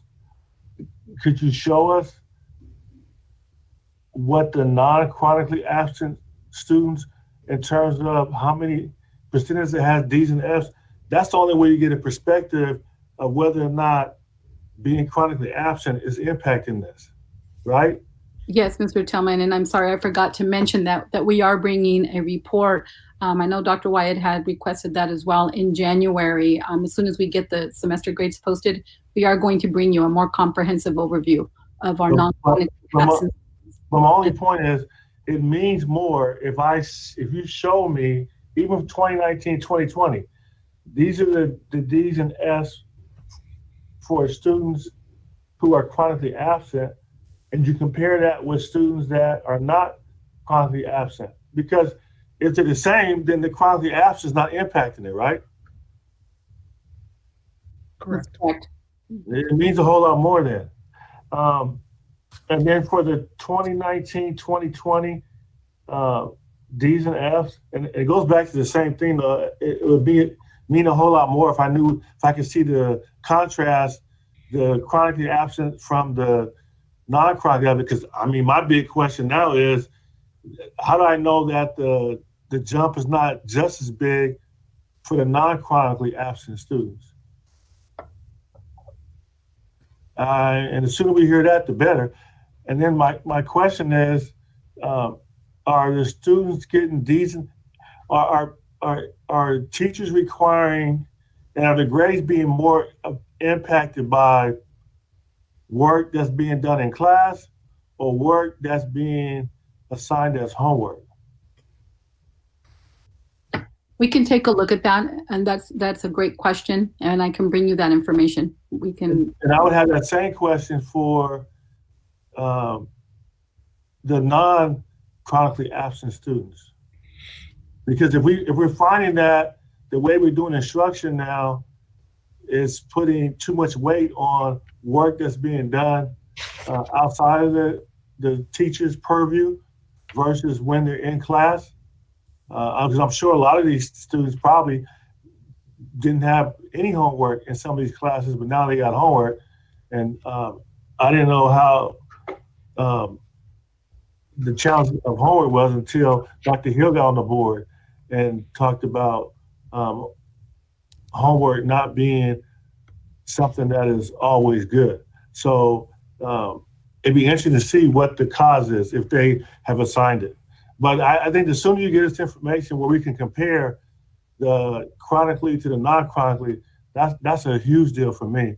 Because I got a fear right now that we may have an increase in D's and F's for non-chronically absent students also. And then with seeing this, you know, I know you guys are talking about doing some things with making some changes. I'm hoping that those changes are being made because it's going to positively affect this. What I hate to see happen is whatever change we make, it increased the number of chronically absent students. So whatever change you guys are going to make to what we're doing now for distance learning, to me, one of the goals should be reducing the chronically absent student, and don't do things that are going to make parents and kids more frustrated and throw their hands up, which will increase my chronically absent problem. We deem somebody chronically absent because they missed what? Is it 10 days of, what is it? Yes, that's correct. What is it? 10%. 10% of the school year, or 10% of the days enrolled. And Dr. Rodriguez will talk to that a little bit more. Yeah, so I hope that somehow we got our finger on the pulse and we're talking to the parents and the students. I mean, to me, part of it was just calling and say, hey, you know, last year you were doing better, even though you were chronically absent. What's the big difference this year? So, I mean, I'd like to hear some of that information because you guys say, you know, you're doing this little circle thing with the 5 things. I don't know if this is the stuff that's going to truly impact what the issues are. But I do think if you can compare the chronically absent to the chronically absent, it'll give everybody a better picture of where we're at right now. Right now, there's a huge hole missing by not having that information present. Thank you very much. Thank you. And Dr. Flores? Yes, this is for both Dr. Rodriguez and Mrs. Applegate, if whatever one wants to answer. I'm curious about, you know, this is average, and but I'd like to know site by site. I like to know what the percentages are site by site. Danny asked for those that are getting D's and F's that are not chronically absent versus chronically absent, which is good, but I want to know site by site. And then there's another disaggregated factor, which has to do with start times. You know, I know that we are going to have to implement late start. Why couldn't, how many schools start late, you know, like at 9 or 9:30? And, you know, and our kids, you know, I mean, they have to get their little brothers and sisters situated.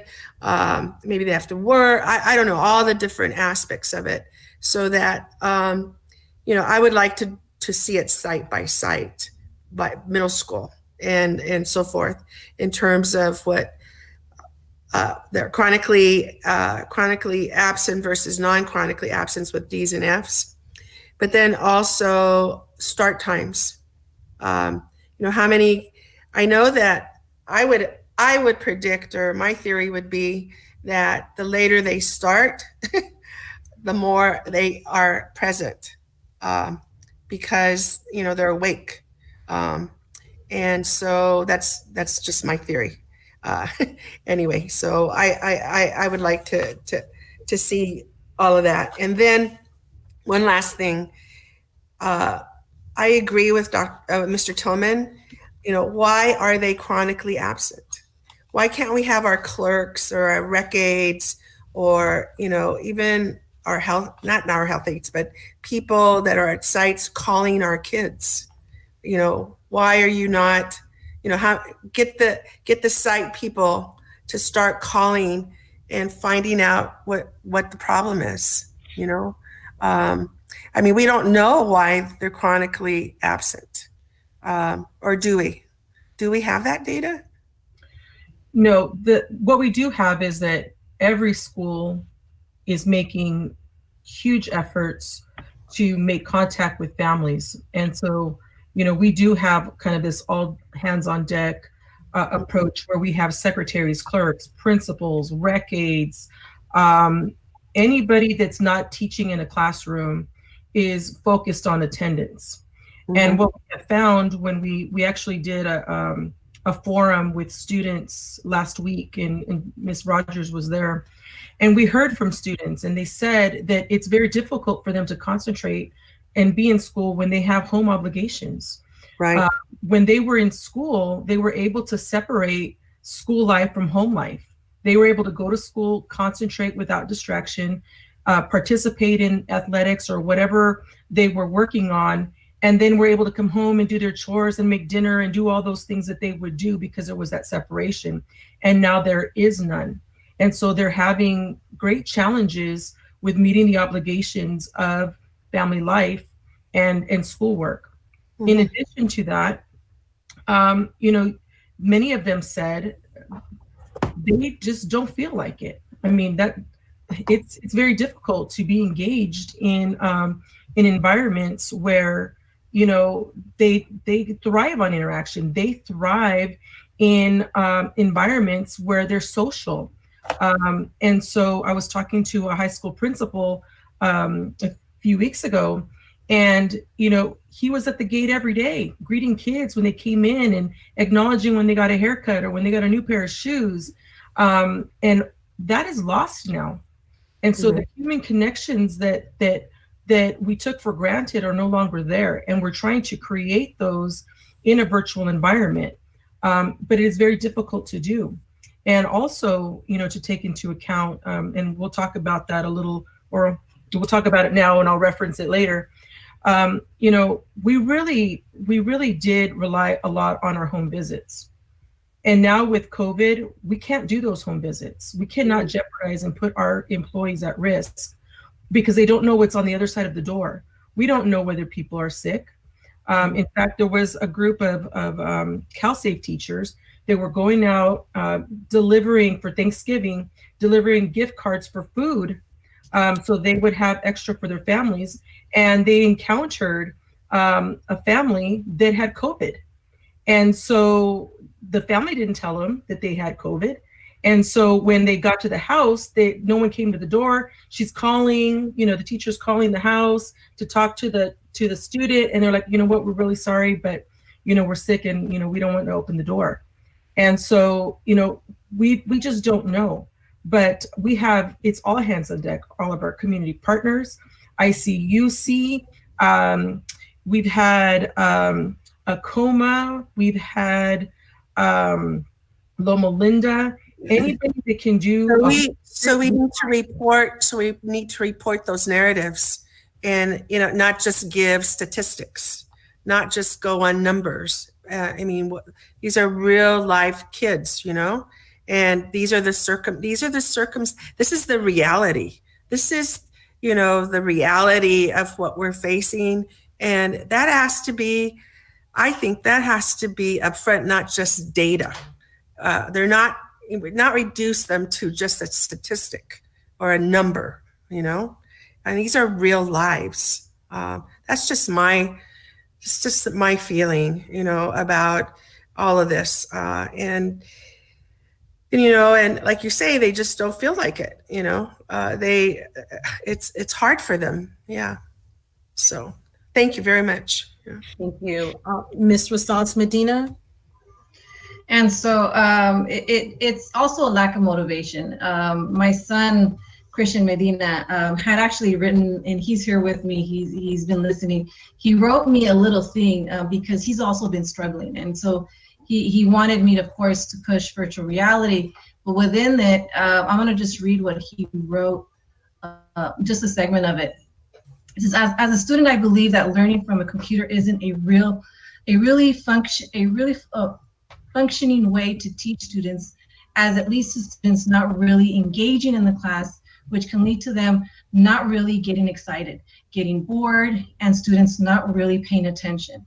This can lead to many students getting lower grades than originally would have. For example, previously I used to get A's, B's, and high C's, but now I get B's, low B's, and a few A's. And in reality, he has had F's.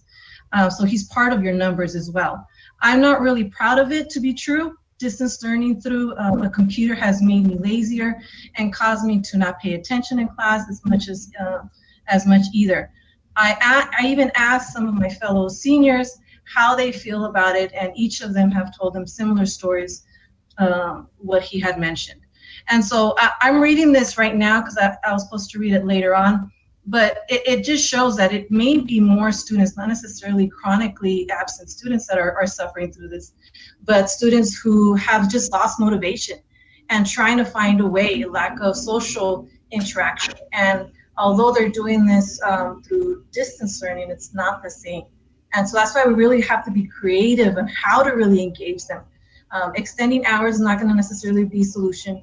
Extending face-to-face, it may be through some other means. And I honestly believe we have to talk to students. I don't know if you interviewed students themselves. Ask them directly. Why are they struggling? And it may not necessarily be that they just don't want to do it, just that it's just different and they're struggling with that interaction of virtual learning. So I really do want to make sure that we're surveying students themselves to find out what's going on. And then also, I think what we see that's absent right now is student school board member. We used to have the voice from a senior, several seniors. And I think we have to go back and looking for a few students, senior students, that can also give that perspective that we're not necessarily hearing. So I don't know, by the next board meeting, we can at least have some idea of how we can engage a few, 3 students, senior students, so that way they can also be part of this conversation. Thank you. So to respond to Mrs. Medina, Ms. Rosales Medina, we reconvened the superintendent's advisory council, and we actually met with them last Wednesday.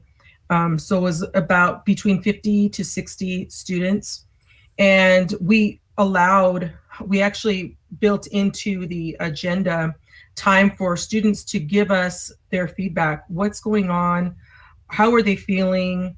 And we were really strategic with the students that we chose. We wanted a regular student. We wanted a student who wasn't your superstar. We wanted just a real kid who was experiencing real life. And so we did give those parameters to the principals as they were making their selections. And we spent a good 30, 45 minutes with the students just talking about their struggle and what it was like for them. And so the student voice piece is huge.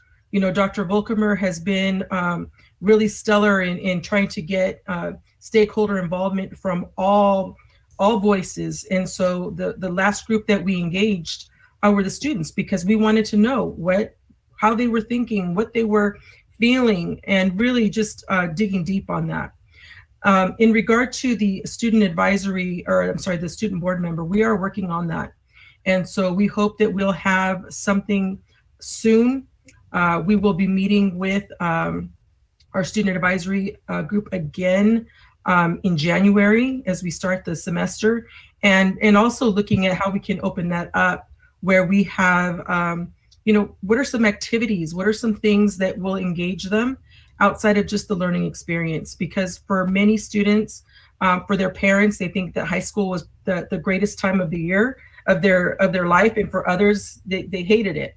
But they all will go back and say, you know, they've made lifelong friends and lasting relationships, and that's what's missing. And so we have to figure out a way to get that back. So that is on our mind. It is a priority, and it is something that we're working on. And just to include, there, like I mentioned, as a great example, my son was one of those students that were doing well, but yet is struggling. And so you also want to look at students that may be getting those D's and F's and were A's and B's. And so what's happening to them as well. And like I said, there's a lot of lack of motivation. It may be that they have to relearn it themselves because they didn't understand it through the virtual classroom, which was also something that my son stated. And just looking at all of that, and I think I'm glad you're able to meet with the students. Thank you for doing that. But then how do we translate that to what we're hearing ourselves here, and really understanding this is what's going on, this is what we're going to do differently to make sure that the systems are improved. But I appreciate you working on getting student school board members as well. Thank you. Okay, Dr. Hill. Thank you, Madam President. I just want to say what a great presentation. I enjoyed everything. My question was pretty much embedded in Mr. Tillman's question. My concern primarily was of those students who are attending, how are they doing credit-wise? And hopefully they are doing much better than others. But I think when you bring that information, you will have answered my question. But the other thing I want to say when it comes to our youth and what's going on with them, a lot's going on in San Bernardino right now. You know, we've had the highest murder rate since the 1990s, and we're not even through December yet. And these kids know the people who are getting killed because of the ages and what have you. And usually when one child gets scared, you got about 20 who's scared because they know each other. I do appreciate the staff members doing what they can and making a phone call, but I also do not suggest you go to their homes. But we aren't going to give up, because everyone we get in, the better off we are. So thank you so much. Thank you, Dr. Hill. Mr. Tillman? You know, I think it's important to remind ourselves that, you know, we're doing this because of COVID-19. You know, I got a good friend of mine, Ernest Carter, and attends New Hope Mission Baptist Church, and his son came home from college, and Ernest and his wife both have COVID-19, and Ernest is really struggling right now. So we took drastic measures because we have this huge problem with us right now that we're dealing with. And these are some of the consequences because of it. So I don't want us to lose sight of that. All these problems we're incurring are for a reason, but I think we have to continue to be patient.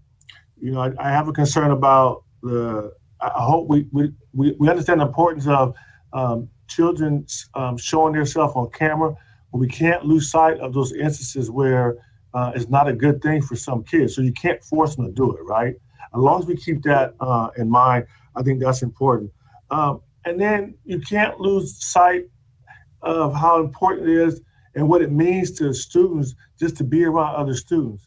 I've been doing my Black Future Leaders program since '88, and we had to struggle about whether or not we were going to do it virtual. Normally, we find these students who have a 3.0 or better, send them out a letter, and we get about 40 students, take them to Cal State San Bernardino, and they stay Friday night, Saturday night, and go home on Sunday. So we said we'll do it virtually. We sent out 300 letters. We had 3 people. They don't want to sit in front of a computer, and they don't care what you got to tell them. They don't want to do it. They're burnt out. So a lot of it is just, you know, that's not what motivates students, sitting behind a computer, right? But the reality is, this is the education they still need. This is not a pretend education. You're not gonna be able to do a do-over. So we have to be patient, but we also have to encourage the students that this is for real. And everyone's doing it. I mean, I have a nephew that lives with me now. We had to register online. When we registered at Valley College, there was nobody to call. We had to send emails. The email got messed up. It was a nightmare. I had to call Joseph William, a trustee, say, hey, how do I get registered? But those units that you get, even in college right now, are going to help you get a job somewhere. So it's not pretend. This is for real. And so for the parents and the students that are listening out there, this is still critical. And it's our job to try to make sure that we continue to learning as best as possible. And then the last thing for me, when you look at the difference on the chronically ill, I hope we're contacting the students that not chronic, but ill, but chronically absent. I hope we're contacting the students that weren't chronically absent last year. Because those students truly are being impacted by this current situation. So I hope we're looking at and saying, hey, here's there's 30% difference in this one group, and we need to find out who those students are and contact them and say, hey, you weren't chronically absent last year. We don't want you chronically absent this year. What can we do differently? And to tell you the truth, I hope after you make those phone calls, that's what drives whether or not we need more time online, in person, or less, or what needs to happen. That's where you should derive your answers on what tweaks we need to make for next semester. But again, thank you for the data. And just so we're all on the same page, we're going to get that contrasting data at least by next board meeting, right? For the non-chronically absent students to see where they're at with the D's and F's, right? Yes, we can get that. Thank you very much. Appreciate it. Okay, Dr. Wyatt. Yeah, thank you, Madam President. And, and for our executive cabinet, definitely thank you for this report. And, I want to apologize a little bit because maybe I wasn't as clear on my request for what I was asking for. And I know I talked to Ms. Applegate a little bit about this today. And Danny, you hit it right on the head. So thank you for actually catching that I wanted to look at two different things. One was chronic absenteeism, and two, the other was D's and F's. I didn't want to necessarily see them together. I just wanted to see if there was an increase in chronic absenteeism because one, there's a major issue there because we need to look at dropouts, not just necessarily D's and F's, but dropouts. We were looking at some comparative data at one of our local districts, which is a high school district, and one that we actually have worked with to improve some of our instructional strategies, specifically in the area of A through G. And it wasn't just D's and F's that we have to be concerned about, also students that are chronically absent that are dropping out of school. Okay, so I mean, D's and F's is one thing, but for a kid to just disappear now from education completely is a concern we have to worry about in regards to chronic absenteeism. Now, when we look at D's and F's, you're right, Danny, you don't have to be chronically absent to be getting D's and F's. I heard Abigail talk a little about her son, and I talk often about my son. He doesn't have a chronically absent issue, but he definitely has an issue with his grades. And it's all about motivation. It really is an engagement. And we're not blaming anyone here in particular. It's not a teacher, not a student. This is a major pandemic that we are all not prepared to really address, and we're doing our very best. I know we are. Gosh, we are doing everything we can to work within the given conditions we're in. But what we do know, and we can't refute the data, and this is not just here, but it's systemic across the state, as we've seen in our largest district in LA and districts right here next to us, that kids are getting D's and F's at an unprecedented level. I could just share the data on this district, and I'll just do it quickly, and I will share this with executive cabinet. I apologize, I haven't done it before, but they're saying their D's and F's issued to all students are up 80%. This is a high school district only, 80%. Total F count has increased 153%. All right, this is a high school district we went to get strategies on how to improve A through G. Their A through G is down 30%. And this is somebody that does this very well. Okay, so we're all in the same boat together. It's not just a San Bernardino City Unified School District issue. It is a systemic state issue. I'm guessing it's probably bigger than the state. So we really, wow, I mean, I'm right there with you folks, and I'm right there with the executive cabinet. What do we do more? I don't know what more we can do, because we have to get our students engaged. You know, I know our teachers doing everything they can to get our students engaged, but it's just motivation and buy-in by our students. I know that as well. And I'm not blaming our students either, because Dan, you know, you said it, the socialization part is huge. It's huge. I know when my son went to go take pictures, I was getting feedback from my mother-in-law. She said, you couldn't believe how excited the kids were to see each other to do their senior pictures. And that was just pictures. You know, it wasn't even a sport or activity or just going to class together, just seeing one another and saying, wow, how have you been? You know, like I haven't seen you in forever, which, you know, 9 months is forever in a kid's life. So, you know, I apologize, one, that I didn't clarify and make that clear. I should have noticed that too. And when we did our pre-board meeting, but, you know, thank you for the data that we have gotten. It's given us a really good start of this conversation. And I was talking to Gwen saying, you know, we're not going to solve this in one night. We're not going to solve this in 1 week. We haven't been able to solve this in 1 year so far. And so we're going to keep plugging away and doing our very best to figure this out. But, you know, we're almost halfway through the year. And I know this is it's discouraging for all of us. And I feel for all of our kids. I feel for all of our staff. I feel for all of our families. And, you know, again, thank you for this plan that you're putting together. And I know it's the very best that you could come up with under the given circumstances. Please know that. I understand that. And it's just, we as a board have to support you any way we can to ensure that we overcome this challenge, because it's huge. And the last one here, the number of freshmen with 3 or more Fs in this district increased by over 1,000, which is 259% increase. So their 9th grade freshman cohort, you know, if you look at it in regards to graduation for them in 4 years, and these students, how do we help recover our freshmen now in between now and you know, 3 more years from now for their graduation time? So it's bigger than just our seniors this year. We're looking at, you know, 9th through 12th grade. We're looking at kids who are ending 3rd grade, who we know is essential to read going into 4th grade. So there's a lot of key issues here that we're faced with. And I'll be honest, I know I don't have all the answers, but gosh darn, wow. You know, it's hard when you're lost for words going, what do we do? But again, thank you to all of you for everything you're putting together here. I know it's a magnanimous challenge. Is that what you say? A challenge like no other. Magnanimous. I know I get a tongue twister there, but it really is.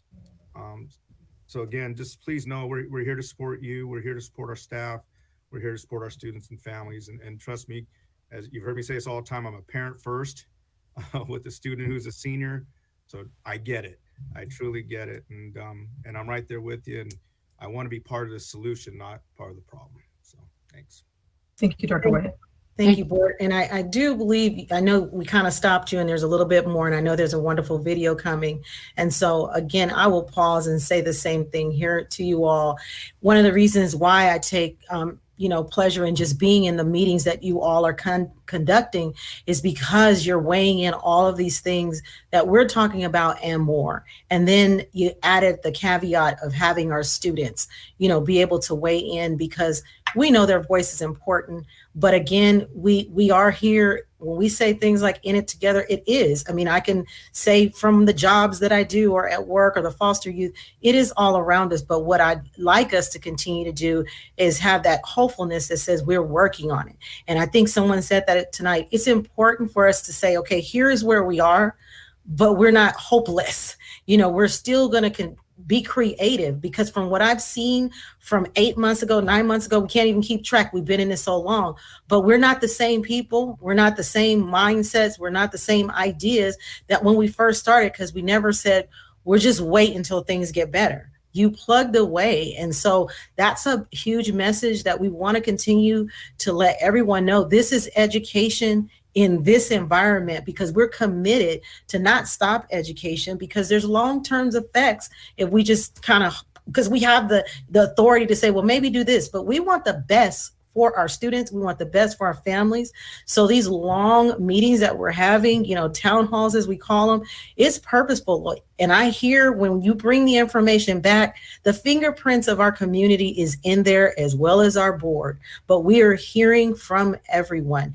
And I even made an appeal to the students, knowing the same thing that Mr. Tillman, you know, I connect to a foundation and I'm hearing it, and the community partners that are out there, you know, unable to, but they're still being hopeful to say, well, let me see. And Danny, I encourage you, maybe just those 3 need to be, you know what I mean? I just say that because sometimes it is what it is. And there are champions to go back and tell the others. And we don't want someone that could have had a scholarship, you know, not to get it when we can go. So, hey, maybe I've given out scholarships where it was usually 5. Now it's 1,000 or 2 because of who showed up. So we want that message out there. If you show up, we're really trying to push for you until things get better. If we could change it, we would. But I must say, I'm so proud of this district that we're pressing forward, listening to ideas. And we're not just trying to say, show us this, show us that. We know it's bad. We know it's bad. You know, and I hate to even talk about the negative because I'm not a negative person. We know it's bad. Now let's move on. What are we going to do to fix it? Because I too, as everyone says, we have someone, either as a relative, a student, a kid, we can talk about it all day. I can tell you about my son in college, all of that. But I always tell them we're going to move forward. And what I've been telling our community partners as well is, you know, as adults, I'm sitting in like 8 and 9 and 10 Zooms a day, and they're starting out with, oh, you know, we can't do that, adults. We got to say we have solutions, whether it's to just take a breath of fresh air sometime, and then we get back at it. So thank you again for your presentation. You know, it's a lot that went into it, but we're going to still continue to press towards making things world-class like we've always done in this district, considering every single person from the teacher, you know, to the student, to the parent, to everybody that connects to this puzzle. We will press forward and do it right. So thank you again, and you can get us to, I know it's a great little video coming up, so I can't wait to see it. Okay, we'll speed through this just so that you know, we are committed. We've conducted over 1,000 home visits. Our vendors are also conducting home visits. We had to cancel our December Operation Student Recovery because of the infection rates going high, but we're committed. We want to make sure that kids are in school because we know that the opportunity comes when kids are prepared for that. We've also been working on best practices, and I think the big thing there is because we don't know. So all we can do is learn from each other and create an environment for our leaders to learn from each other. So we've been able to showcase what promising practices that are happening at school campuses with incentive cohorts. And so we'll be having our hearing panel help us with that. So again, it's all hands on deck. It's not just the school personnel who are really working tirelessly to make sure kids are in school, but everybody from, you know, rec aides to directors, we're all doing what we need to do to help kids be in school because it's that important. Next slide, please. So what we've been doing is, you know, providing information to the site. We know that teachers make connections, the school secretaries, the health aide, the attendance verifiers, that's where the magic happens. It happens at schools. And so working with our schools to create incentive programs and recognition programs, we've had to scale back with our drive-through awards assemblies and really, you know, provide alternative ways. And so our question is, what can we do? So we don't want to say we can't do it. What can we do? We can't do home visits. What can we do? And so that's what we've been working on. We've also been working on our home visits. Since we can't do a home visit, we can do a door hanging campaign. So that's what we're going to be doing. We're going to be walking the neighborhoods, providing door hangers. Your students not been in school, call us. Because again, it's what can we do, as well as working through our SARB, our SART and SARB process. We're not trying to penalize people. We're going through everything we possibly can do before we get to that point. Next slide, please. Dr. Wyatt also asked about supports for homeless students in foster care. And I was really excited and am excited that many of you on the board have made concerted efforts to be part of our informational meetings, from some of our parent educators, also from some of our departments that are providing this information and outreach to families. And so, you know, our homeless and foster youth are some of our most vulnerable students. And that team are miracle workers. This is their passion. And really they do it with gratitude, grace, and open arms because they want kids to be successful. They've been reaching out and working with seniors who have less than 150 credits. They've been providing resources. They've been calling, they've been bribing, whatever they can do to get kids to be in school. That's what they've been doing. It's a whatever it takes mentality. They've been working with social workers. They've been working with faith-based organizations. They've been working with social services, anything that they can find to be able to provide a resource to their families, to the families of this district, they are doing. They're providing food. They have gift drives, providing vouchers, whatever kids need. They are there and as their angel, their guardian angel, to make sure that they don't fall through the cracks. And then we've also provided, working with our parent engagement office, is trying to do more Facebook Live. That's something that's been new to us that we've been working on. We tried to do our Facebook Live last week. It didn't work, but we still had our meeting, and really just trying to get the word out there, and providing information to our staff and professional development to our staff at schools who, again, are front line, where when students are enrolling or they're having crisis, they're going to their teachers, they're going to their schools, the outreach workers, attendance workers. And so we need to enable them with the tools that they need to be able to respond in a way that's helpful for that student without embarrassment, but really with caring arms to help them to get to that next step. Next slide, please. Rachel? Thank you, Dr. Rodriguez. So the last set of data that was requested by Dr. Wyatt was just an update on how our IEP compliance completion has been going. And so this data set that you're looking at, board, it is from the start of the pandemic. So since the school closure first took place on March 13th until December 3rd, that's when we pulled this data. As you can see, our principals, our teachers, speech therapists, psychologists, and our whole special education teams have really been working intentionally and collaboratively to keep our IEPs in compliance. So since March 13th, again through December 3rd, we have one initial IEP that is overdue, meaning we've got 99.3% compliance when it comes to our initial IEPs. This IEP, this particular IEP requires, for the completion of this initial IEP requires in-person evaluations. And so we're on hold until it's deemed safe to do so. We are working through the negotiation process so that when we can offer any kind of in-person evaluation, that we are ready to do that with our union. In the meantime, our special education department is providing intensive intervention supports so that no students falling through the cracks while they're awaiting in-person evaluations. And so they're working specifically with the schools, who then work with the families. The intensive intervention support also provides another data set for our psychologists to monitor learning and helps with the possible identification of a disability. So that's our initial IEPs, and again, 99.3% compliant to date, or as of, December 3rd. Our annual IEPs are at a 97.9% compliant with 84 overdue. So 84 averages to a little more than one IEP per school, and again, that's on average. Some families, they want to hold the IEP in person. And so our school teams are working with those families. Obviously, we can't do that right now. All of our IEPs since March 3rd have been done virtually. What we have asked our school teams to do is to submit a plan to the special education department on how they're going to clear any overdue IEPs, and the special ed department is supporting them in that work. Finally, on our triannuals, we're at 94.7% compliant with 48 that are overdue. Some of these overdue triannuals we inherited from other districts.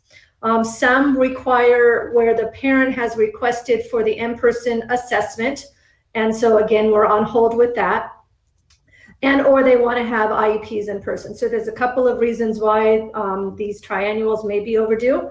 And when the school teams are submitting their plans for how they're going to clear IEPs, that's part of the work as well. I also would like to share that the special ed department has, in supporting our psychologists, they have offered a training on how to conduct virtual assessments so that the psychologists feel comfortable in ensuring the validity and the reliability of these assessments. There were 20 psychologists at this point that wanted to receive this training to see how this worked, and so that they can feel confident in conducting online assessments. Additionally, board, a few months ago, and I'm just giving you a couple of highlights of what's going on in the special ed world, you approved a contract that's allowed some in-person therapy for some of our higher needs scholars, and we appreciate that. So that's been very well received by our families, and not happening in many of our other districts. And so we keep trying to go above and beyond to support our families during this very challenging time for our students with special needs.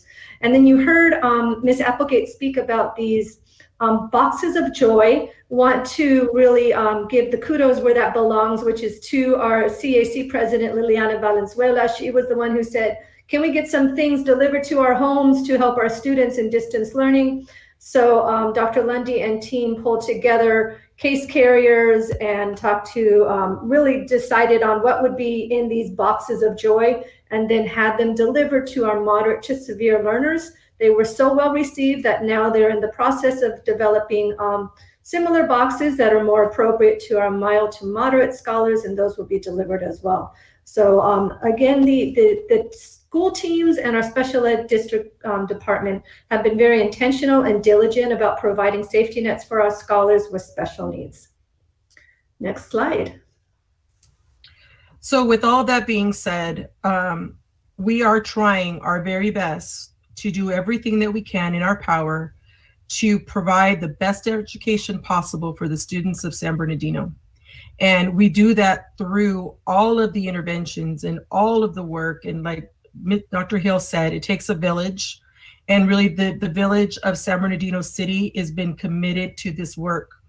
What we have done is really take another look at how we're doing business. And what we've learned is that we have the power to influence, and we have the power to empower others. And so we're turning our focus in student services as we help to provide these safety nets to really helping our parents and helping them to create learning environments that support learning in their homes so that they truly understand how they can help their children. Every parent in this school district wants the best for their child, and they look to the school district to provide them with just some direction. And so we are moving towards providing them more resources around how to teach literacy and how to support literacy in their home. The corner classroom concept is really everybody has a corner in their class in their home, and that corner can be turned into your classroom for your student. And looking at how do we create environments conducive for learning. And so instead of just looking at what are we doing for children, we really have to look at what are we doing for families. Because in a family, in a household, you might have 3 or 4 students. And so it's not just about helping one, it's about helping them all. And so it's all hands on deck. Everybody's making every effort, and we appreciate the support that this board has given to us to allow us the opportunity to explore and take risks, because you have faith that what we're trying to do is to better the students' experience in our school district as we're providing distance learning. So we thank you for your time. Thank you for your attention. And we want to leave you with just another little inspiration. There are great things happening in our schools, and we want to showcase the great things that are happening at our high schools.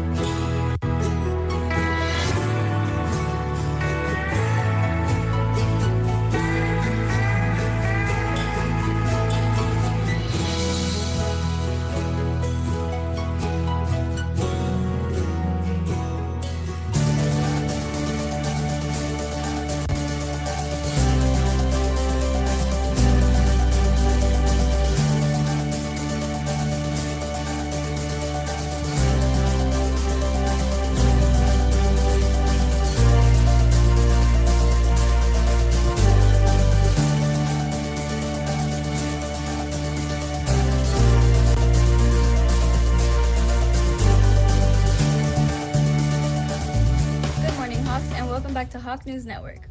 We here at HNN hope you had a fine Veterans Day. As always, we would like to start your week off informed and energized. Failure will never overtake me if my determination to succeed is strong enough.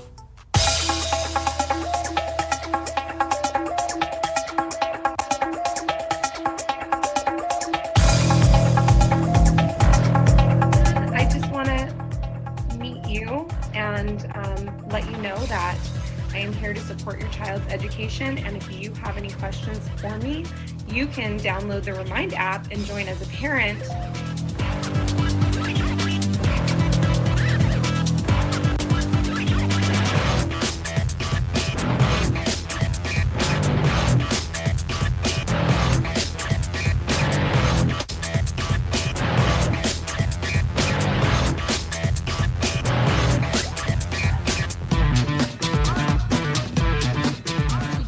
Can you show us what application you used to be able to do that coloring? Can you show us what Cami looks like? Is that possible?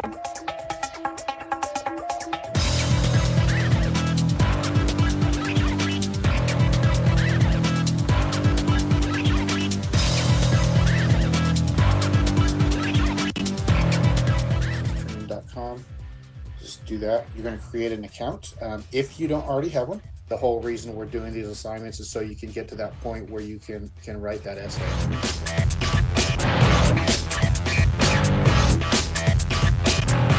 A figure of language that I saw and stood out for me was them using a metaphor.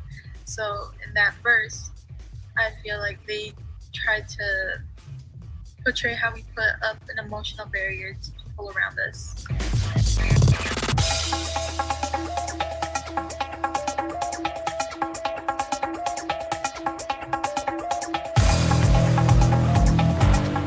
What can we infer about Russia, Argentina, and Europe? Veterans Day began known as Armistice Day, and this was on November 11th still, but it was in 1919 when it first started, which was because it was the end of World War I.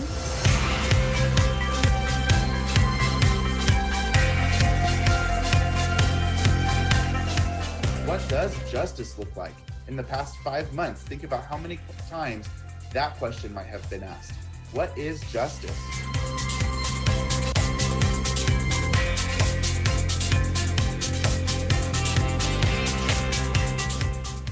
Besides the brain, we'll focus on the ear. Besides hearing, balance is the other crucial sense that the ear is involved in.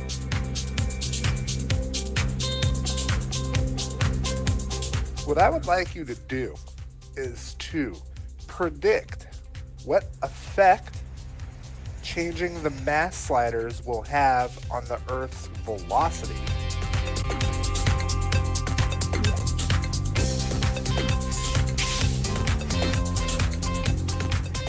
Though our physical library isn't open right now, you can still access lots of library materials online.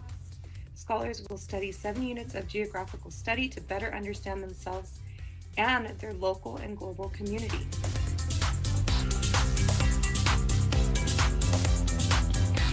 Always ask you to do your best on every single assessment because this is a score that reflects you. With the approach of finals, it is understandable that one would feel a high level of anxiety. We figured we could do our part by offering a few study tips. Number 1, create a study guide. Knowing what topics will be on the test will be insanely useful. Number 2, ask your teachers for help. Let them know where you're struggling or where you need clarification. Don't feel like you're annoying them. That's literally their job. Number 3, what if my teachers are too busy, you might ask? If that is the case, which it may reasonably be, then tutoring is the next best thing. Come during these times for some extra support. Number 4, organize your notes. Highlight important information, create flashcards, and quiz yourself.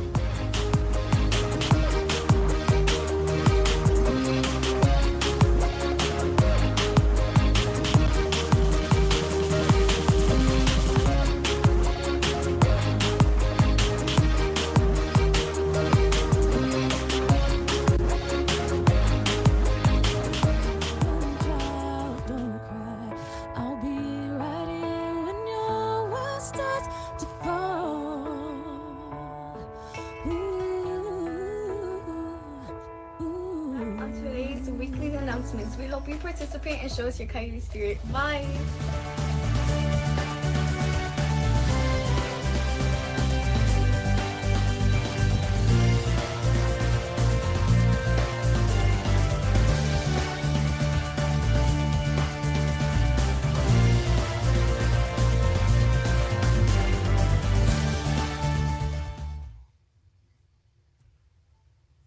Wow, amazing. Again, thank you. And we see those excerpts here and there, and it just gives us that hopefulness that we see because things are still moving forward. And the students, you know, they are always the stars. I see Ms. Ceballos, you have a question?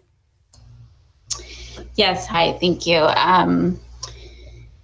That was a great video. Good job. I do have a question, and it's related to Dr. Menares's presentation about the special education information that she brought up. So I don't know if we can go back. I think it's already taken down.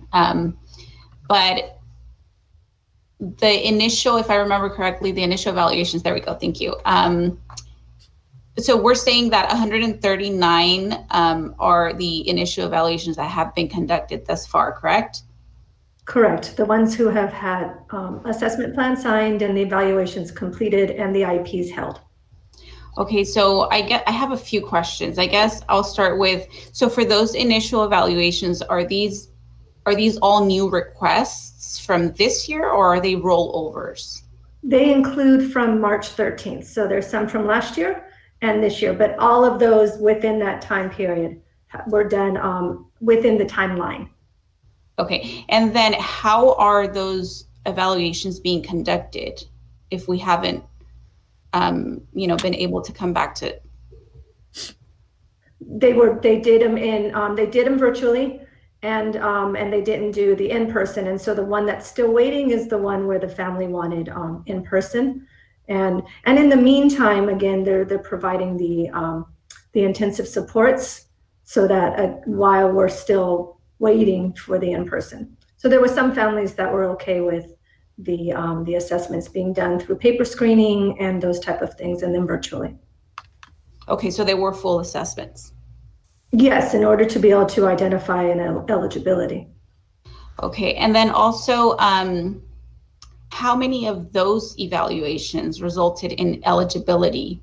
And more specifically, I'm referring for those initials, and how many were determined to be do not qualify? So these on the initials, it only represents those that did qualify. Any did not qualify are not included in this data set. So we could get for you any did not qualify from March 13th through December 3rd. It's not reflected here. We don't reflect the did not qualify, as I was going to call it D and Qs, that did not qualify in this data set. These are the ones that actually qualified for services. Okay, so I guess what I'm curious to see is the comparison of the data between 1920 and even 1819 to 2021 of how many referrals come in per year within, I guess, those 3 years. And out of those referrals, how many are granted evaluations? And then out of those evaluations, how many are eligible? So that I can kind of compare.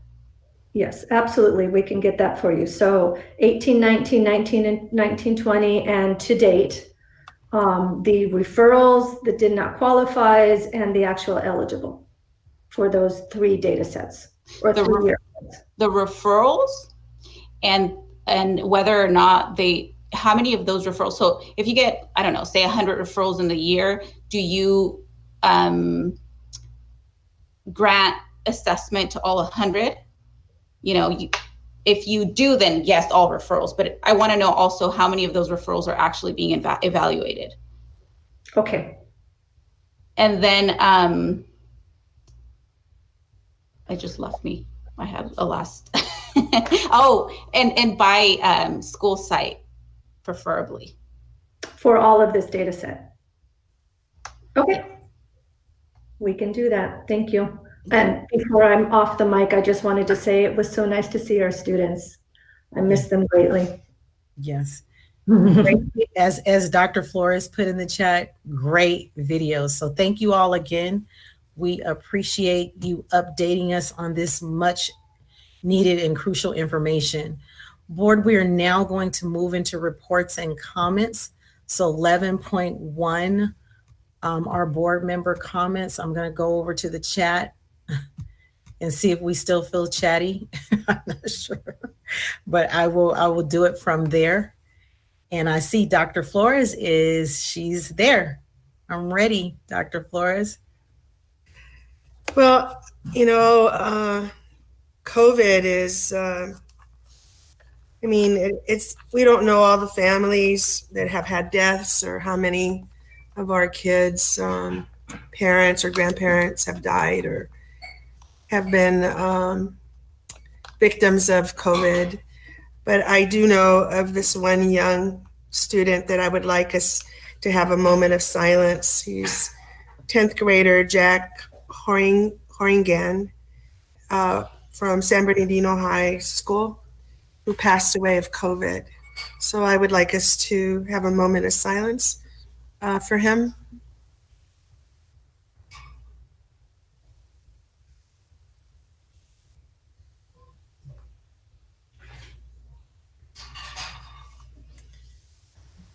I understand that he was a really great student and lived with his grandmother.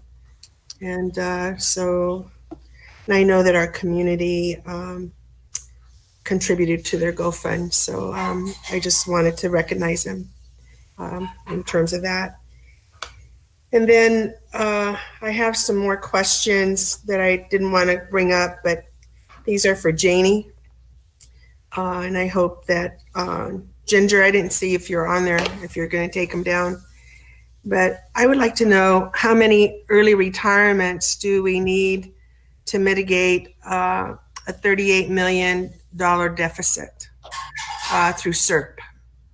I would also like the SERP report that you mentioned that we asked for. I don't remember if we got in a BC or not, but I really would like to refresh my memory related to that. My third question, how many teachers are projected to retire this year? I'd like to know if you guys have a projection. And that's probably for Dr. Funches. And the other one, the last one is, once we calibrate the enrollment with the staffing, the projected 48 million deficit may not be so high. Right now we don't have the numbers because we're 2 years away from them. So when we project 48 million, that's scary. And so I'd like to, I know it's a moving target, but I really would like to know, more, how would you say, detailed projections. Okay, thank you. All right, thank you, Dr. Flores. Ms. Rosales Medina? Yes, I'll just go ahead and finish what I think is, like I mentioned, this is really important when we're looking at innovation, when we're looking at creativity. So I'm just going to go ahead and finish reading what initially what my son had wrote. So he wrote, "Hello, my son. My name is Christian Medina, a student at San Gregorio High School, and I would like to ask the school board to look at new types of distance learning, which is virtual learning, virtual reality, not the virtual learning. Anybody can see that when you play video games, that you can play for hours without getting bored, not to mention they stay focused on a lot of different things while they're playing the games. And with this, I believe that since virtual reality can also be seen as a game, it should also be given an opportunity, fun opportunity to be seen as a learning environment within the classroom. There can be simple technology used for this. Even some universities and other programs use this method. If you want to, you can pilot it at the high school, San Gregorio High School, as a way to find out the cost, the performance, and its effectiveness. You can tell if it is effective by seeing the difference in grades for students before and after the method, and so forth. So he offers, he's offering insight. I think he gathered information with a few students at San Gregorio High School to make that suggestion for virtual reality. So I really would like to have the district look at this as an opportunity to even excel once we go back to school. As for students who have special needs, this is also a great way for students with special needs. A few years ago, I had gone to the Children's Subacute Center, San Bernardino, and this only brought, I recall with Dr. David Van Stralen had mentioned that even students who are immobile are able to use this as a way to learn and communicate, creating a social environment. So this is a great way, not just for students who want to have a social life within a game, in a classroom environment, because literally you could be walking onto San Gregorio High School, the classroom environment. You'll see your fellow students and have conversations there in a safe environment. So I think this would also open it up for students with special needs and different ways that they can learn. And then in a few years from now, we can definitely be heading in a new direction of what this program may look for in the future for students who haven't been able to get involved in this type of education. So I just wanted to share that. Thank you. And Dr. Hill? Thank you, Madam President. I want to first thank Cabinet staff for the great job you're doing. It's not easy, but you're hanging in there, and we appreciate you a lot. I also want to just back up until just to make a correction. Our last board meeting, the day after that, I was getting word that from different people that I had said we want students to go back to school right now. And of course, I never try to justify things of that nature. I said, please listen to the video and call me back if you really believe that's what I said. So I just want, for those who did not review the video, just want you to say that no, that is not what I said. And the other thing, I got word that there's a great program going on at Pacific High School.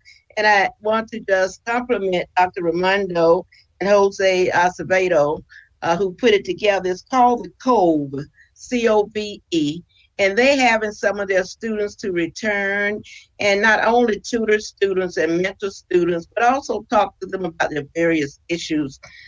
And I'm just hoping the other schools would contact Pacific to say, what are you doing? And I want to know a little bit more about it myself. But there are some good things going out there in our district. We don't have to reinvent all the wheels, just some of them. And other than that, I just want to say to all of you, Merry Christmas, Happy Kwanzaa, and be safe and wear your masks. Thank you. Thank you. Mr. Tillman. Yes, and I can vouch for Dr. Hill. She said we're going to wait for it. She would want to wait for listen to the experts. So I vouch for you, Dr. Hill. I do want to just bring clarity to where we're at. You know, I'm on the county site, and the purple is if you're 7 cases per 100,000. Right now, we're at 137 cases per 100,000, which just sounds unbelievable. But just to give a perspective, and last week we were 68, so we actually doubled. And if you listen to the experts, they said it's going to increase. And so that's what our concern is. And right now it's out of our control anyway. If we wanted to go back to school next week, we couldn't. It's because of state law. So, and I don't see how, how do you get down to 7 cases per 100,000?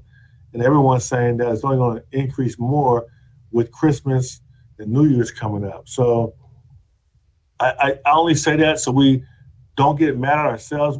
No one here brought COVID. We're just dealing with it. And so I want to say thank you to all the district staff and the parents and the community just for being patient. And we all have to continue working together and doing the best that we can to educate the kids in the best way possible and help keep our adults safe. The only thing sadder than seeing kids not be able to go back to school is when I see my mom, who can't go to church, can't leave the house, and she just represents many, many seniors who you just, your heart breaks for them. But, I give her credit because she wants to live. So she's not traveling and going to a whole lot of places because she knows she's vulnerable. So, and we know now that the vaccine is there. It's just a matter of a few more months, and there's truly light at the end of the tunnel. And it's sunlight and not the light of a train. So that's good news. So I hope we just keep working together and keep being patient. And we don't have long to go. Thank you very much. All right, and I don't see any, I'm going to move forward. If I don't see any other board comments in there, I don't want to overlook anyone, but Mr. Tillman was the last one in there. And if not, I will say again to the district, as I say on every call, that I follow you throughout the day. But again, appreciate what you're doing so much. It means so much to our community. It's needed. I've said before, we are first in a lot of things, but we don't want to be the first in leading in deaths and in incidents that didn't have to happen. I know we all can say we've lost either someone close to, and it's closer and closer every time. As Mr. Tillman says, those are families that are part of us that are experiencing this thing called COVID. So, my comments is please be safe. I every time I talk to a group, I remind them your safety is important to me, and hopefully my safety is important to you. So I'll do my part for you if you do your part for me. And we will continue to move forward and get through this and be able to look back at things and say, wow, when we think about it, a lot of people have shared with us about what other pandemics were like. And guess what? We are here to read about them and hear about them. And which tells me they got through it, is my point. And so we can do it. I know San Bernardino City Unified, we've never seen a challenge that we didn't move forward with. And I'm so glad that, we have a new team. And I was really thinking the other day, I said, it's almost like we just have a team that continues on. We know people have moved on, promoted different things, but we are still on the train track, staying the course. And that's so important to have stability. And that stability is helping us make these decisions. So I'll do my part, as I said, for you, if you do your part for me, and we do that for each other, and we'll get through this with all the ideas in the world, and we'll be experts on this thing called distance education. So thank you so much. If nothing else, I'm going to go back to the agenda. 11.2, superintendent and staff comments. Thank you, President Rogers. Board, I know the hour is late, so I'll go fast, but there's some people that need some recognition. So first of all, I want to again congratulate our 3 returning board members and our new board member. We do have certificates of recognition for you from newly elected 5th District Supervisor Joe Baca Jr., so we'll make sure you get those. Want to congratulate Lancashire Elementary School teacher Catherine Satterfield for being recognized as part of the Los Angeles Clippers Teacher Appreciation Program. Thank you to Mrs. Satterfield for all of her hard work and dedication. We want to thank the Clippers organization for recognizing one of our outstanding educators. Speaking of outstanding educators, last night a number of us were on a virtual celebration. The Association of California School Administrators Region 12 each year, which is basically San Bernardino County, hosts their annual Administrator of the Year Awards. We were very fortunate to have 2 of those awards. Dr. Tasha Duizan, our Director of Elementary Instruction, was the Elementary Education Administrator of the Year, a very, very much deserved recognition for Tasha and everything she does for our students. And then in the Retired Administrator of the Year category, the winner was none other than Dr. Margaret Hill, who, as you know, has failed retirement several times. She retired from the San Bernardino City Unified School District. That didn't work out, so she went to work for county schools. That didn't work out. She retired from there. That didn't work out, so she got on the school board. thankfully. So we want to recognize Dr. Hill and Dr. Doizan for their recognition as Administrators of the Year for AXA Region 12. Let's give them a round of applause. Dr. Hill was also recognized by Phi Beta Zeta Sorority as the Centurion of the Year. So we'll give her a recognition for that as well. And also from that same sorority, our middle school vice principal, Eurydice Fitz, was given the Trailblazer Award from that same group. So let's give her a shout out and a round of applause. Let's see where I'm at. You know, our students, as you know, are absolutely wonderful. And I know you've all seen Teen Music Workshop perform. They were actually the featured entertainment at the California School Boards Association Virtual Annual Education Conference. They led off the third general session and brought the house down. They were absolutely the hit of the session. So we want to recognize those very talented students and their coaches for just a great job. And speaking of the California School Boards Association, we did receive our Golden Bell recognition virtually. Congratulations again to our Student Services Division and all those associated with our Student Wellness and Support Services programs on this very special distinction. It's a very special honor, I know, for the board because this has been a strong area of emphasis for you for quite some time. We did get the bell. We were able to share it with the staff a couple days ago. I will show it to you. I hope you can see that. That's the actual bell, and this is what we get to do at CSBA. Hope this comes through okay. So we want to congratulate all of the people associated with that.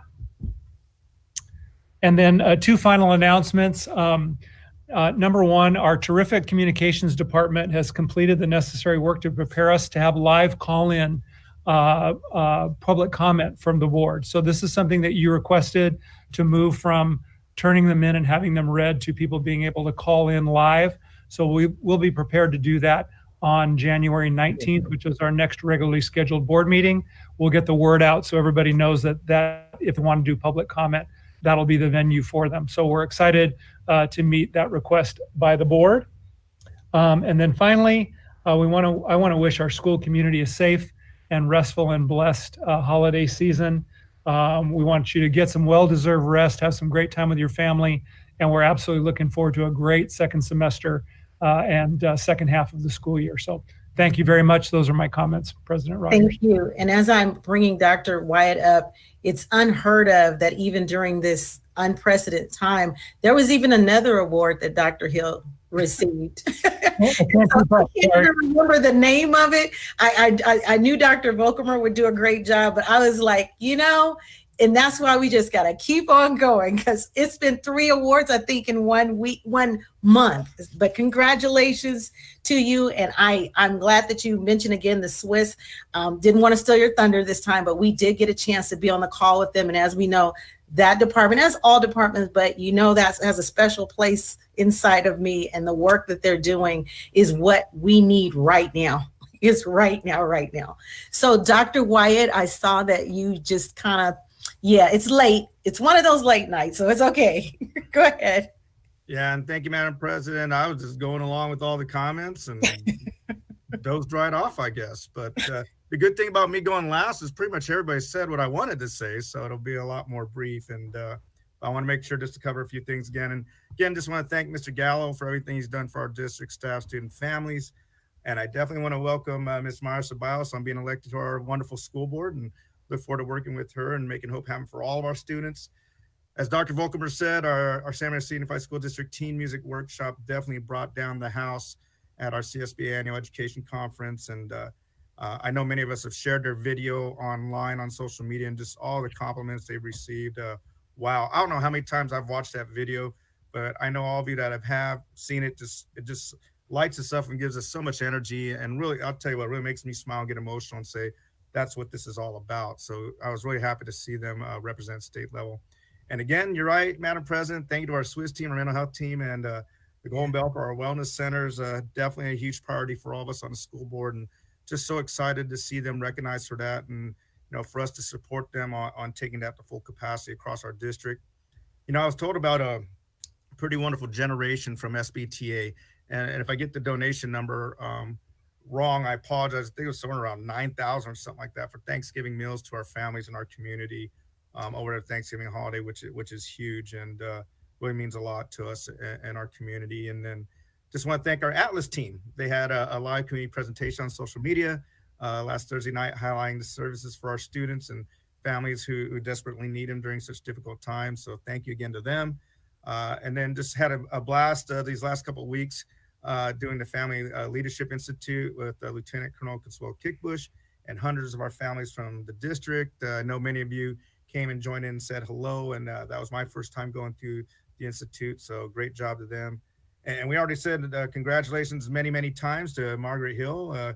Great job, Margaret, and on all your awards. And I wanted to say a special thank you to Ginger, Daniel, and David, and the rest of our communications folks who put the video together for Dr. Hill on a very short video. I think it was like in 24 hours. We need it done tomorrow. So thank you to all of them for getting that done. I thought it was one of the coolest, if not the coolest video during the ceremony. And it was just amazing. So great job, guys, for putting that together. And then as many of us said, wow, there's a long needed break coming up. And I know all of us can use a lot of rest and I would say even healing. So Merry Christmas to everyone. Happy Hanukkah, Happy Kwanzaa, and definitely a Happy New Year. I'm sure many of us are looking forward to a promising 2021 year. And I know many great things are yet to come. And I look forward to making hope happen for all of our students and all of our community. Take care, everyone. Thank you. Thank you, Dr. Wyatt. And as we move, if I didn't say it, thank you. I'm so happy to be reelected and back. I am happy about that. Thank you to our community. You're right, Madam President. Thank you. Okay, we are now moving to 12.0, the consent calendar. If I do believe I pulled out 12.13. Wait, oh, thank you. You have to move a second. Madam President, I don't want to pull 7.2 anymore. But you did comment on it though, so you said. All right. So you did. Oh no, I did it already. Yeah. Jamie asked all my questions. Yeah. Okay, good. So we're just having 12.13 is taken out. I heard a motion. Did I hear a second? Second. All right. And if there's no further discussion, I'll take the vote. Dr. Wyatt. Aye. Ms. Rosales Medina. Aye. Dr. Hill. Aye. Dr. Flores. Aye. Ms. Ceballos. Aye. Mr. Tillman. Aye. And Gwen Rogers, aye. Motion carried. Thank you. All right, we are now at action items. And I will begin at 3.1, personnel report number 10, dated December 15th, 2020. As presented. So moved. Second. All right, it's been moved in second. If there is no additional comments, I'll take the vote. Mr. Tillman. Aye. Dr. Flores. Aye. Ms. Ceballos. Aye. Dr. Hill. Aye. Ms. Rosales Medina. Aye. Dr. Wyatt. Aye. Gwen Rogers, aye. Motion carried. Thank you. 13.2, first period interim financial report as of October 31st, 2020 from Business Services. So moved. Second.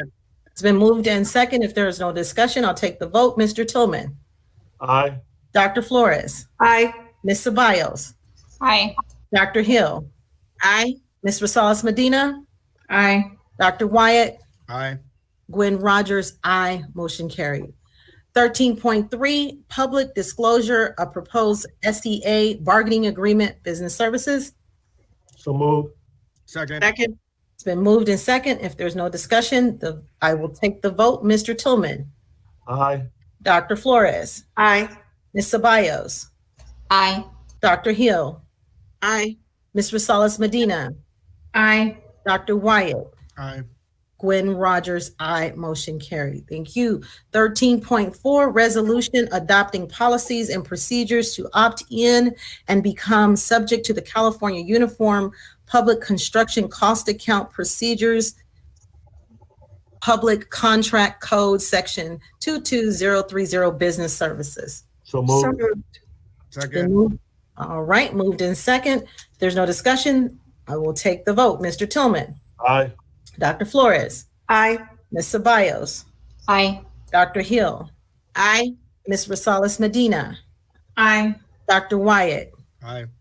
Gwen Rogers, aye. Motion carried. Thank you. 13.5, resolution adopting procedures and criteria for evaluating qualifications and proposals of leaseback contractors from business services. So move. Do we have, I'll second it, but is this something new, Miss? We're just updating the scoring criteria and some other items in our leaseback agreement. So legal reviews it every couple years and this updates it. And we don't have any planned leasebacks coming up? Yes, we do have a couple coming up, And but they will come to board. They would come to board. for new construction? Let me see. Hold on. I know it's late. Janie, do you want me to jump in and answer that? Yeah, go ahead.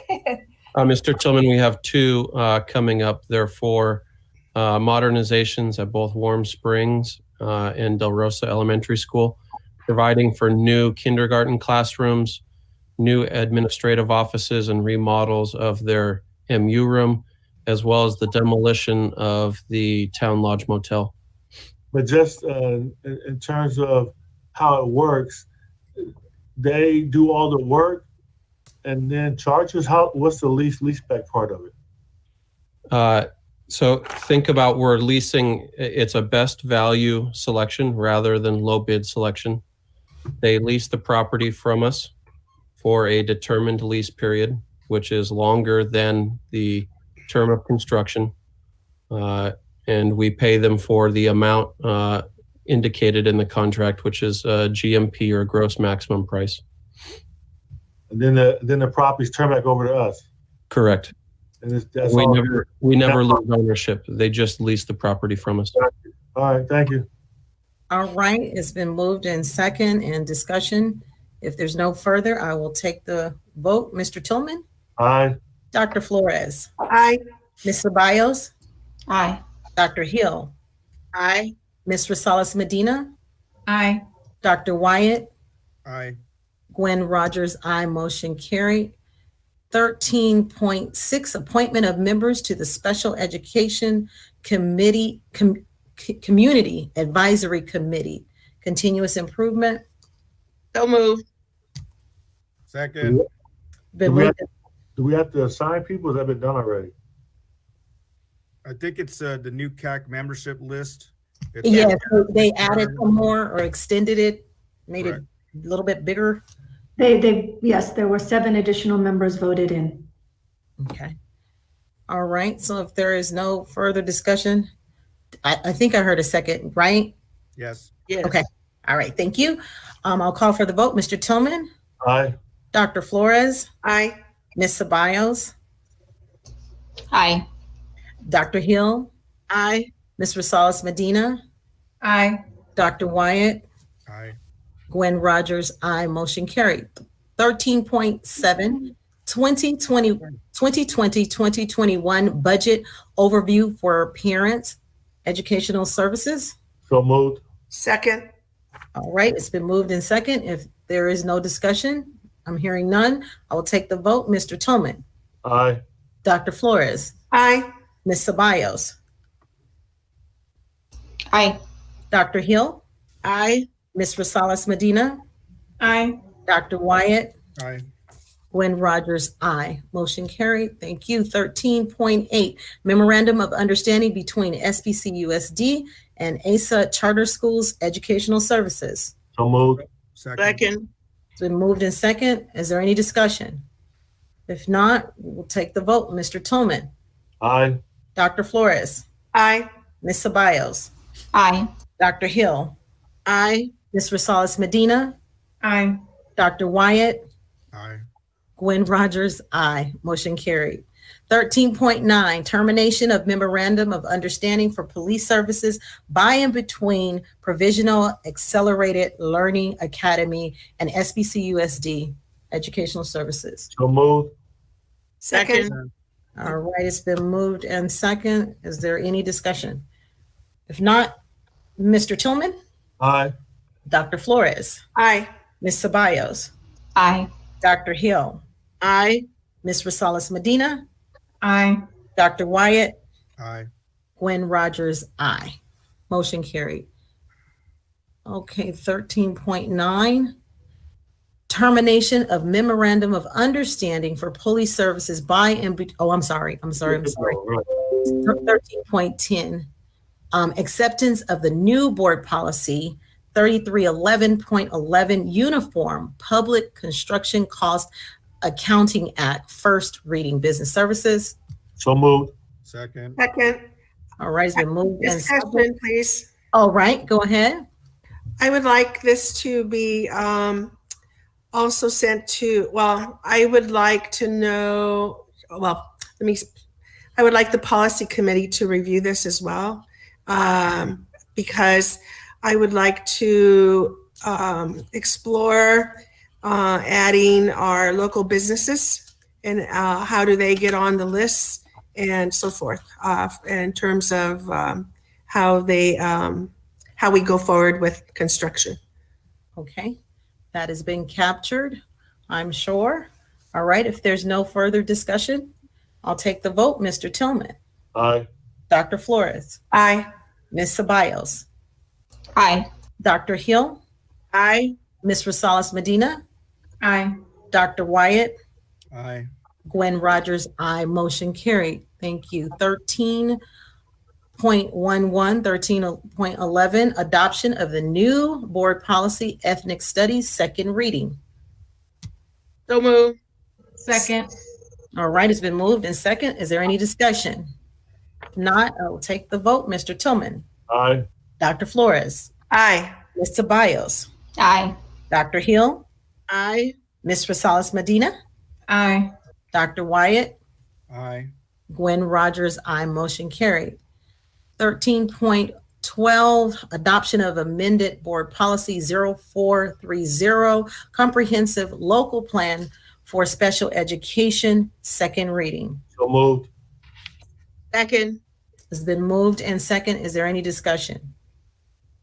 If not, I will call for the vote. Mr. Tillman. Aye. Dr. Flores. Aye. Ms. Ceballos. Aye. Dr. Hill. Aye. Ms. Rosales Medina.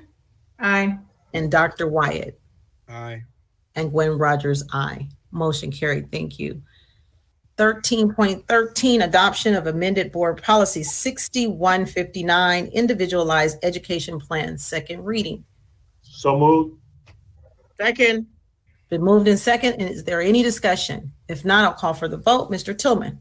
Aye. Dr. Flores. Aye. Ms. Ceballos. Aye. Dr. Hill. Aye. Ms. Rosales Medina. Aye. Dr. Wyatt. Aye. Gwen Rogers, aye. Motion carried. Thank you. 13.14, adoption of the amended board policy 6159.1, procedural safeguards for special education, second reading. So moved. Second. It's been moved and second. Is there any discussion? If not, I'll call for the vote. Mr. Tillman. Aye. Dr. Flores. Aye. Ms. Ceballos. Aye. Dr. Hill. Aye. Ms. Rosales Medina. Aye. Dr. Wyatt. Aye. And Gwen Rogers, aye. I love that aye, Dr. Wyatt. Okay, 13.15, adoption of the amendment board policy 6159.2, non-public, non-secretarian school and agency NPS/A services for special education, second reading. So moved. Second. It's been moved in second. Is there any discussion? If not, we'll take the vote. Dr. Wyatt. Aye. Ms. Rosales Medina. Aye. Dr. Hill. Aye. Ms. Ceballos. Aye. Dr. Flores. Aye. Mr. Tillman. Aye. Gwen Rogers, aye. Motion carried. We made it. Yay. All right. We're 14.1, which is the summary of the board request, review of board request. What do we have tonight, Ginger? Well, good evening, or good night soon, but maybe good morning soon. In any case, there are 14 that I captured tonight, so I'll try to read them quickly for you, but please do feel free to let me know if I captured them correctly or if we have any more. So Number one, so Mr. Tillman asked for a report on the number of chronically absent students in elementary school. Number two, Mr. Tillman and Dr. Hill both requested that we compare the DNF for the chronically absent students to the not chronically absent students. Number three, Mr. Tillman asked whether the DNFs were caused more by the work that was done in class or by homework. And he wondered if that was the same for both those students who were chronically absent or non-chronically absent. Then number four, Dr. Barbara Flores asked what the percentages of the DNFs were by school site. And Dr. Flores also then number five asked for us to research the impact of the class start time on the DNF grades. Number six, Dr. Flores and Ms. Abigail Rosales Medina both asked us to include stories from students and about our students to explain data, including by adding student voice as part of presentations. And Ginger, I'd like to interrupt. I also asked for the data per school for chronic absences. Okay. For the middle and high school, yeah. And student board members. I want to have student board members. I have that. I do have that one coming up. I'm pretty sure I captured that as well, but thank you. Okay, so I added, Dr. Flores, that you wanted to compare by school site the DNF report and the chronic absenteeism. Correct. Okay. Number seven, Mr. Tillman asked what we were doing differently for students who are chronically absent this year, but not last year. The assumption is that distance learning is impacting their motivation to attend, and thus the intervention may be different. Ms. Maya Ceballos, I know I captured that thing about this, anyway, okay. So Ms. Maya Ceballos asked, about how many of the initial IEPs conducted since March resulted in did not qualify determinations. Then number nine, Ms. Maya Ceballos also asked about the comparison of 3 years, 18, 19, 19, 20, 20, 21 for referrals, the number of evaluations that were granted, and then the number of determined eligible by school site. Dr. Flores then asked how many early retirements do we need to mitigate a $38 million budget, and also to provide the contents of the SERP study that was done.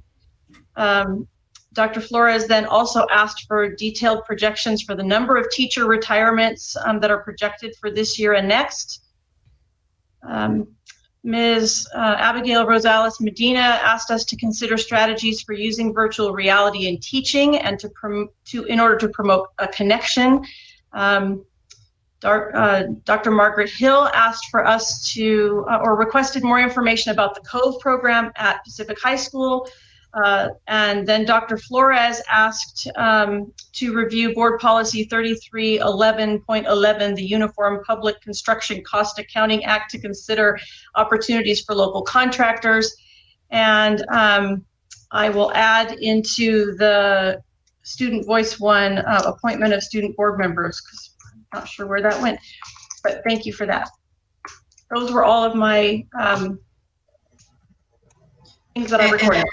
And so within the virtual learning that I mentioned at the end, because it was in different phases, I did want to look into maybe starting a pilot, if that's something that we can do, with purchasing those headsets, if that's possible with the budget. So looking at virtual reality in that way, and looking into starting a pilot program. Oh, wow. Thank you, Ginger. Great job. All right, we are there. 15.1, adjournment of the meeting. So move. All right. And good night. Merry Christmas. Adjourn. Thank you so much. God bless you all. Have a great holiday and stay safe. See you soon. Happy holidays. Bye, everybody. Happy holidays. Good night. Happy holidays. Bye.